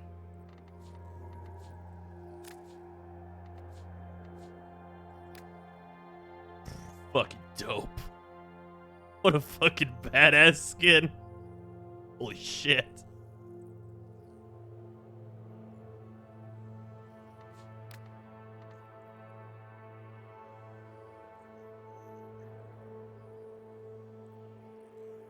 We're using that, right? Yeah, we're definitely using that. I don't even have to change the colors or nothing. Jesus, dude.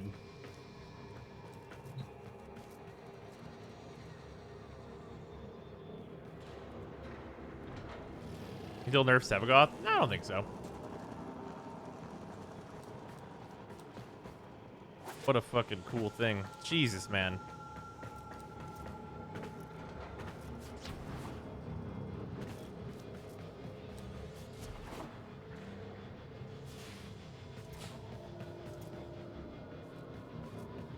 Radical. Sales for the other skins have now plummeted. Yeah, you're not wrong. Up the distress and options.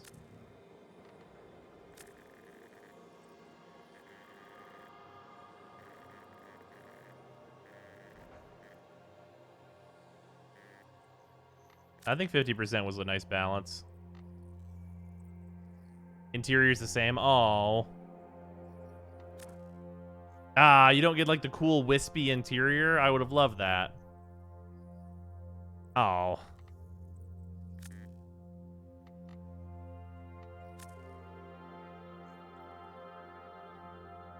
Yeah, that interior was really cool. I would have understood why it wasn't a different interior if they had made it the old Railjack layout, which would have been really cool. Still really neat though. Yeah, what a cool thing. Yeah, I mean this is just what Railjack looks like now, right? This is just the visual of Railjack now. This is what it looks like.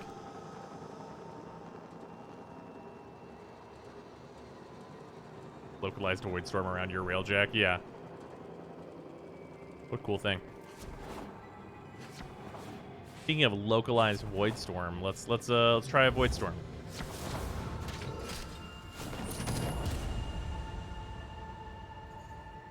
All is well, I trust. Excellent. What's the code for the Tempestarii glyph again? COTT-Brozyme, all caps, for the special glyph. It also helps support the channel, so I appreciate anyone who redeems it.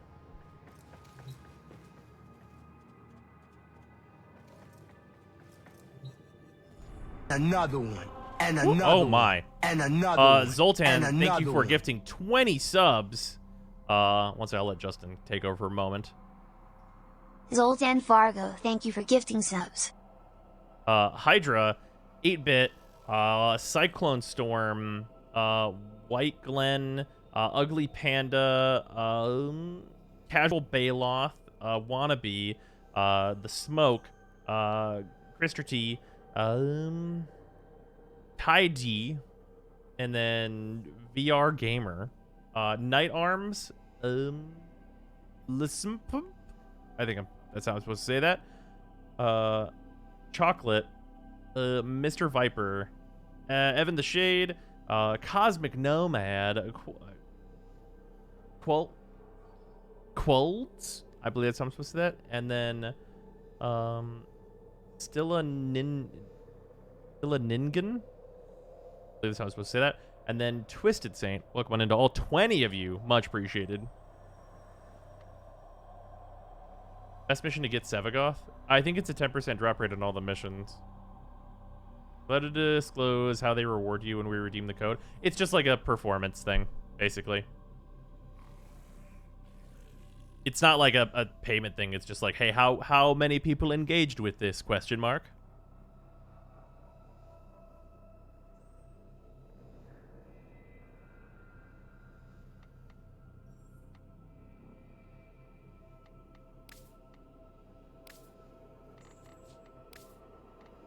Yeah, the big streamer clout. I get paid in clout.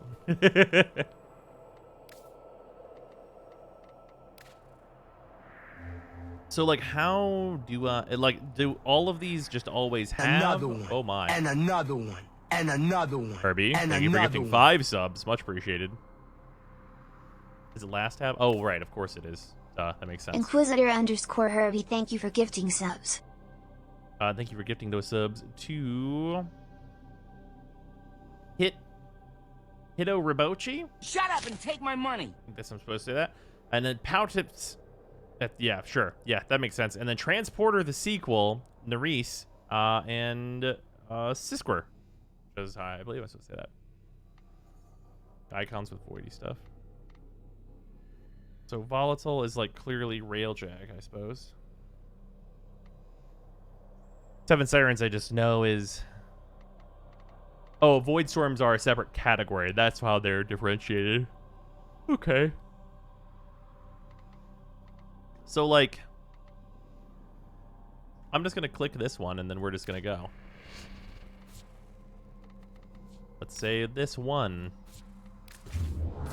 And I feel like I'm just going to be really disappointed that we can't open 5 relics at a time. Okay, we're going to watch this because this new ship is badass. Going solo? Yeah.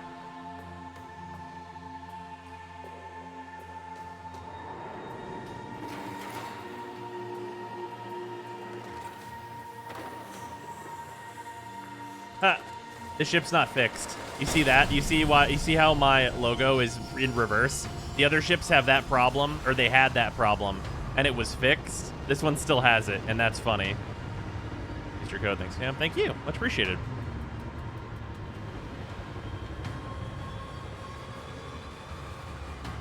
You see, it's correct on this side.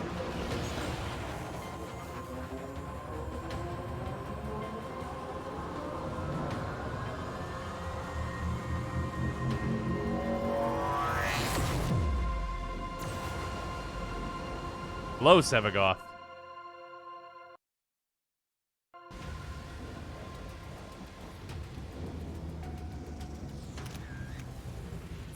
It's your boy, Skinny Penis. Batten down the hatches. What's the redeem code? It is COTT-Brozyme, all caps. Part approach. Part 1, get inside. Part 2, something else. Be aware, this storm is tearing open void fissures at your destination. All Corpus craft. Engage enemy railgun. Label priority targets prior to boarding capital ship. Rail sleds? Launch. Bring me that railgun.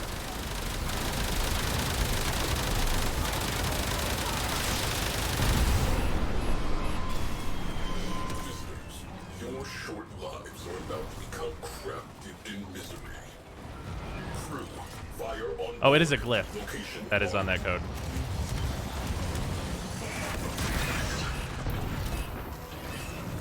Fires extinguished. Oxygen levels normalizing. Okay, everyone, I'll be over here. Enjoy these. Ground sled teams neutralized.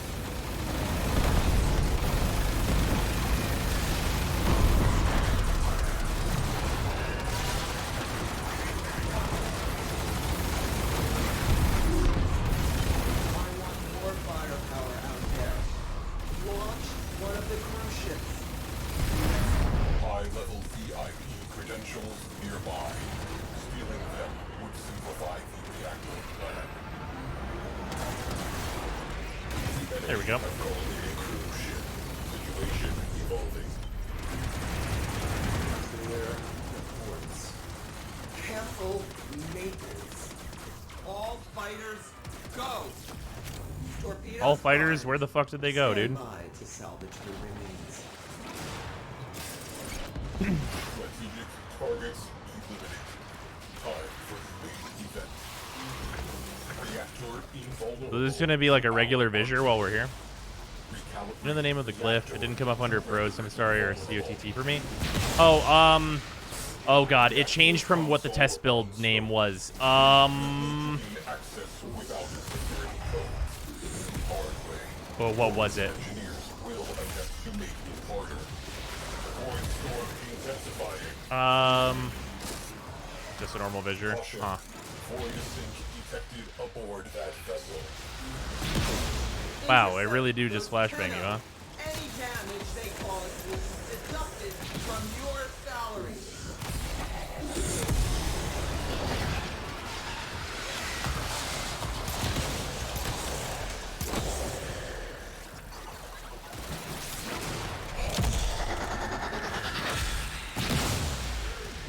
That's annoying.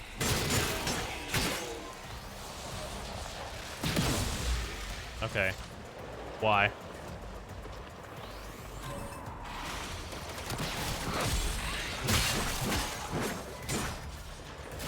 That's it. You've opened the relic. Finish your mission and we'll take a look inside.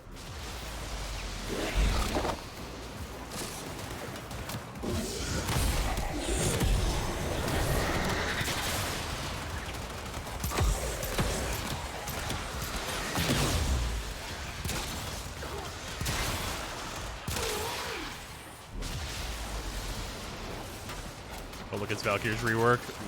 But you're right.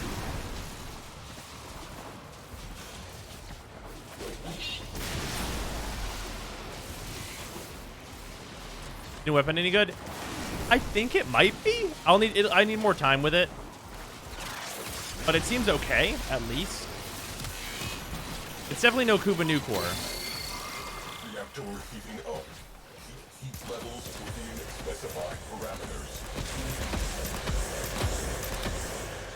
Engineers inbound. Yeah, levels like this, you can pretty much only use, like, the big thing. Sorry, sir. I'm gonna have to ask you to stop right there. Levels climbing. Force vents open to cool reactor when needed. Vent shaft open.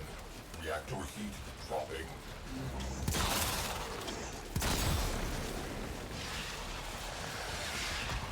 Corpus engineers inbound.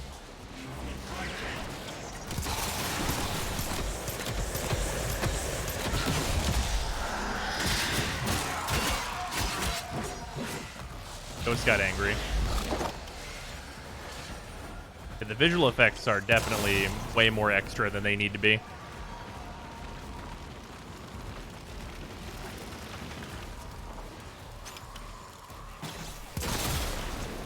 Corpus engineers inbound.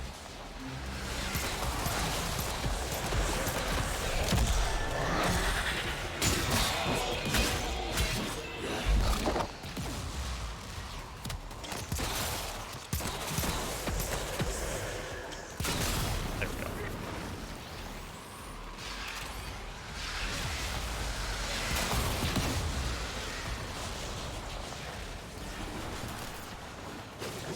Engineers inbound.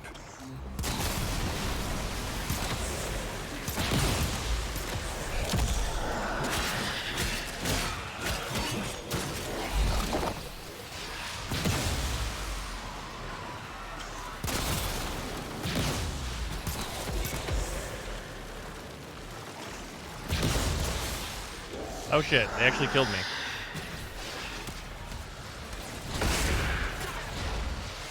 Shit. Critical.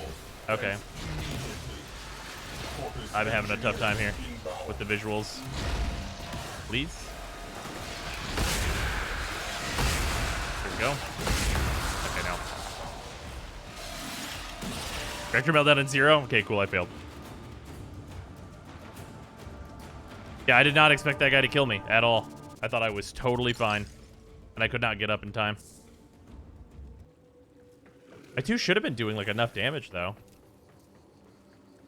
Yeah, the visual effects in that are really a lot.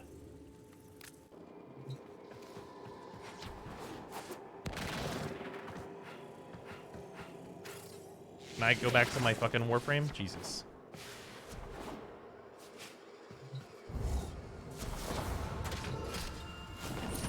Shadow can res you? No, I know. Pressure within catalytic arteries. The problem with it is that you can't use anything except for your 2.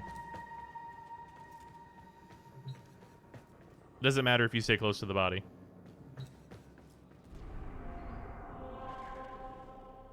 Way worse when you aren't host. Okay. Oh, yeah, this one. Volatile. This was the one we just did, I think. Because I don't think it really matters which one of these we do. You can't melee? No, not unless you're in a nullifier bubble.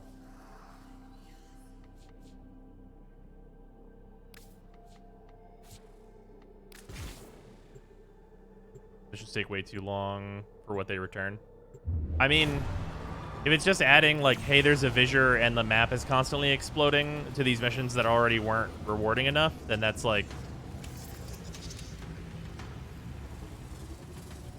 Attention. You downstate timer mods help? No. We hit the fail state for that mission because we were down for too long. Target the reactor. Get in. Lower defenses. Get out. Then we make with the artillery. Void storms mean a high probability of void fissures forming inside nearby vessels. That's literally all it is? Yeah. Really sucks. Those looters wanna fight. We'll give them engage. Single priority targets prior to boarding the capital ship. Corpus Borax troops. This is what you train for. Great Blinker? Send the ram sleds in.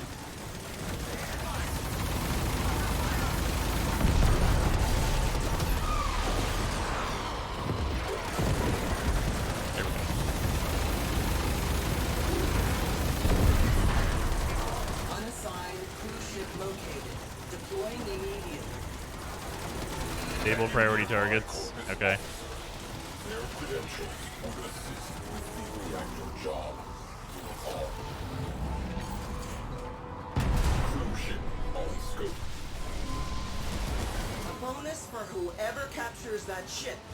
Ram sleds away. Wish it had just been multi-relic cracking. This is just worthless compared to capture speedrunning. Yeah. I mean, like, I guess you get Sevagoth from it, but that doesn't really, like, suddenly make the content, like, worthwhile. Shelve the bloodlust. Orders repelled. Back to work. Flames extinguished. Ice driver. Target railjack. Stop them in their tracks. Boarding successful. Kill that ice driver. Job's done. We are ice. Corpus V4 Alpha protocols. How retro. Countermeasures are interfering with my progress. Rectify. Caution. Void ascent detected aboard that vessel. Those jamming drones are a serious problem. Progress halted. Void storm intensifying.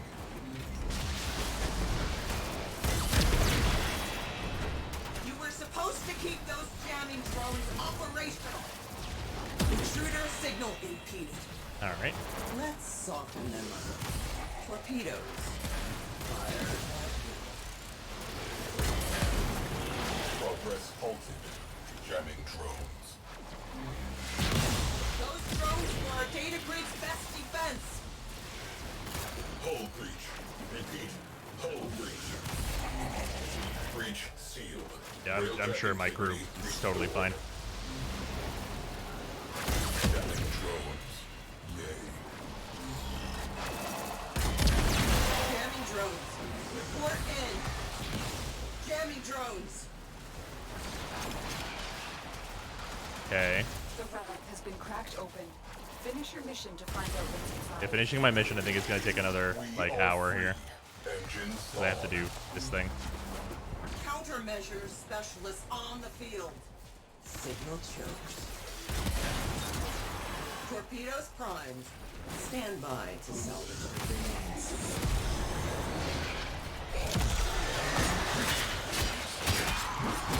There we go. That guy's dead now.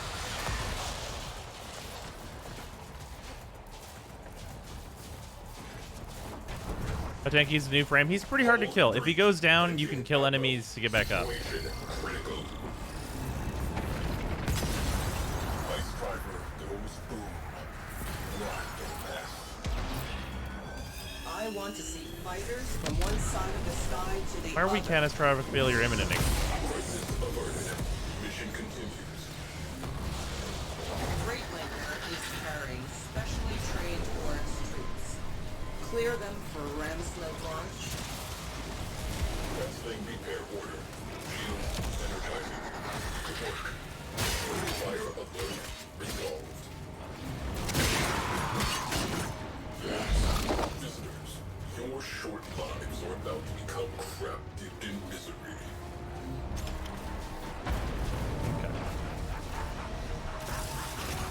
Right. Electrical hazard. Where's the electrical one? Repair. God, this is super annoying. Ice drivers, prepare to loose payload.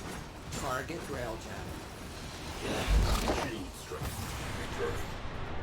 Comet shard. Oh, I didn't switch to the right thing. Railjack. Right, I can't do this. I don't know where the electrical thing is.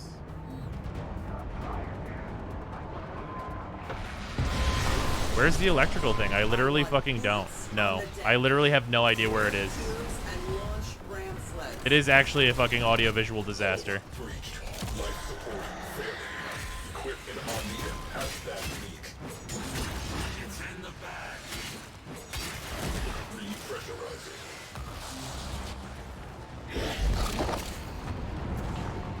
Is it just a bug? Okay, cool. I just can't fucking use anything. Noted. Engines locked.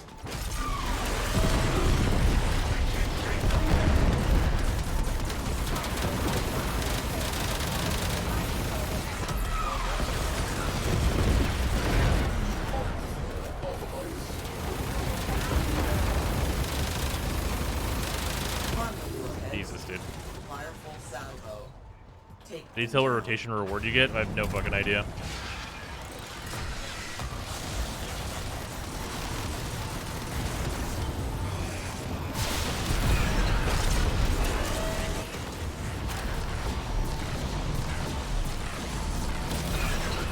Really? Didn't even kill it? Outreach. We are breaking apart. Dude. Immediate repairs.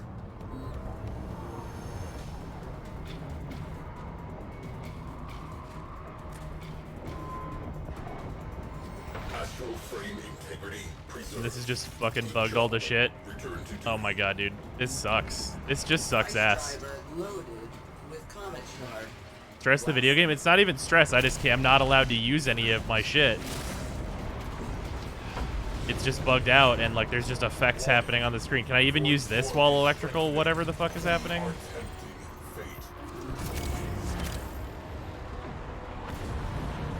Can I, you gonna let me make Revelite or no?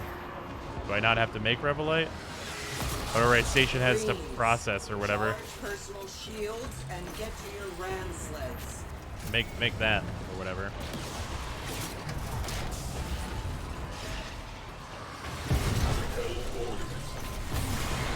Hull breached. Fire crew, attention needed. Where is it at? This electrical thing?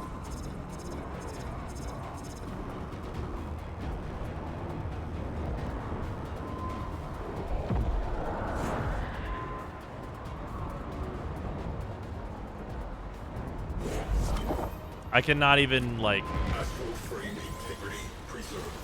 Good job. Return to duty. I have no fucking idea. Ramsled teams neutralized. I have no idea where this electrical thing is. Amplifying. Did he get it? No. I fucking hate that I can't tell where this is. Why did they make the electrical thing this anyway? It sucks fucking balls.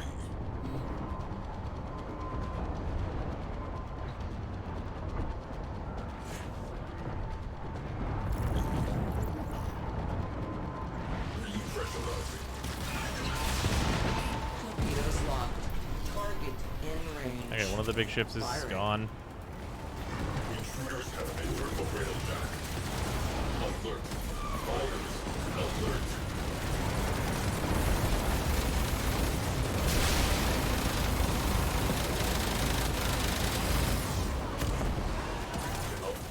Okay.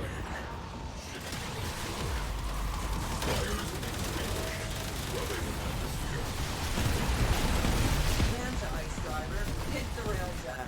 Full charge.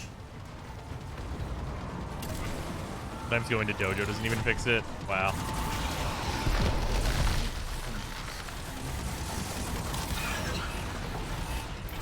Okay, the other cruise ship's gone. I guess.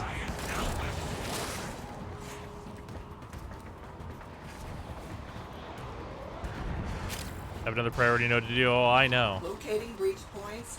Launching ramps. Are you not gonna explode? What are you on, like 1 HP or some dumbass shit?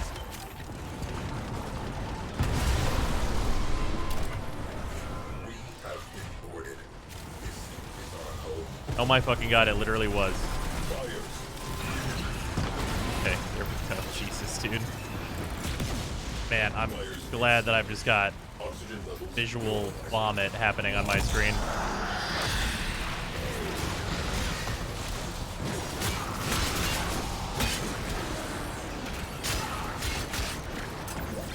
Update. We are ice free.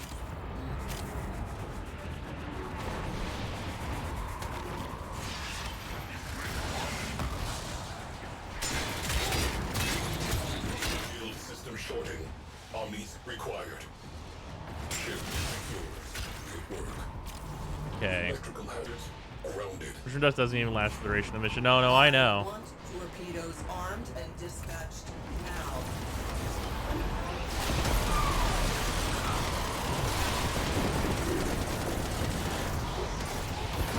So, like, the ship is just taking constant damage with the Void Storm shit. And, yeah, And I thought it EDW didn't was spawn better infinite than it was fighters. because the gained white ball of reproducing death isn't a thing anymore. Just better like it was before, like the last patch.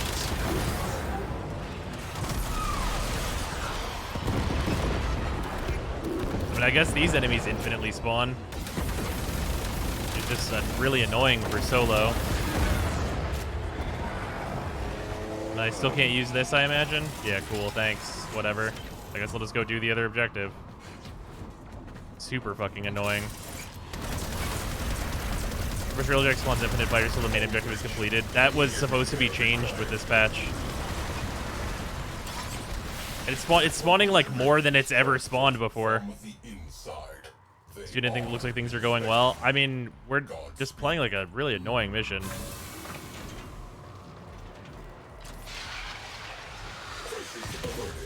Mission continues. Yeah, I can't imagine this like ever being worth. Is this 2 fucking mobile defenses? Holy shit, dude. This sucks. I don't want to do 1 mobile defense fissure. This is actually 3, because the fucking endpoint of this mission is also a fucking mobile defense. Who the hell would ever want to do this? Especially with all these obnoxious ass fucking visual effects, dude. Holy shit, this sucks. Alright, no, I'm good, dude.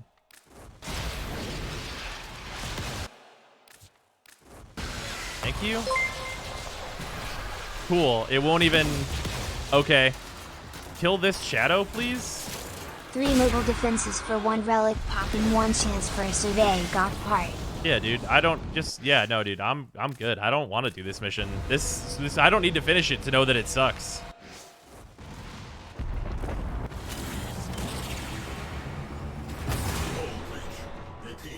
Yeah, no, I'm good. I'm not gonna waste my time doing it. Actually, totally useless. Yeah, doing all that shit to crack one relic, that's not worth my time. Legitimately. What the actual fuck?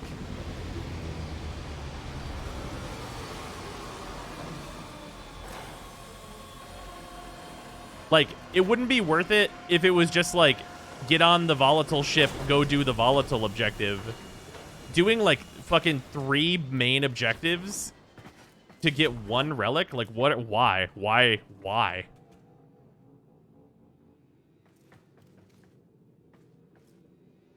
Yeah, that's completely useless. And dealing with, like, the constant, like, damage explosions and, like, the visual, like, vomit. Like, why? What? Is there literally no advantage doing these fissures? You can get the Sevagoth parts and the parts for his weapon. That's it.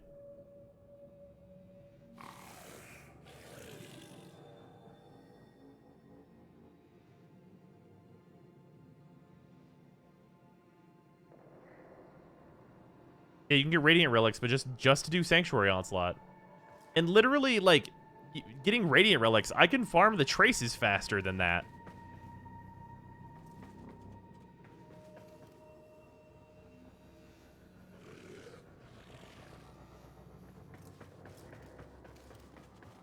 You say do the Exterminate Fissure on Neptune when it's up? I mean, I guess. Buying a second Sevagoth for Subsume's looking good, huh? I mean, yeah. Because then you wouldn't have to play that. I could literally do, like, an extra 40 captures of Relic popping somewhere else. And it would legitimately... I would make Platinum on that. I would make Platinum buying Sevagoth that way. And I would have saved myself time.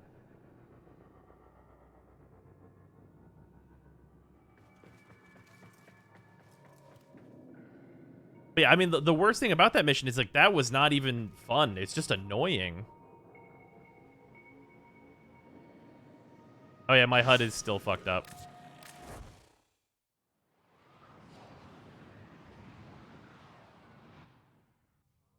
Yeah, just put, like, just, wow, man.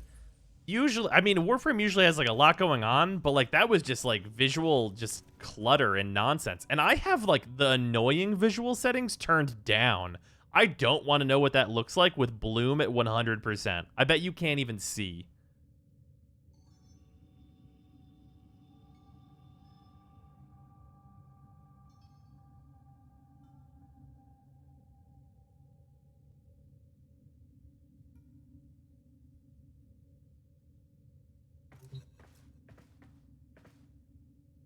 Here, the UI bug made it much worse. I mean, it wasn't even a UI bug. It was a fucking thing that just let me not know where the electrical hazard was. So, like, just everything. Just terrible. Just terrible. Yeah, you guys were not fucking kidding about it needing a fucking seizure warning. Talking about volatile, right? Just talking about the Fissure in general. I don't think it really matters too much what kind. They don't take any objectives away from any of the missions. It's all the objectives and also a Fissure. Yeah, that's never going to be good.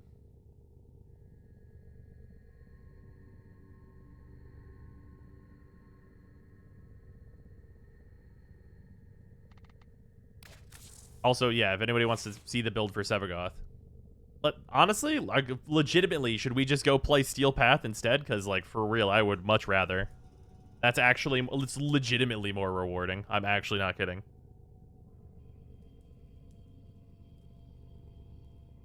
It's worse with more people, bruh. I can't even imagine how it could be worse. That was terrible.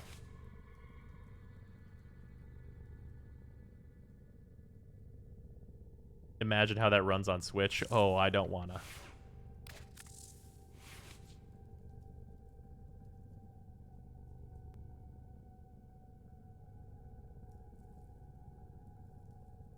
It was worse on release. I mean, sure.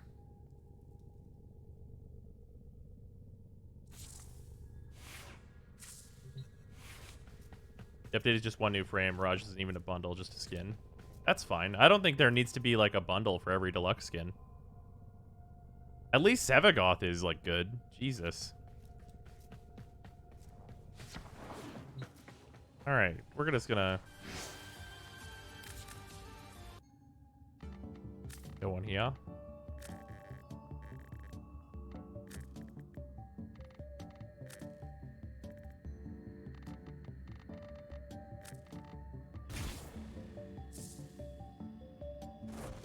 How many relics would it need to unlock to play that mode?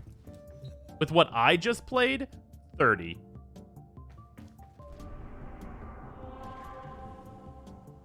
Like, with how just, like, annoying that was, 30.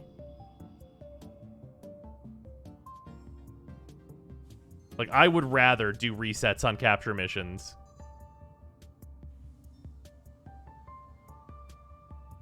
Like, I don't know that I've ever looked at Warframe and been like, this is visual vomit, outside of, like, Mirage with some weapons from time to time, which is extremely minor. That's like a whole mode that's just rainbow vomit.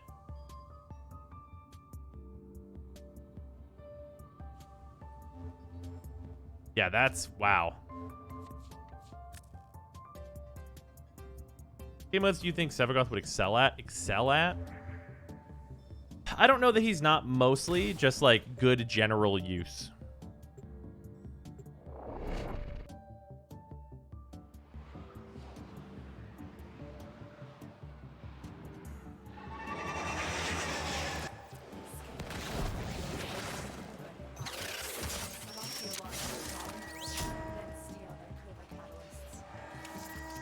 Oh, we have Epitaph instead of the Kuba Nucor. That's going to be slightly less good.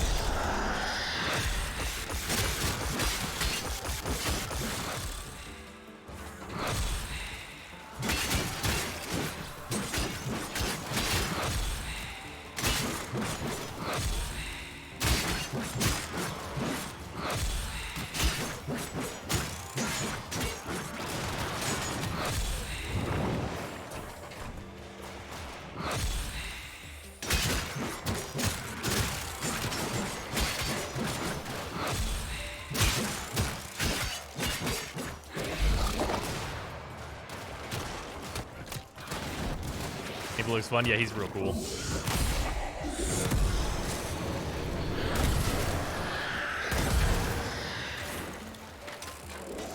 So let's see about that punch through.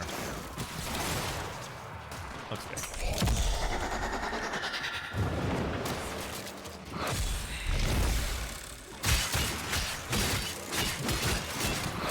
Use you, come here. Use you, come here.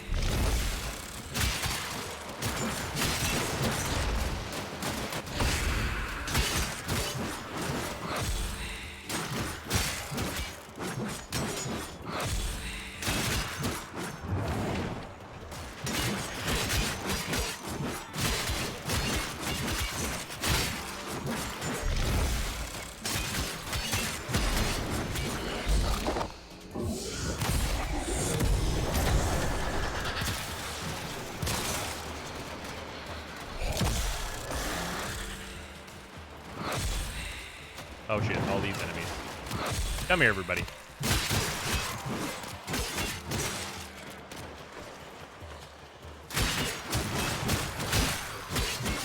There we go.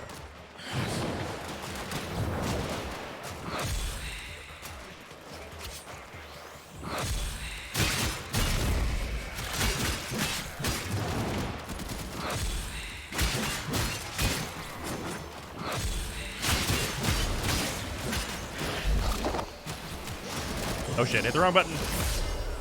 Yep. That'll do it.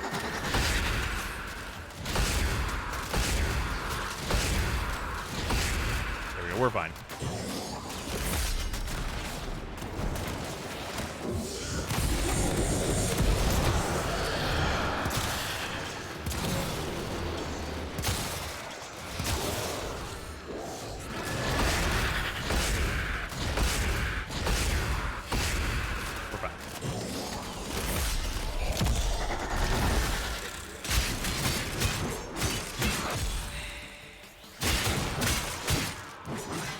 level is this? This is Steel Path Kuba Fortress.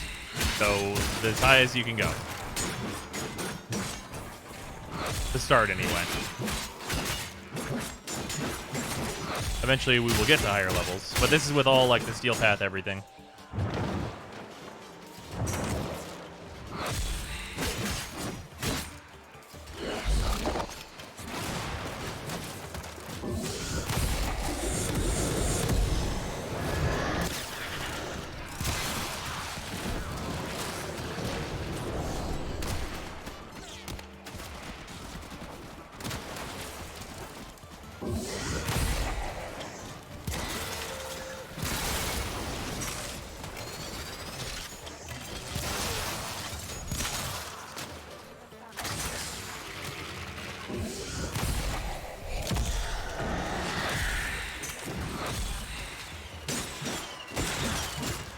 This up.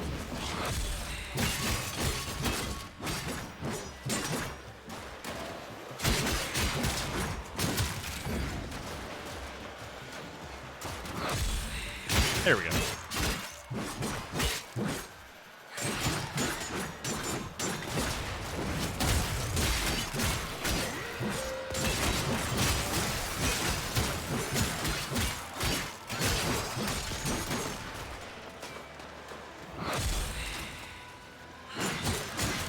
I might actually have still too much AoE on my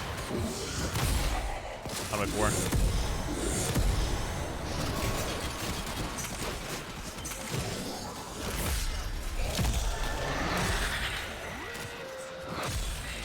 Is it bad that I kind of wish that his slow was line of sight?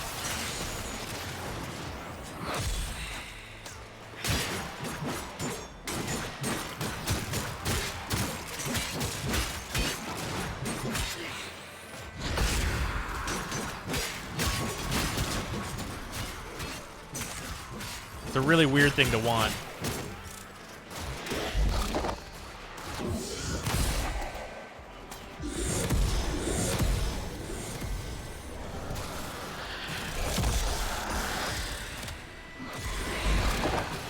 Oh, whoop.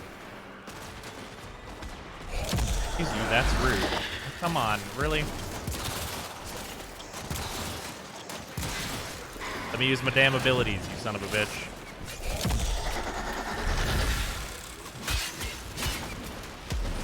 Oh.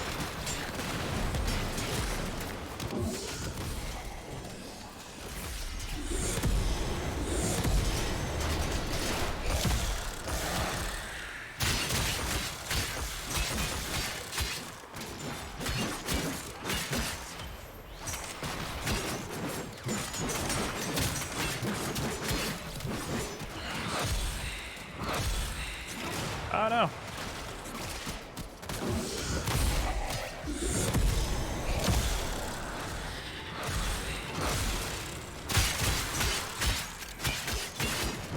I need the Necros to increase loot. Yeah, you're not wrong.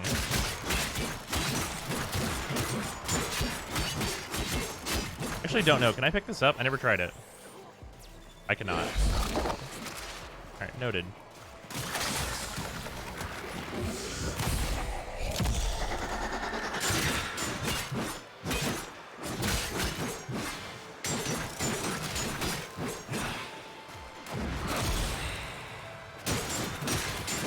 Let a charge fills up super quick. Oh yeah, it's not a problem to keep him topped off, really.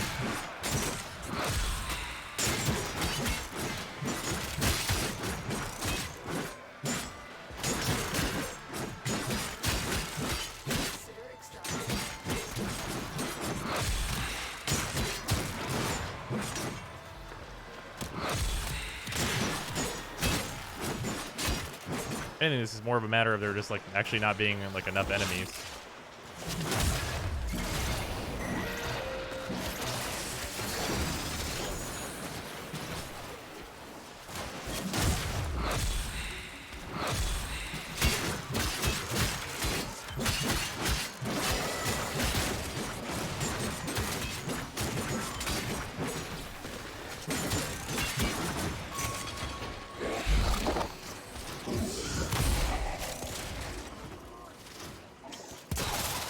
I definitely brought the wrong weapon. There we go.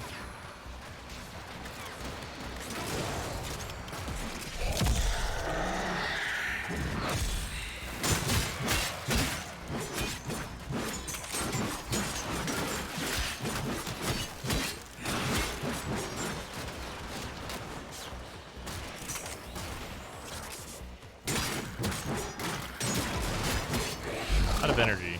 Swarm out of energy? No. Of course not. Swarm does not run out of energy. We don't do that here.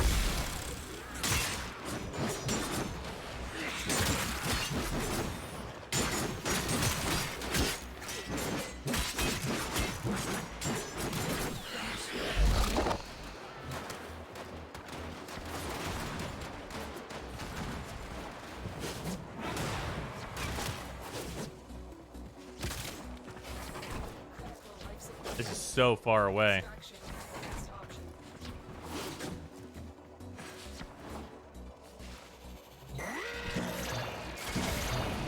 I just have to go because there were literally not enough enemies in the room to revive myself. That's unfortunate.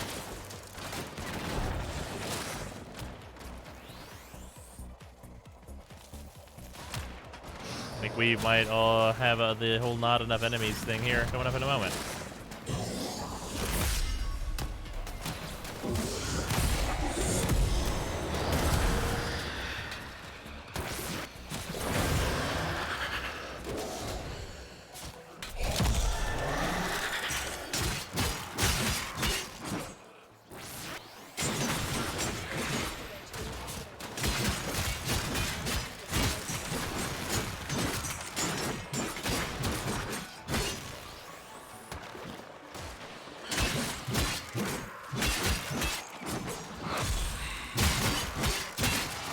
Chop them all up.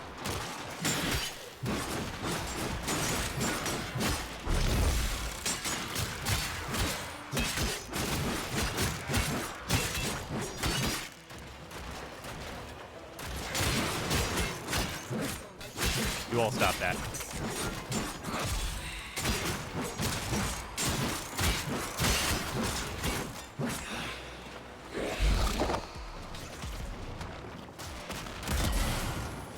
Wrong gun. Not bad, so nullifiers aren't a major issue. I mean, nullifiers aren't a huge issue with Sevagoth because his shadow can just go into nullifier bubbles.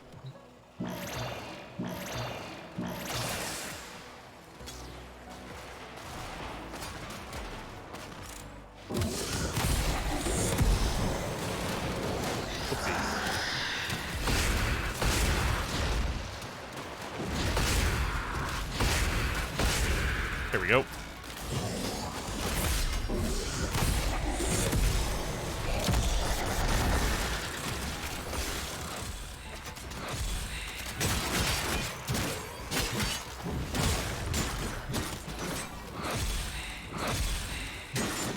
What does Shadows 2 do? It's a dash that is also an attack.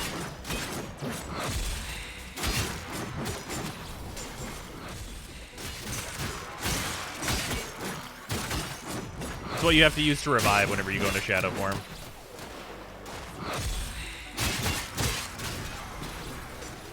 The Torment is here. That should not be a big deal. Oh, here it is. Here's the not a big deal.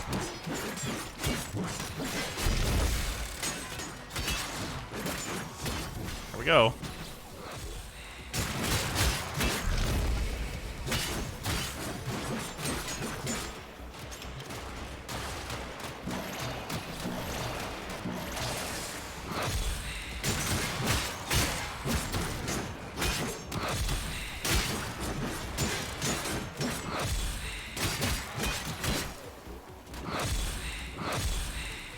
With these enemies, it's not about whether or not I, like, can kill them, because, like, we out here doing it.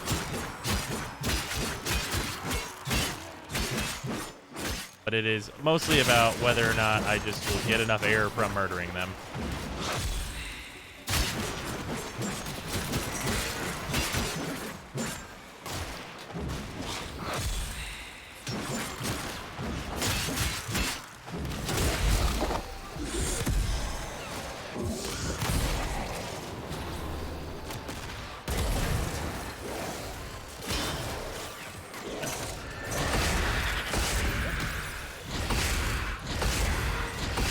There we go.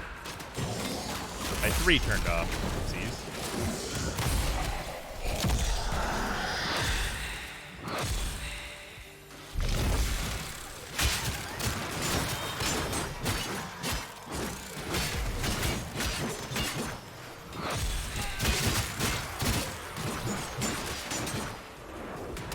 Oh, whoops, my shadow died. Probably because of this guy.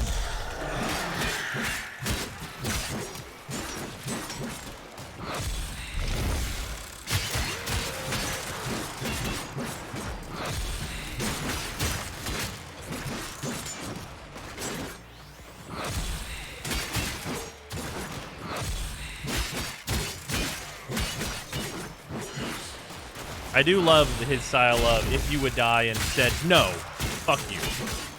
You die. It's quite satisfying.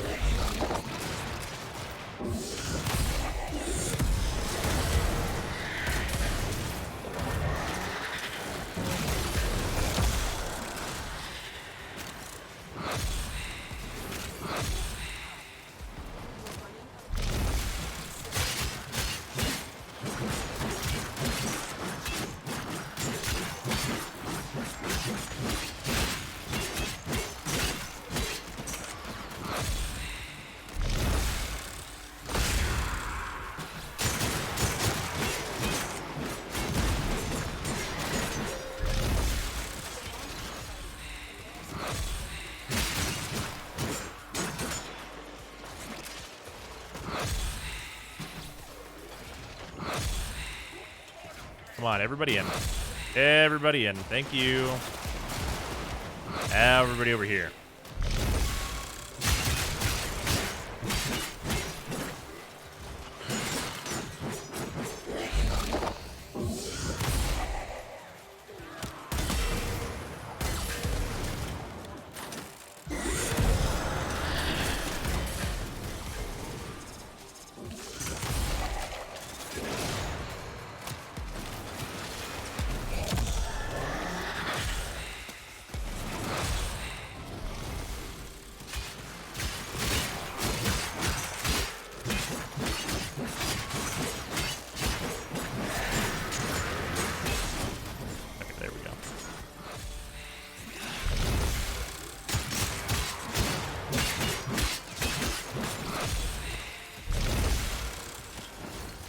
Whoopsies.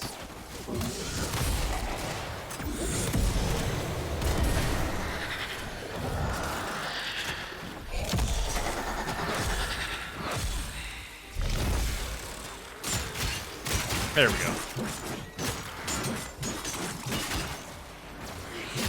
That Acolyte took a lot of damage for it coming from an ability. Yeah, it's really not bad.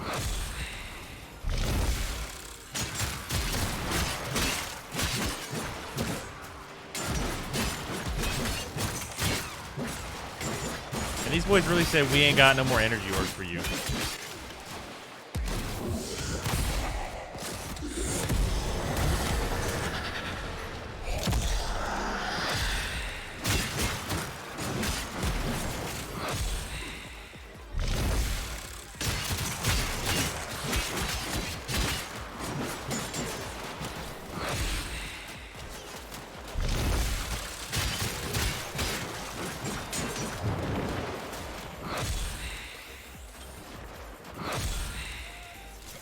Everybody come over here. There we go. Now we're full energy again.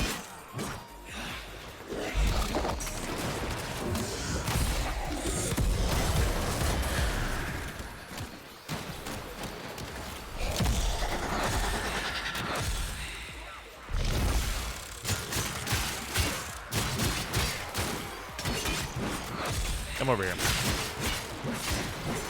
On the ranges, you have a get over here ability on the shadow. Yeah, like the shadow is like a little slow, but like I can put everyone in a big ball and then just like be like, ooh, I'm gonna rip this apart. All right, then.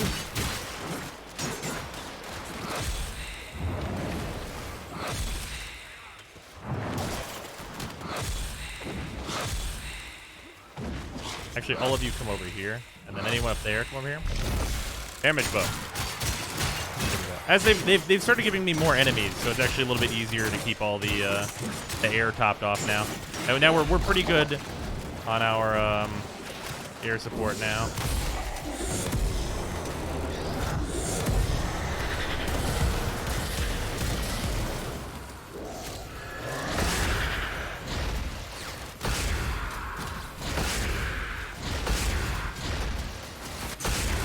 There we go, we're good.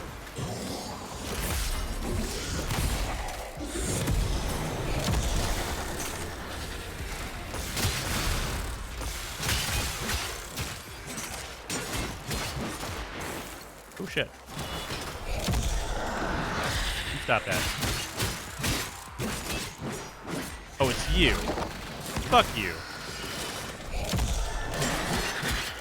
Fucking Kuba Guardians. Yeah, I'm immune to your shit until you use a tiny child ability on me.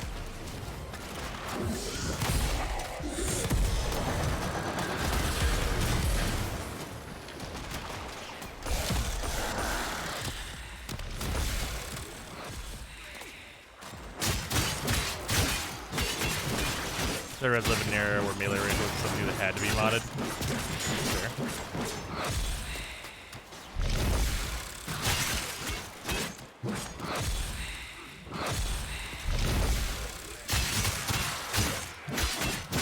Oh yeah, that's that good life support. Come here.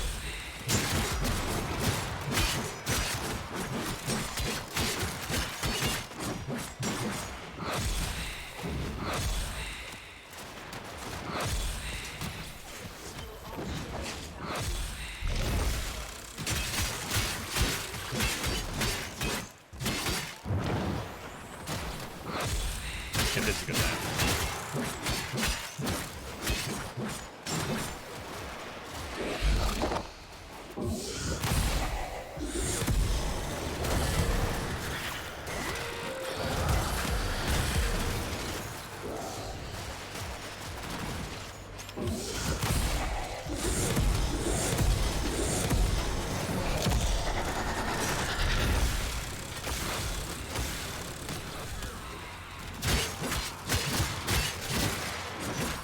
Semgoth, a Wisp, and a Necros, and a Roar Nova walk into a steel path.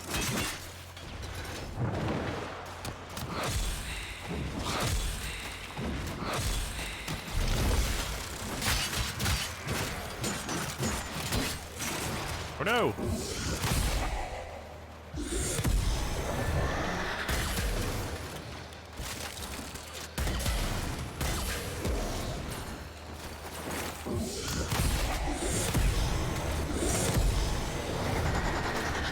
Also, a reminder that Semgoth's 1 also makes enemies take more damage.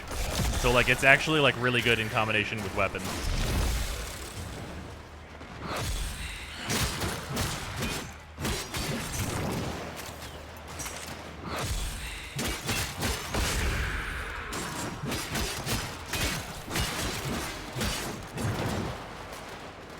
Any plans? As of course, if they change how line attack works on her one this patch, potentially. We might do that.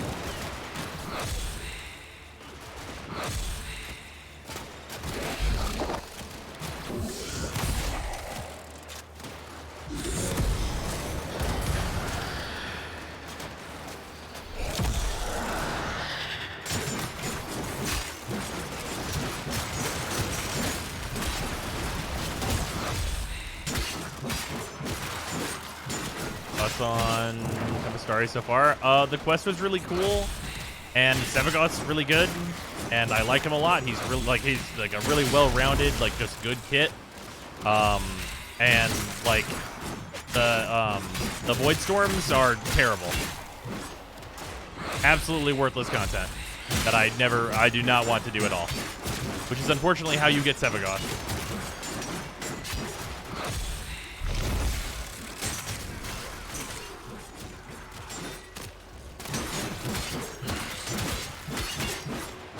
That bad? Yeah, it was like maybe the worst Warframe mission I've played.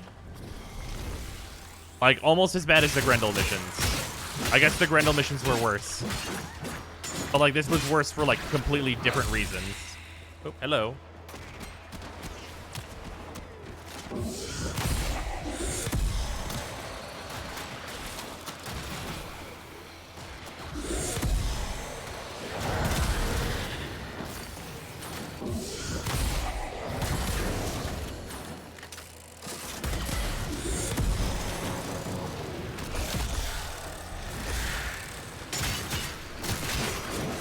Mouse is in here somewhere. There you are.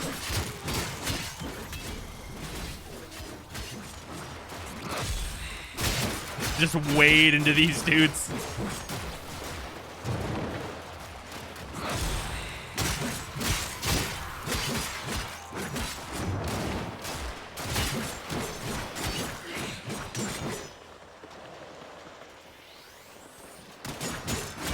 Yeah, I think Void Storms have basically no value whatsoever, and it's actually kind of absurd that you can't open multiple relics on them.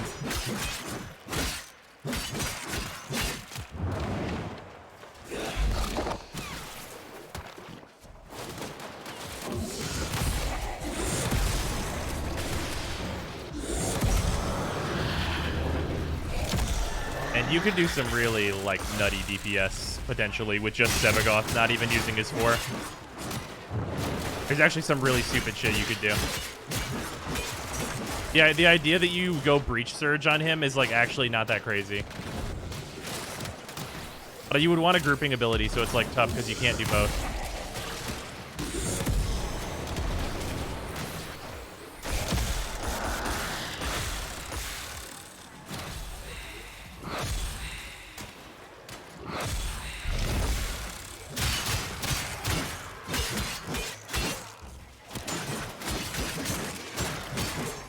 Have got parts from completing the mission, or do they drop from enemies? You get it from mission completion, derotation.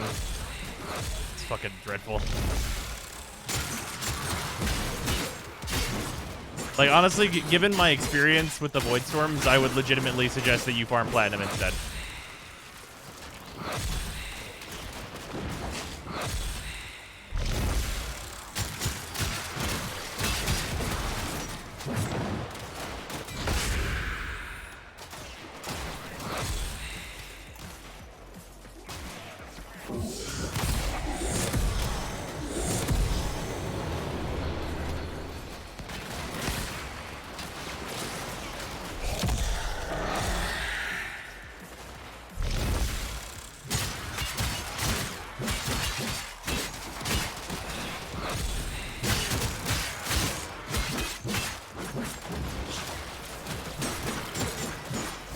Yeah, I think you would get, like, Sevagoth faster, legitimately, from opening relics yourself on, like, Capture.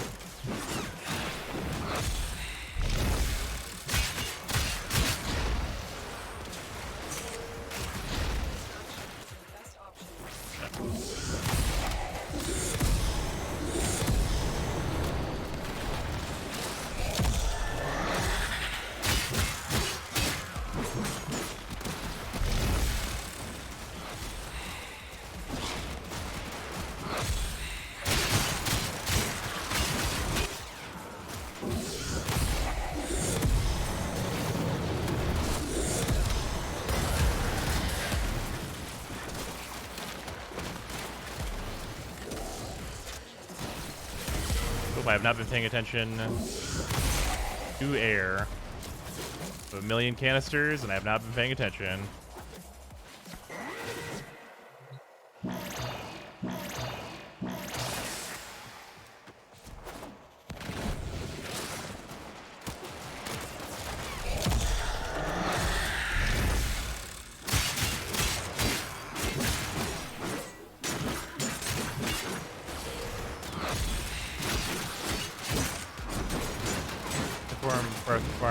And his gun from Void Storms. I don't think there's any merit to doing them ever. Yeah. I would just say, like, forget his gun. Like, I'm using it now, and like it's kind of quirky, but, like, it's definitely not worth fucking that shit, dude.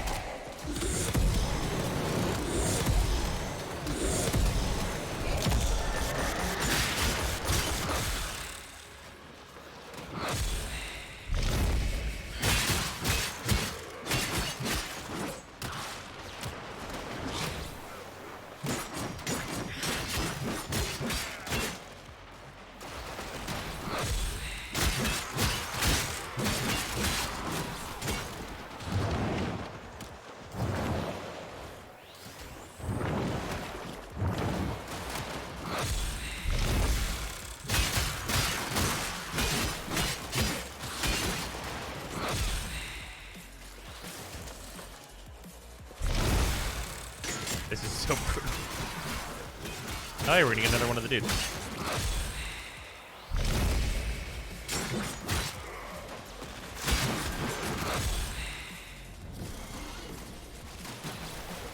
Mania.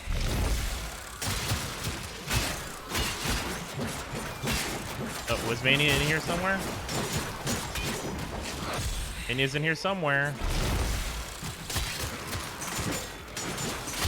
Mania is standing here? Okay, yeah, there we go. I couldn't quite tell. Kind of blended in with the other guys there, Mania. Sorry, you died about the same speed as well.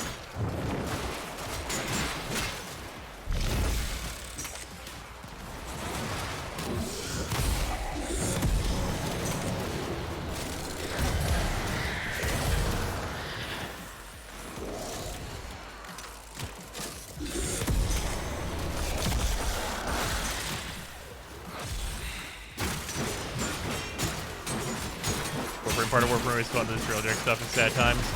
Well, like, before it was that, there wasn't enough, like, Railjack, and now, like, the Voidstorm stuff is just like, dude, this is annoying. It's not even that it's just, like, not rewarding, it's also just, like, really annoying.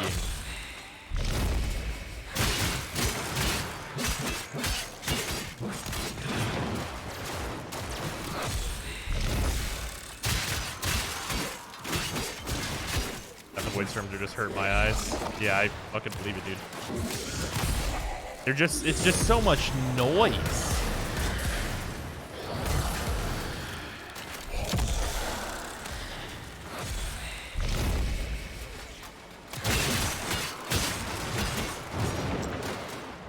Using Sevicon is good though.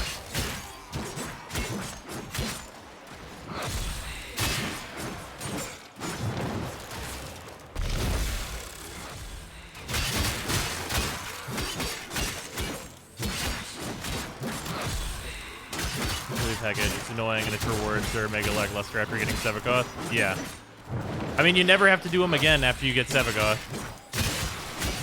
But also, you could just never do them and then just, like, farm plat, which I would honestly suggest. Bloop.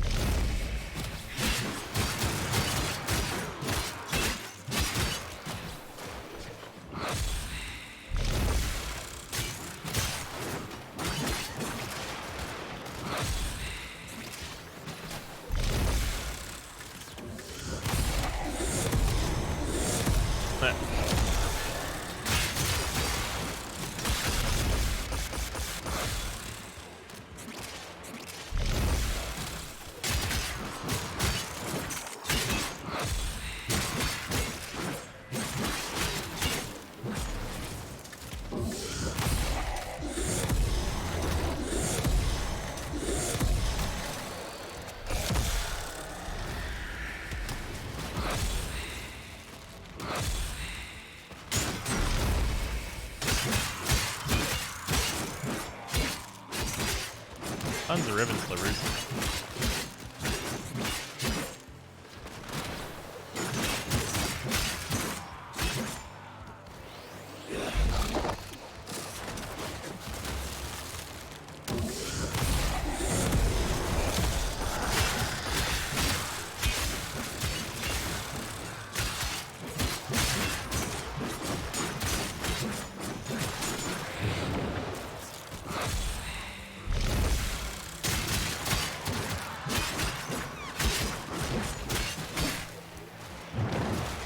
Shadow form is like really good.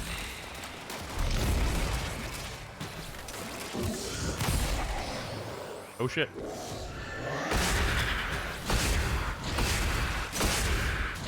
We're fine.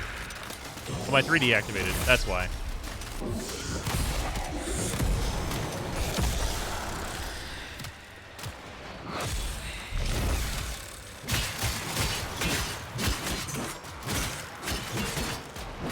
Now the new Warframe will end up playing the same way, melee. This is a melee Warframe. What? He literally has a giant clawed melee form. Wait, what?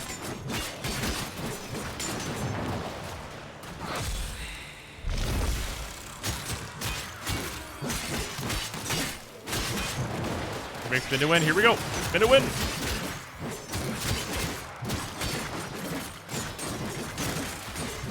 By the way, this shit right here, this combo, this is the one where you're gonna enter like low-level missions and just do this through all the hallways and kill everyone.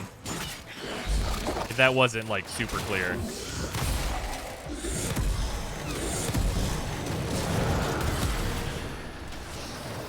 Oh no! Whoops, wrong way. Oh, wrong way. There we go. Give me your souls. There we go.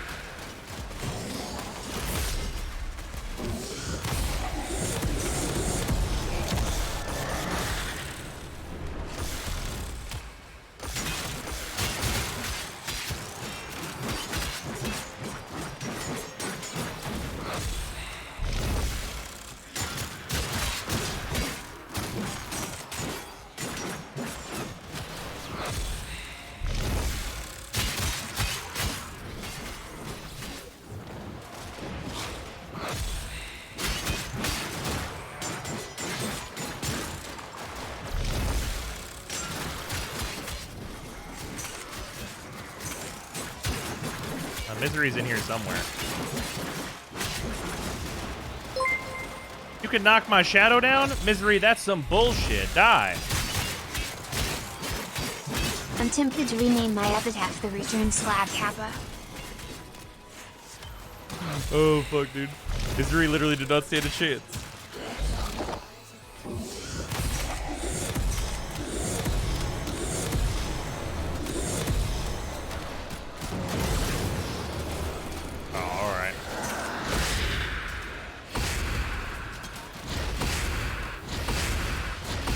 No fucking souls, bitches. I receive your soul. You receive death.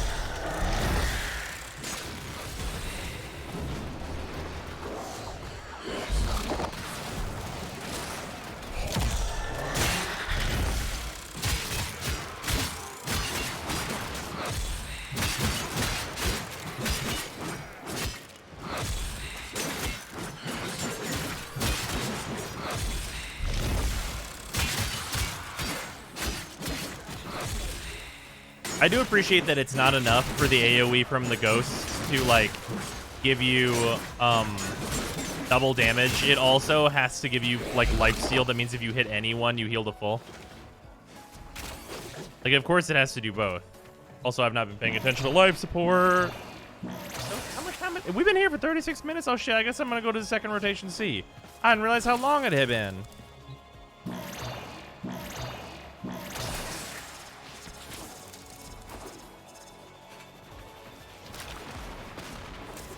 Ladies and gentlemen, please. All right, well. Oh no, I actually died. I couldn't eat them all in time. I had the fucking napalm.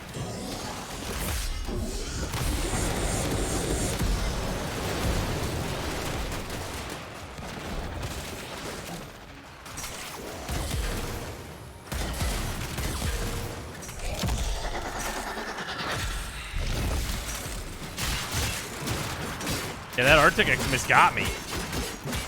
I got.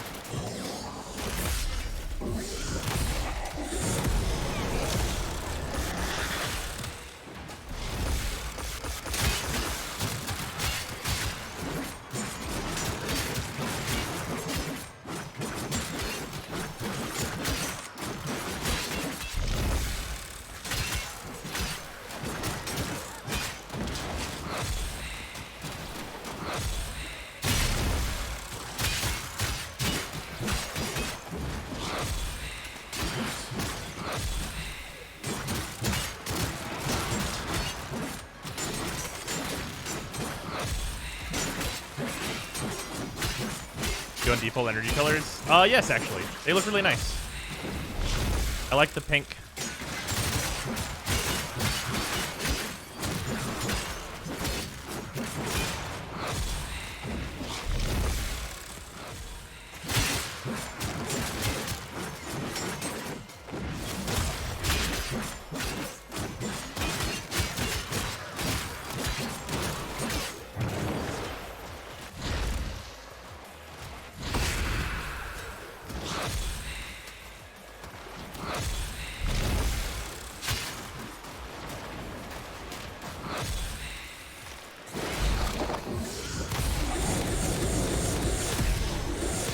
we built meter. Anyway, percentage damage. Away!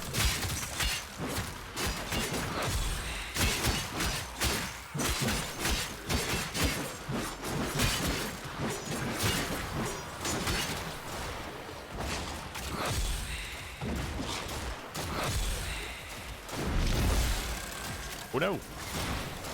Whatever.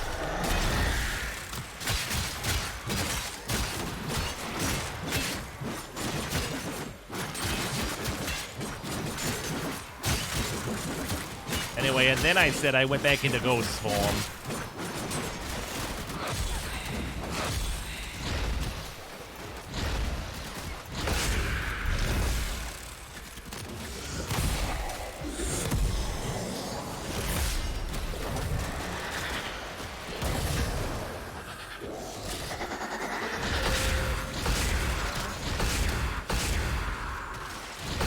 There we go. Percentage damage.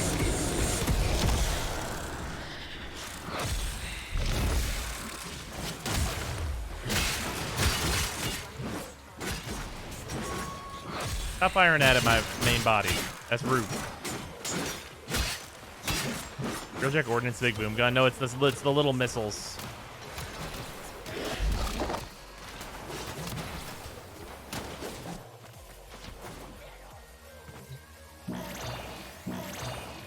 So your life support. Yeah, I got like a million canisters, but like I gotta go pop them. I was only planning to stay till 40 anyway. All right, we died the once. I'm not. I think dying the once though might have just been entirely my fuck up. I should not have dashed where I dashed on that one. That's a 26 steel essence. Damn. Really? I don't have like a resource booster. I guess they just kept sending the acolytes in, so fuck them.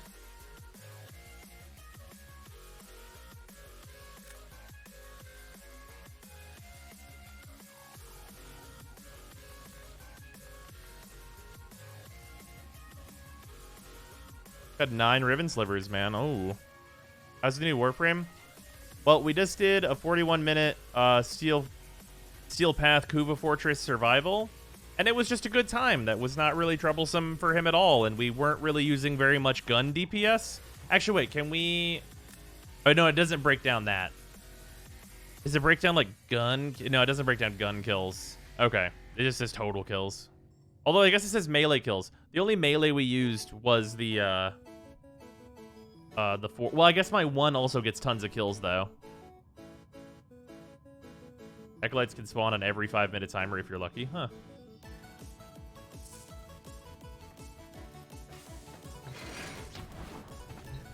They actually fixed Cora, or is it the texture proof claw still broken garbage? I do not know. We can find out. I get the feeling it's going to be bad still, though.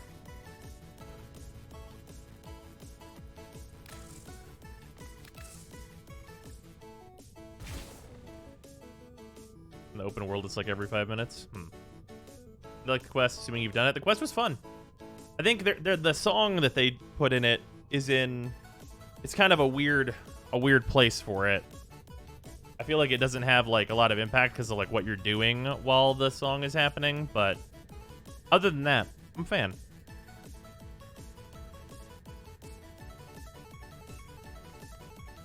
But why is this equipped on here?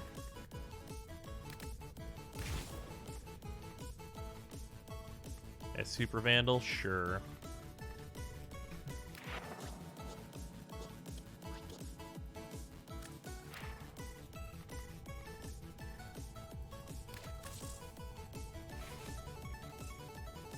Oh, weird. Don't know why I was on that.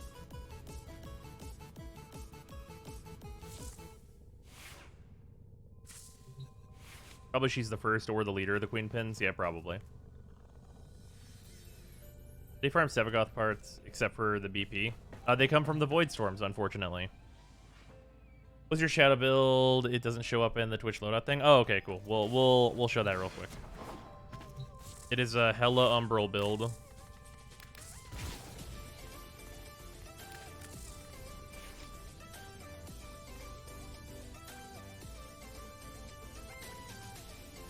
Oh, DE addressed the Void Storm visual issues and said we don't know when it will be fixed. Oh, good. Huh.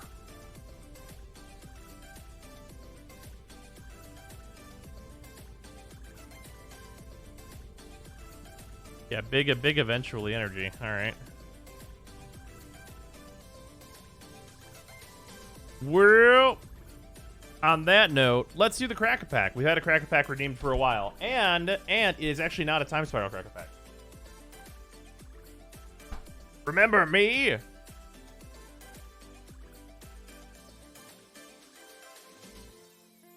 It's a Yu-Gi-Oh! Cracker Pack.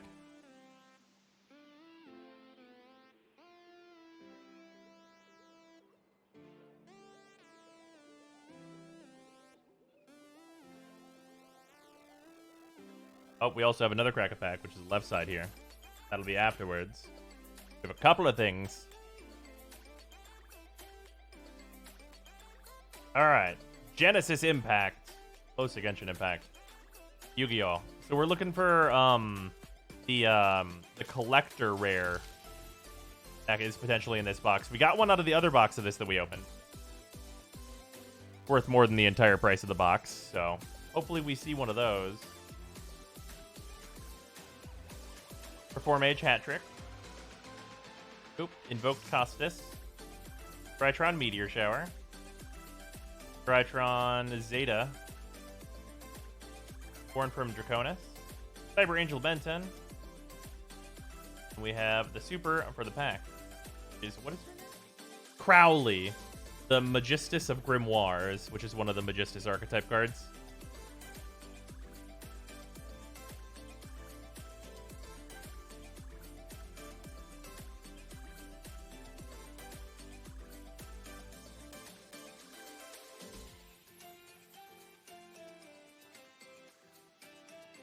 Ben 10's worth money? No. I think Ben 10 just went to 1. Is Ben 10... How much is Ben 10 right now? That card got printed into oblivion, did it not? Sevagoth is trash? No. Sevagoth is sweet.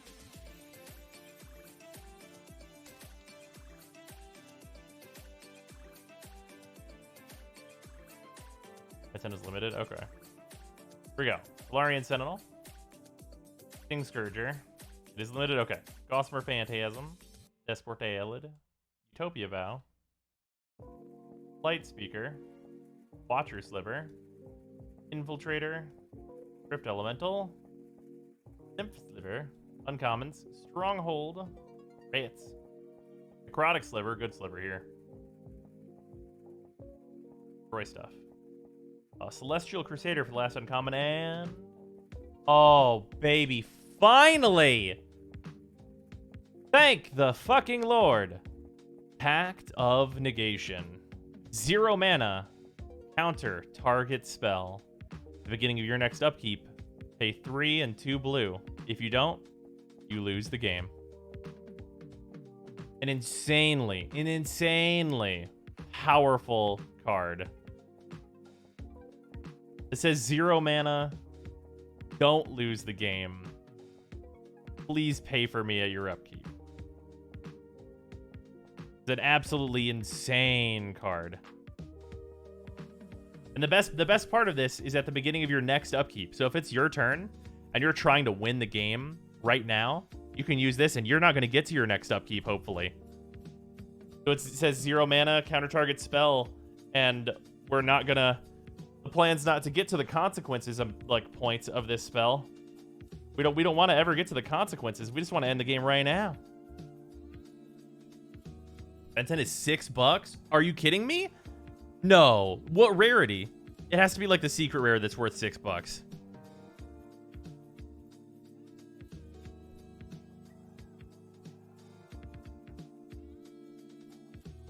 Oh, and we got a Lavinia. Lavinia is a Stax commander in Azorius colors. Who knew? I actually don't have a copy of Lavinia until now. Genesis Impact printing is 17 cents. Yeah, that sounds about right. Lavinia, Azorius Renegade. Each opponent can't cast... Or I'll just read it off here. Each opponent can't cast non-creature spells with converted mana cost greater than the number of lands that player controls. Whenever an opponent casts a spell, if no mana was spent to cast it, counter it. Play fair magic, I said. Play fair magic. Yeah, oh, real sweet pack there. Real sweet pack. Lavinia is a commander that some people try and CDH from time to time. Also that. Right, I was looking at a different set. Yeah, that must be the higher rarity printing. The way Yu-Gi-Oh works is generally commons are worth nothing, but the secret rare version of a card, or higher, is like, oh, it's a fucking money.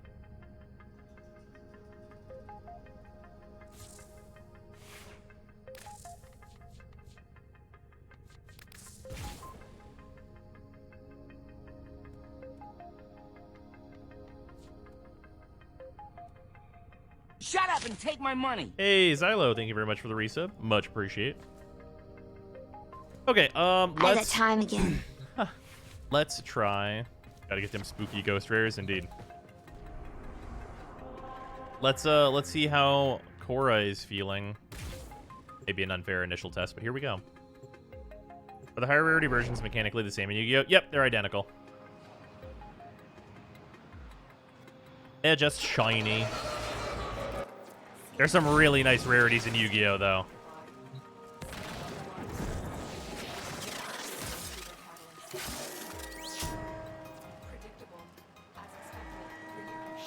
Okay.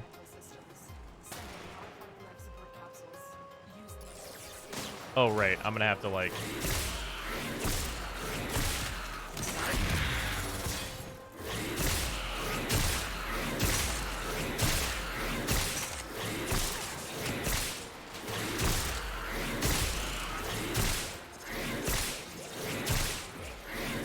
This does appear to be a bit better.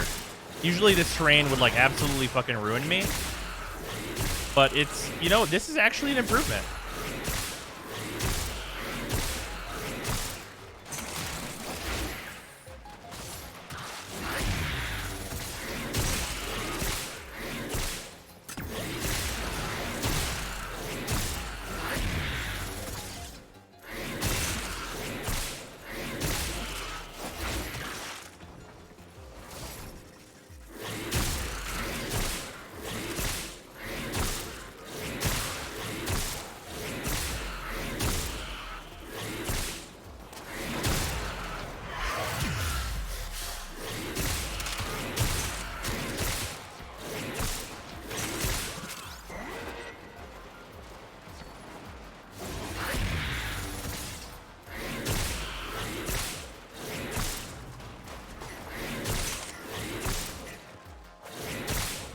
Oh, hey, it hit that guy.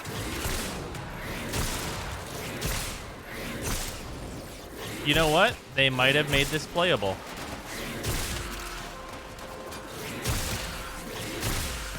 You could do some of the old Korra stuff now. Yeah, no, it's a fix for the line of sight. So you don't have like raw no line of sight how it was. But this appears to not be unplayable garbage now.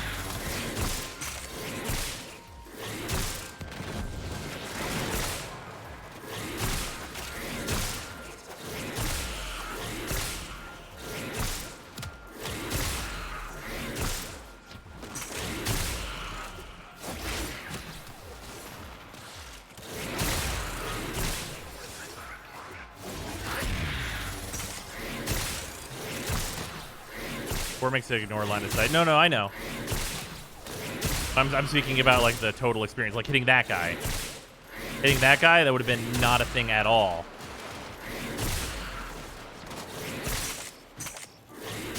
That would have whiffed. There's a lot of hits here that like would have very, very much whiffed with like before the fix.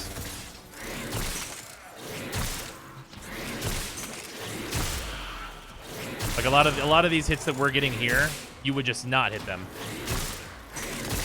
Especially like in areas like this with this pole, there's a lot more consistency.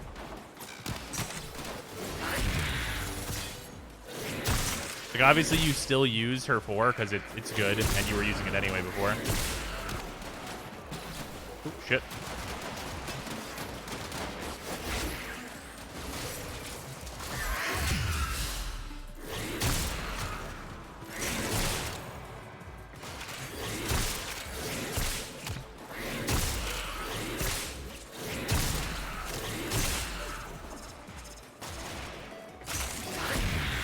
a fixed AoE range, and frankly, it didn't require a nerf. You're right. Also, it has a fixed maximum, to be clear. You can, like, whenever you're upgrading it, it does go up to 10-meter range. I agree that, like, they did not need to nerf it, like, line of sight wise. Because, like, how is what we're doing that much different than what we were literally just fucking doing with Sevagoth? But, like, you know.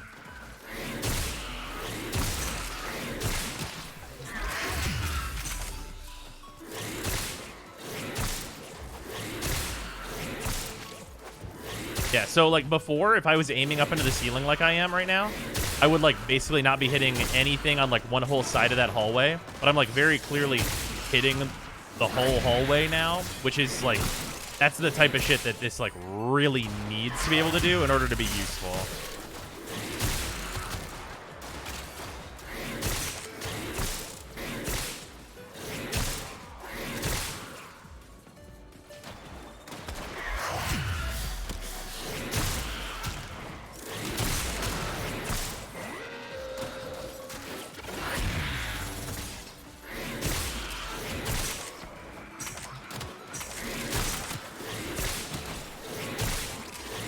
Significant improvements for head. Okay, I'm pretty happy with this.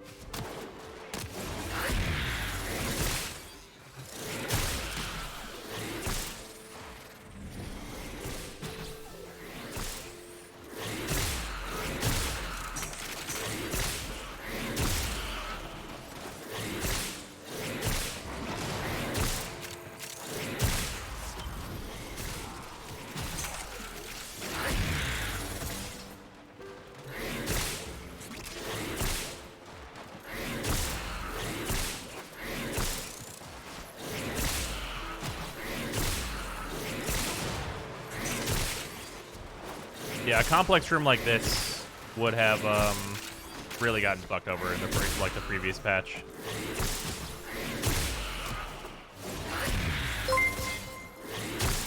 So this is nice. Side note, my feel when Ribbon's working on cores 1 will not fix but our ability ignoring line of sight was. Does not compute. Yep. You know, the absurd ribbon I'm using on this right now should absolutely not be working. That's still some bullshit.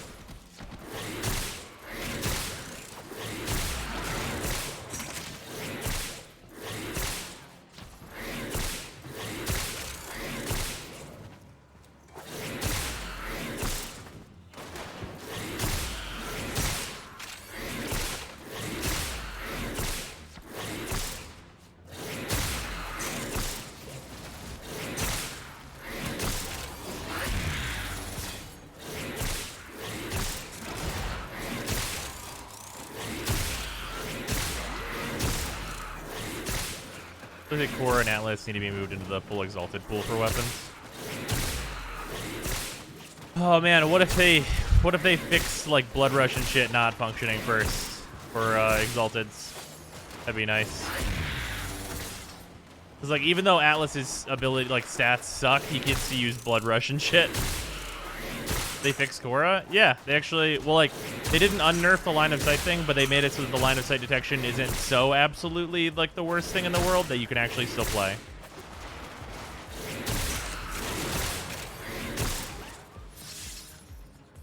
Going 4 might be useful then. Well, we can't have that.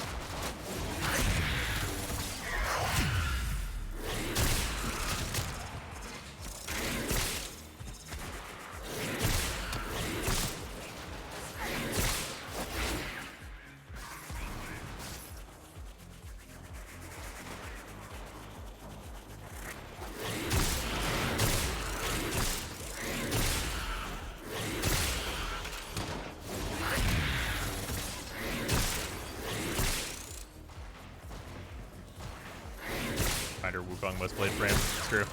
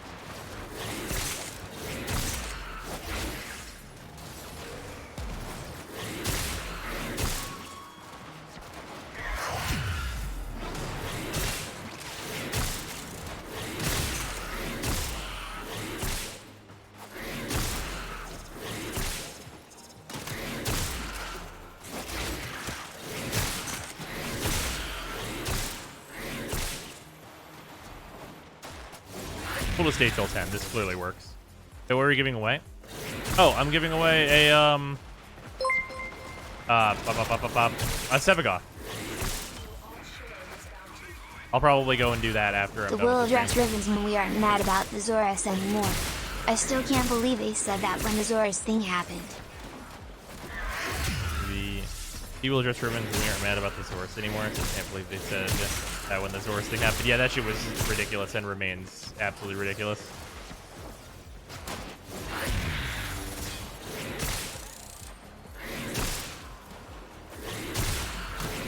He just absolutely fucking wildin'. I just want to advance the main story. Yeah, I feel you.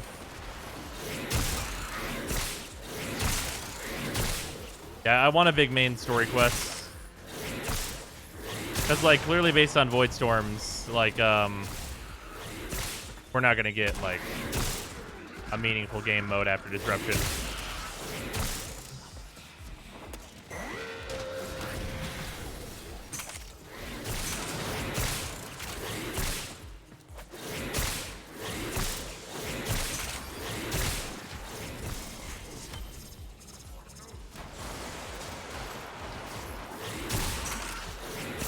Which way the exit at?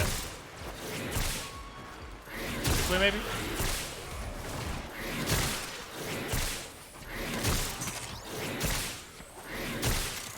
There we go.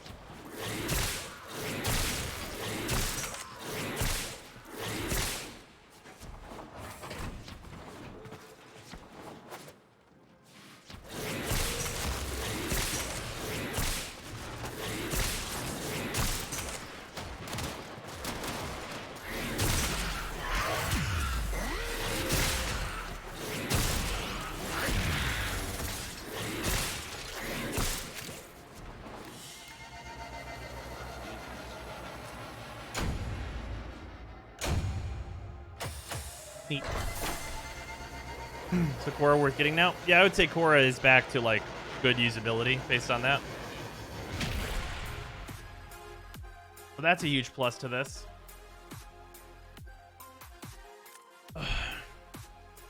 Unnerfing Korra, kind of.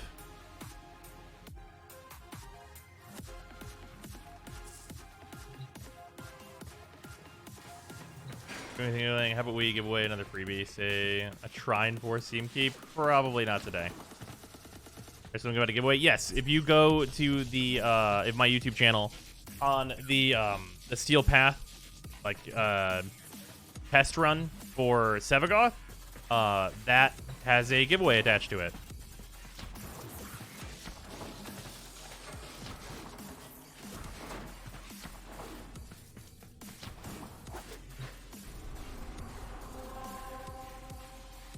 No longer Korra at home. Now we have Korra who's out for a jog. Yeah, you're not wrong.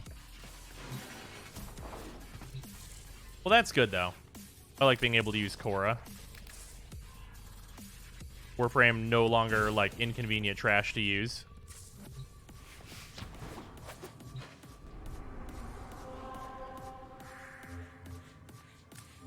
Okay, let's go see Samaris, because, like, I'm gonna go see if I can grab that Umbral mod. that I would need.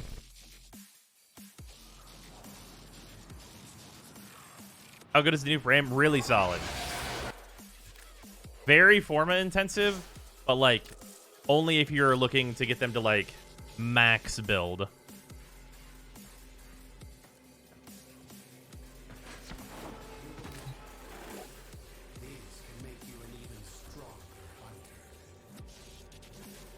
$100,000. 100,000. Oh, it's so far away.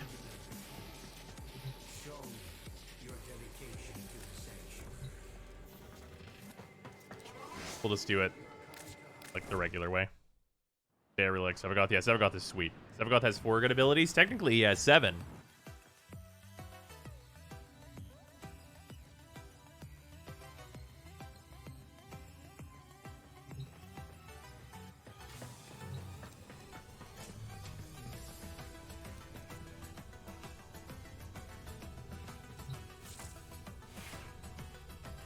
What's the one bad ability? Oh, I just consider his, like, transform back and forth to be one ability.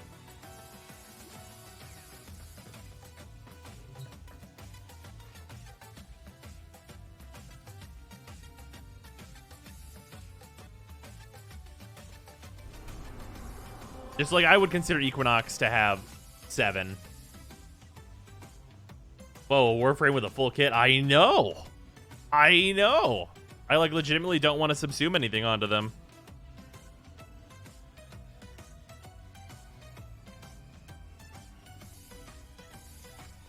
Whew. Is an Equinox 6? How would it be 6? Each side has 3 abilities, and then there's the ability that switches between the sides. The real truth of the matter is that Equinox has, like, 2 abilities.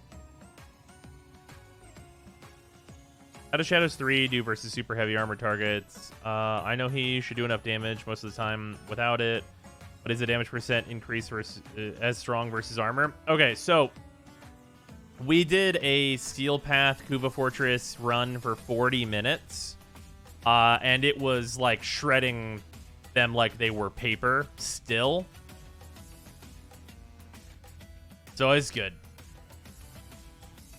Like, we had the assassins showing up every 5 minutes, and, like, they just died. I didn't even notice that they were there most of the time.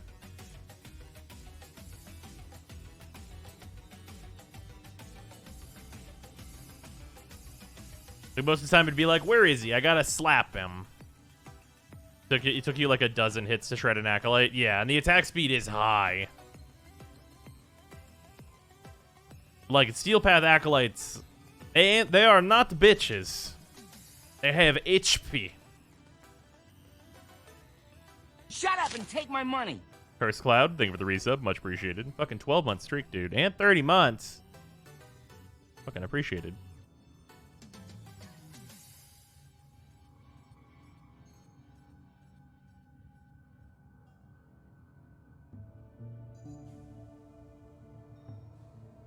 They're not complete bitches, it's true.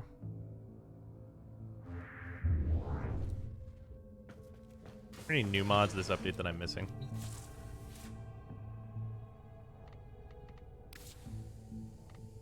Nope, I was already missing these ones.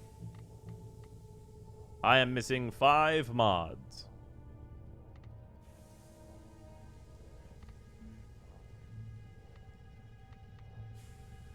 And imagine trying to farm the rares from the fucking first Isolation Vault bounty.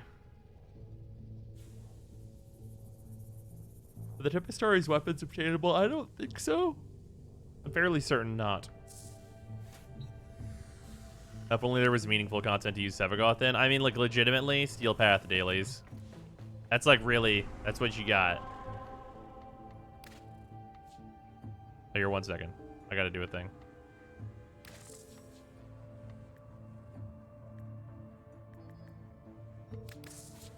I almost Wukonged, but I decided to Nova.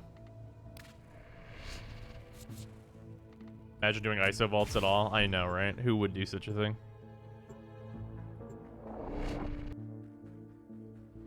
Piece of advice, buy turret velocity, outriders, don't fucking spawn, period. No, yeah, I feel it.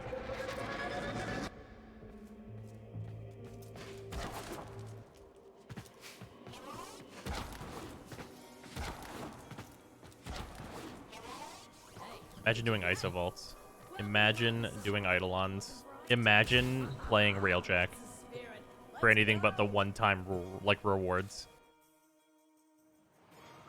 I can't believe they didn't add repeatable content to railjack. I cannot believe. Hey, that's pretty good. 5 forma down on Survey, Goth. It gonna be a long night. Haha. Well, hey, at least you can forma like all 3 parts of him at once after you've leveled the first time, of course. Look, they took away 2 farms. It's true.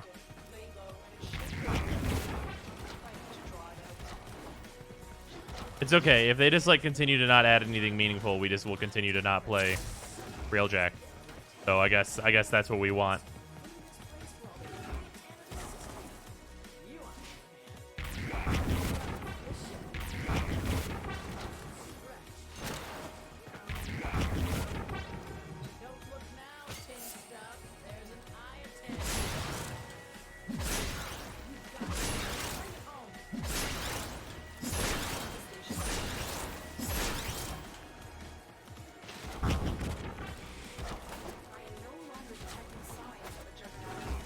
Still can't believe how fast they nerfed the R9 Cloud. It was a mission that I wanted to do. I think that makes it my fault, right? That's what we do now, right? If the content creator liked it and said they liked it, then that's why it got nerfed, right? Is that where we are? I think that's where we are. I'm pretty sure it's my fault now.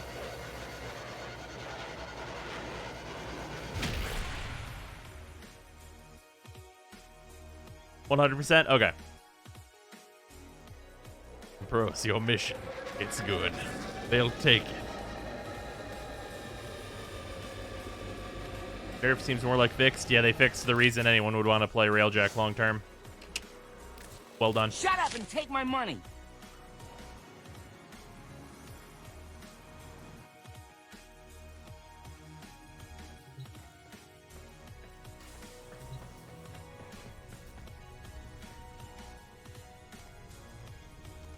More like blame time. Ah, yes. It was all me.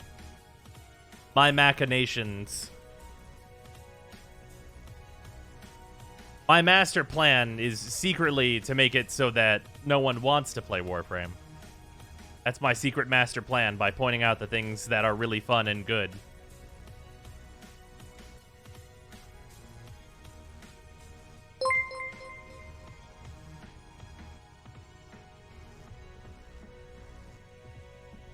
Well, technically, what it is that content creator says this is good, I like it, and then people try it, and they like it, too, and so usage statistic go up. Statistic go up must be nerfed to go back down. In the second one, they literally said exploitable farm. Oh, sure. No, I don't care about that one. I care about the R9 Cloud. The one where, like, you could just go AFK? Sure. No one would really be miffed if they just fixed that one, and then, like, R9 Cloud and these other places were great sources of, like, really active playing railjack at its, like, most railjack it could possibly be, and getting these good rewards and giving you a reason to invest in your railjack and et cetera and et cetera. That's the one. That's the one that it feels bad that they nerfed. Because I wanted to play railjack, and then they got rid of it, and now I don't want to play railjack. That seems like a problem.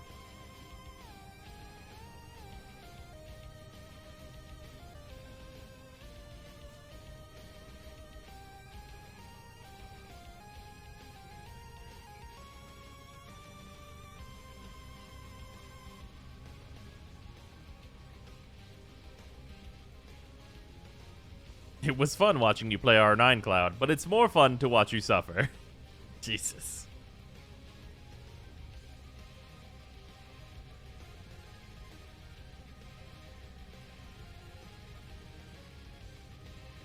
Man, Railjack already made me motion sick. I don't need more reasons to not do it. If Railjack made you motion sick, do not play a Void Storm. Do not.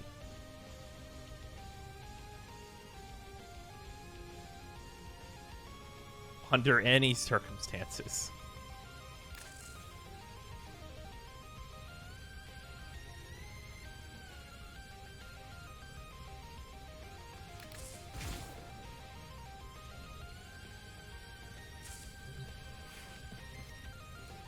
Here, guys, let's do a Void Storm. Just for the absolute mess of it.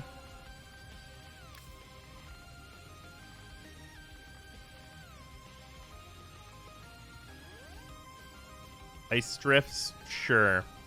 Yeah, here we go. Alright, now guys, I want you to keep in mind...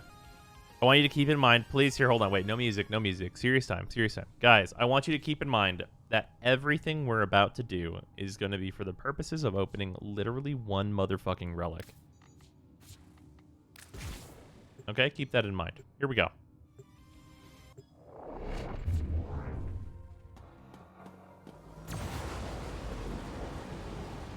Yeah, also epilepsy warning for anyone who has epilepsy. It's gonna get real explodey in here.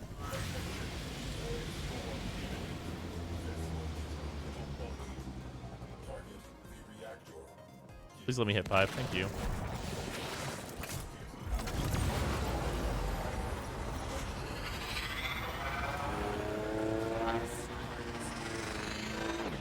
Priority targets, destroy cruise ships. Okay.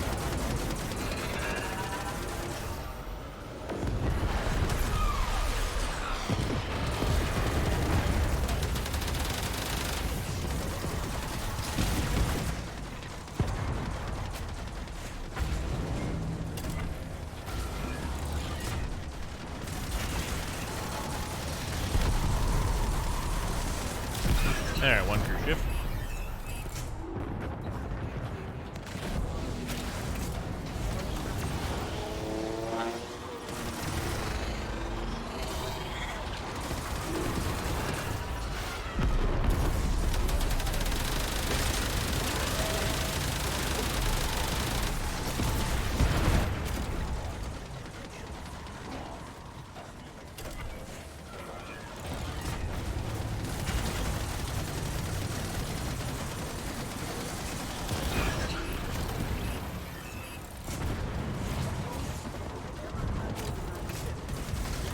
A bit more useful now.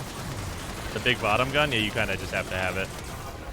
Stable price. Oh, right. I have to go over to this whole other thing. Make this invisible.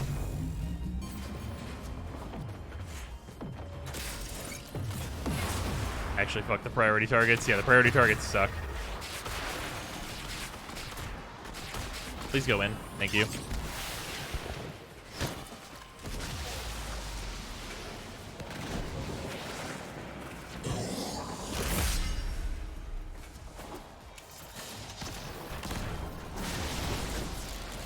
Alright, who's ready for mobile defense? Like, realistically, it's just mobile defense. Let's play Sevagoth, though. That's nice.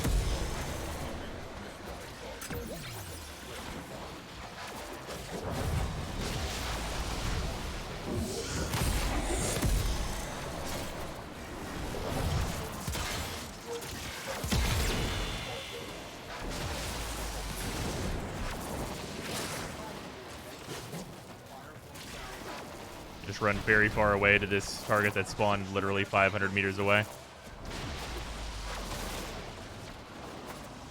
Just an absolute eon away.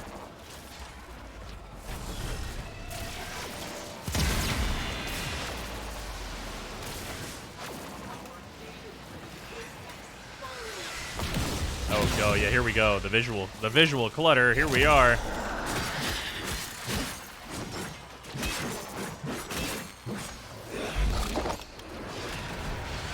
You guys ready for this screen?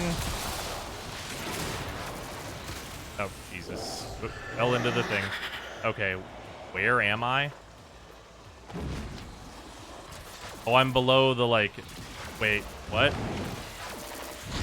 There are no enemies, suddenly, for me to, like, heal off of, I think. There's one of the bunch of enemies I need. Okay, cool. Whatever. All the enemies disappeared the moment that they needed to be. Okay, enemy. Okay, you're just invincible. I'm really glad I'm experiencing all of this, this right now. Hey, can we, guys? Okay, cool. I used an AoE thing and it worked, but the direct attack did not. Whatever.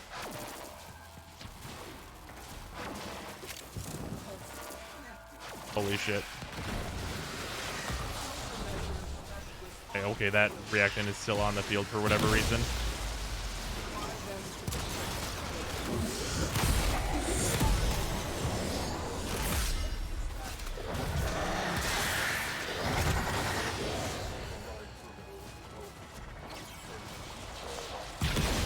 Alright, yeah, more just random explosions everywhere. And just effects.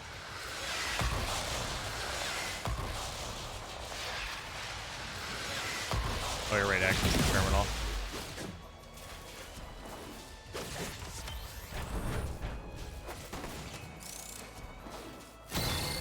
Okay.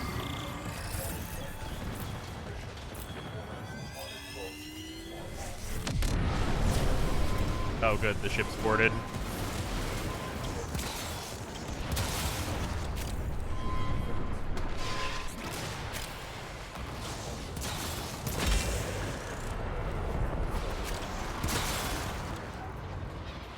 Oh, good. The explosions are in the ship. That's my favorite. Okay.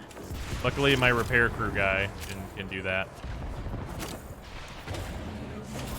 Good thing. It's a good thing we haven't hit the bug. Oh, right. By the way, that was not even like the whole thing of the mission. I have all of the reactant I need, and we're like not even at the main objective yet.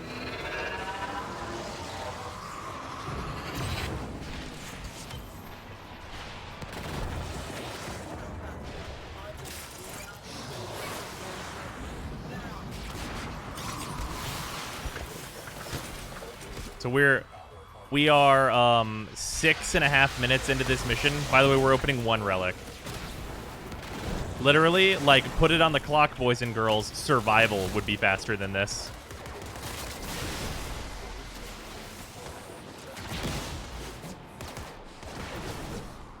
Yeah, a single relic is what we're gonna open up here.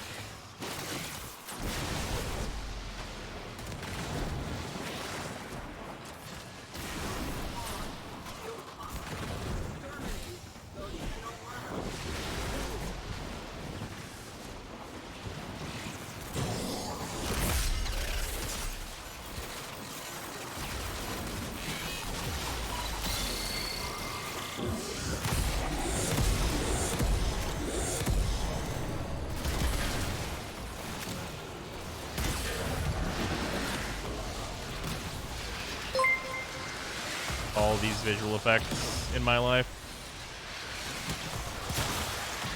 Imagine even if you tried to optimize this mode and it became popular, it would then nerf it for being too good.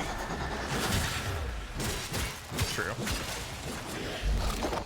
I don't think we have enough visual effects yet, guys.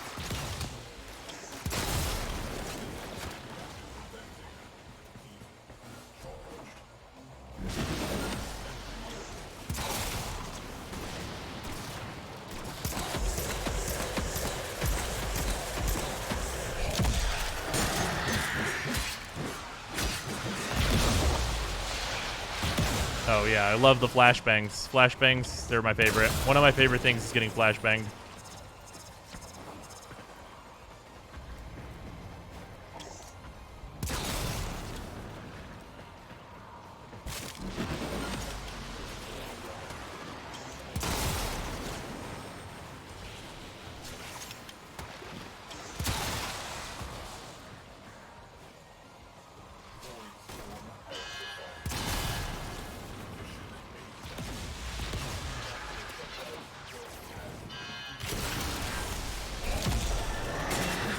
Stop that.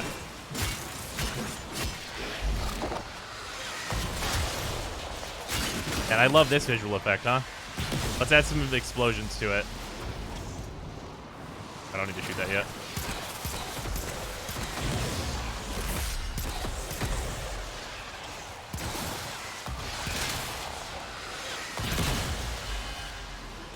Needed more. I couldn't even tell that this guy was over here because of all of like the visual nonsense that we're doing.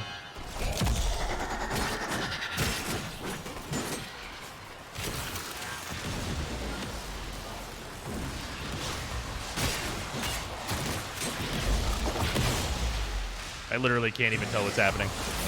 There's just so much fucking clutter.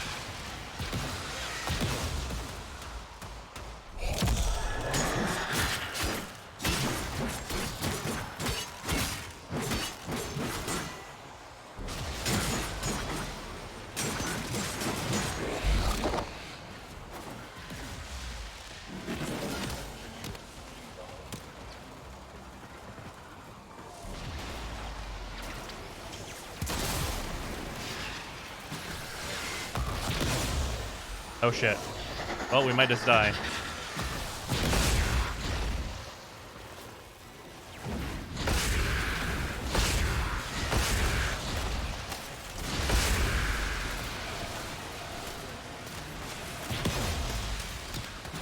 Fuck.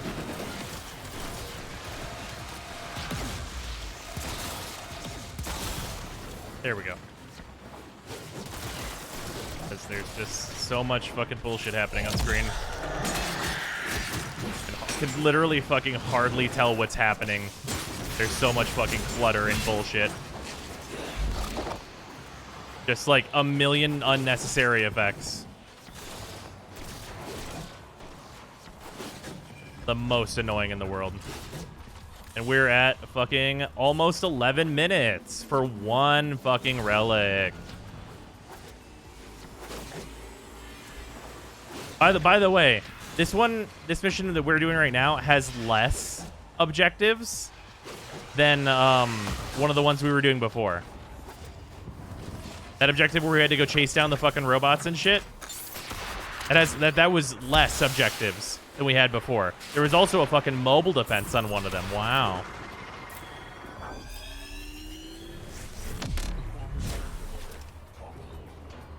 Guys, let's destroy the weak points now. By the way, we're not done yet. I don't know if you thought that we would be done when we got back to the railjack. Oh no.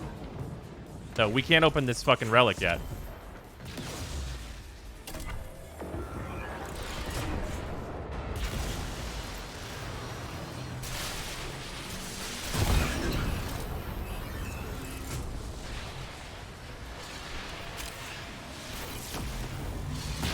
There's just an explosion waiting for me at the pilot seat. My favorite thing.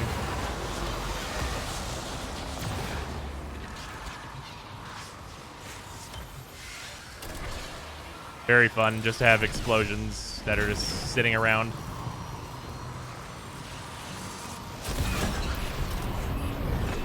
Wow. The Mesa Prime chassis. I got some traces.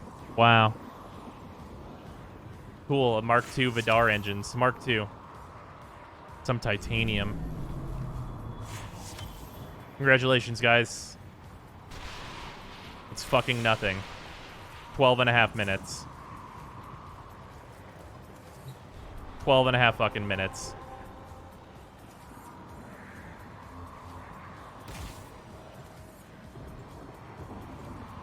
Holy fucking shit, dude.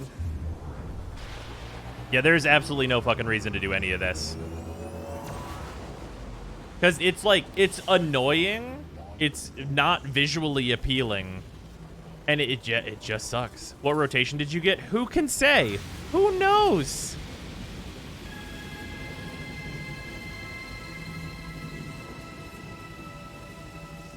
Like, and the drop rates and the drop table is such that, like, once you get Sevakoth and his weapon, if you were to want to slog through that, you will never want to, there's no reason to do it again, ever.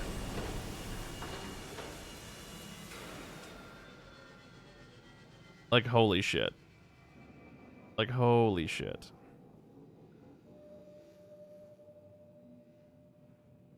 Like, just unbelievable. But like the Protea farm? Unfortunately, yeah. Like, the Protea farm is at least, like, a good time whenever you're doing it. But this is just, like, a fucking nightmare. Oh, yeah, look like bugged 7x rewards to me. Yeah, big, yeah, that's true. They should lower them again.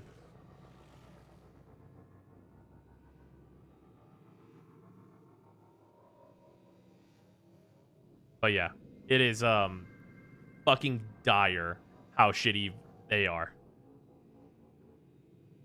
Like, the only benefit of like other Vizures is like if there's an exterminate one that's a little faster than volatile, I guess. Maybe you could shave 2 or 3 minutes off. But like, dude, I like Sevagoth a lot, and I think like it's nice that the Korra fix is in this patch and stuff. But like these Void Storms are terrible. Absolute garbage. And the quest is good too, but like it's the actual like repeatable, what you would hope is like long-term content you'd want to do that just sucks. And like I legit, for what I just played and how annoying it was and how long it was. Heaven forbid anyone has a reason to do the content they've spent over a year developing while everything else kinda sits there tapping its foot. Yeah. E33 FHD. Thank you for the 100 bits. But yeah, it is like if I was gonna get relics cracked out of that mission, it would have to be no less than 10. Like that's like the absolute like floor. And I probably wouldn't even do it then. I would probably just do capture instead.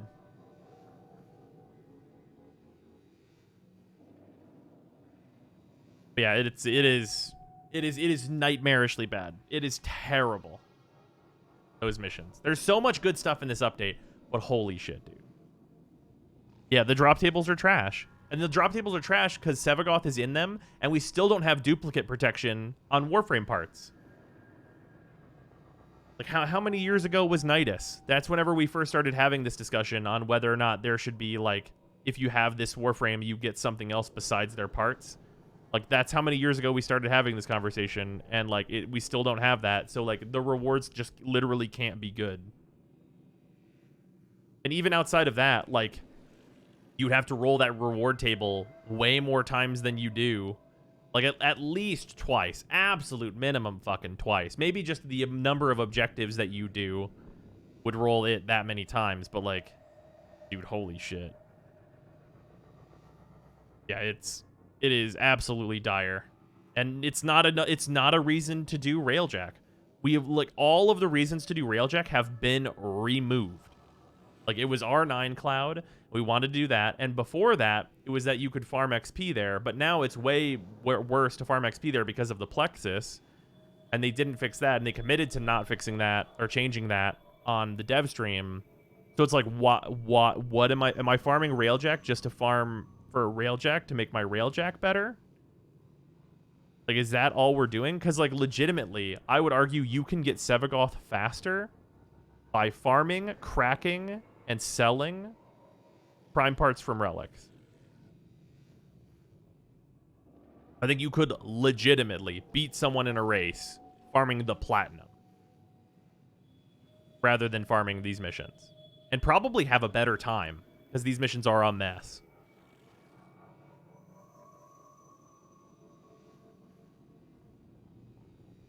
It's not like the Protea way or the Goss way. It's the worst of both. Right, exactly. It is the worst of both.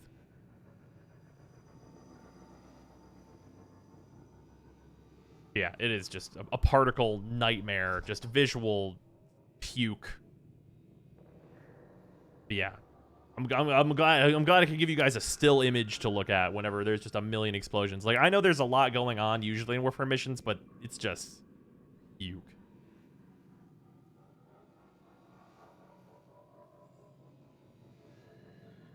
How much does he go for already? Here, let's see how much Sevagoth costs, because that'll be hilarious. Watch him be like 200. Joke mode to farm him into.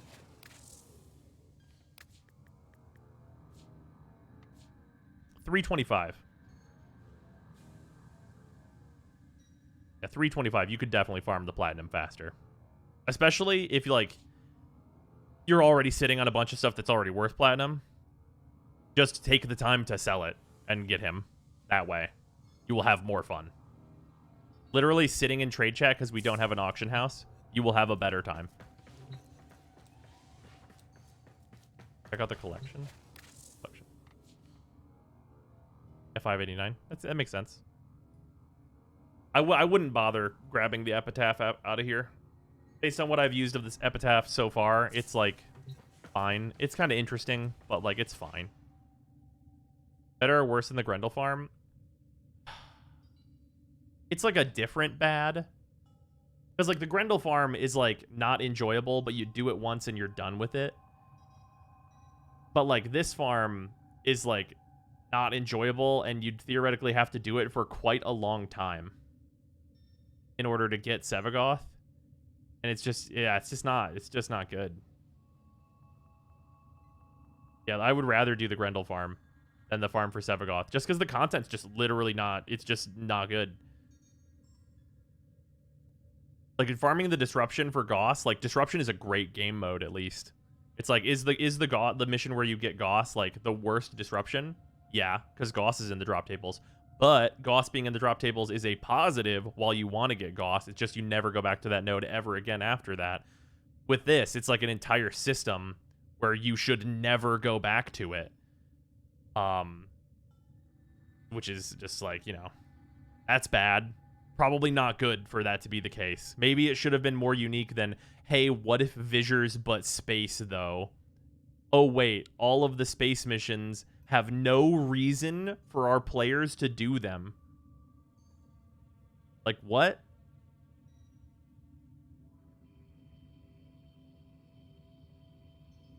Like, super fucked up. Can you show the shadow build, please? Sure.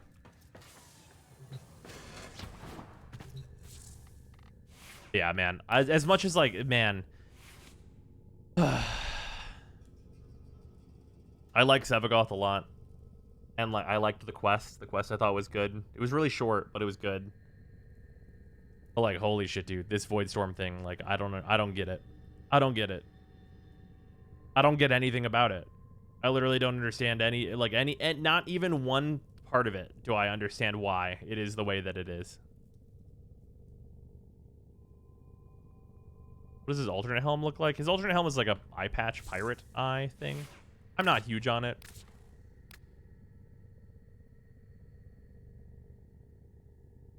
It's like fine. It feels very Hydroid to me. I'm more of a fan of this one.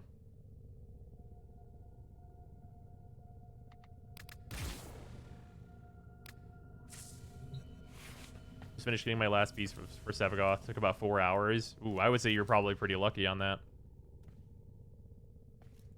But yeah. Man. Shadows melee too, please. I guess they're both just not in the widget. Pretty normal build. I will say I should use one more Forma on this, theoretically. And then instead of Drifting Contact, I'd put in... there's a few different options. Probably... I mean, you could put in a Gladiator mod for the crit damage. You could put in a Heat mod. You could do 2 Forma and put in Condition Overload. There's a few things that could be here instead of Drifting Contact, but Drifting Contact is just a placeholder. Otherwise, build's done.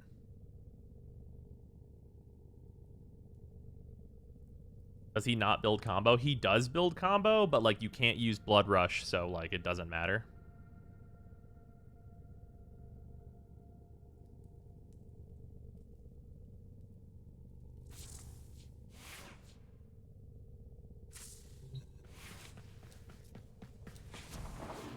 So, no. Hey, the combo still builds up.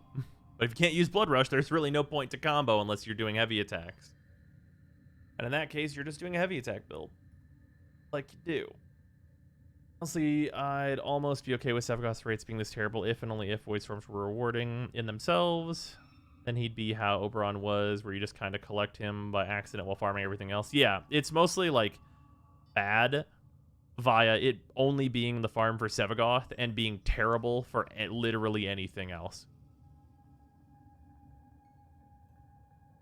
Gladiator mods work? I actually do not know. I would need to test that further. Regardless, we have a crack pack, and then I think that's going to be the end of the stream for today. A little bit on the shorter side with a 6-hour, but I think we accomplished much. I mean, we did the whole update, it seems like, so that's good. City Farm Sevagoth haven't touched the update yet. Void Storms, which are the bad part of the update.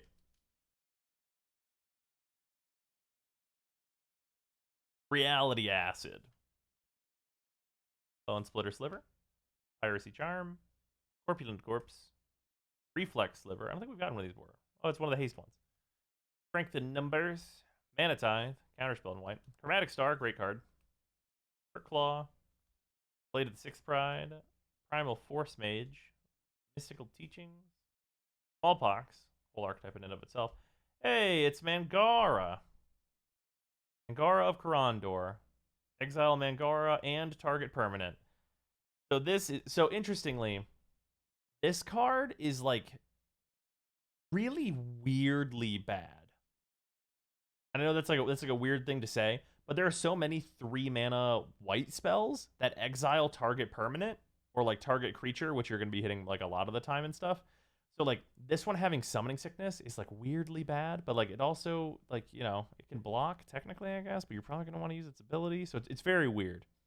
Very weird 3-mana 1/1 from white, but there it is. And oh, and we got a sad boy. Solemn Simulacrum. Very good card. Solemn Simulacrum is about 1,000,000 times better than Mangara. So, sweet card here. Do it in a Flicker deck? I mean, sure.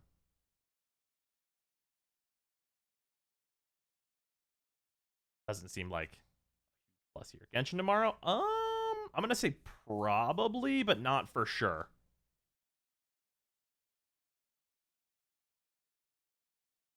But yeah, that is gonna do it for stream.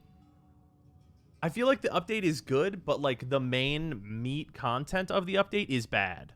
Does that make sense? It's really rough. It's really rough.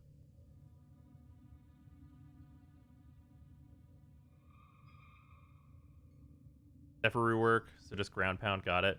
Oh no, just ground pound is not the only thing available. I would say ground pound is more of a meme build, but yeah. Yeah, Sevagoth's cool. Core fixes are nice. Quest is cool but short, and like the Void Storm's fucking oof, which is real rough. But yeah, I will see you guys later. I will be heading to bed and see you tomorrow. Goodbye, everybody.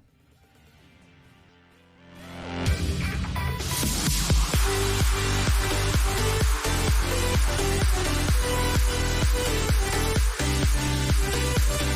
back.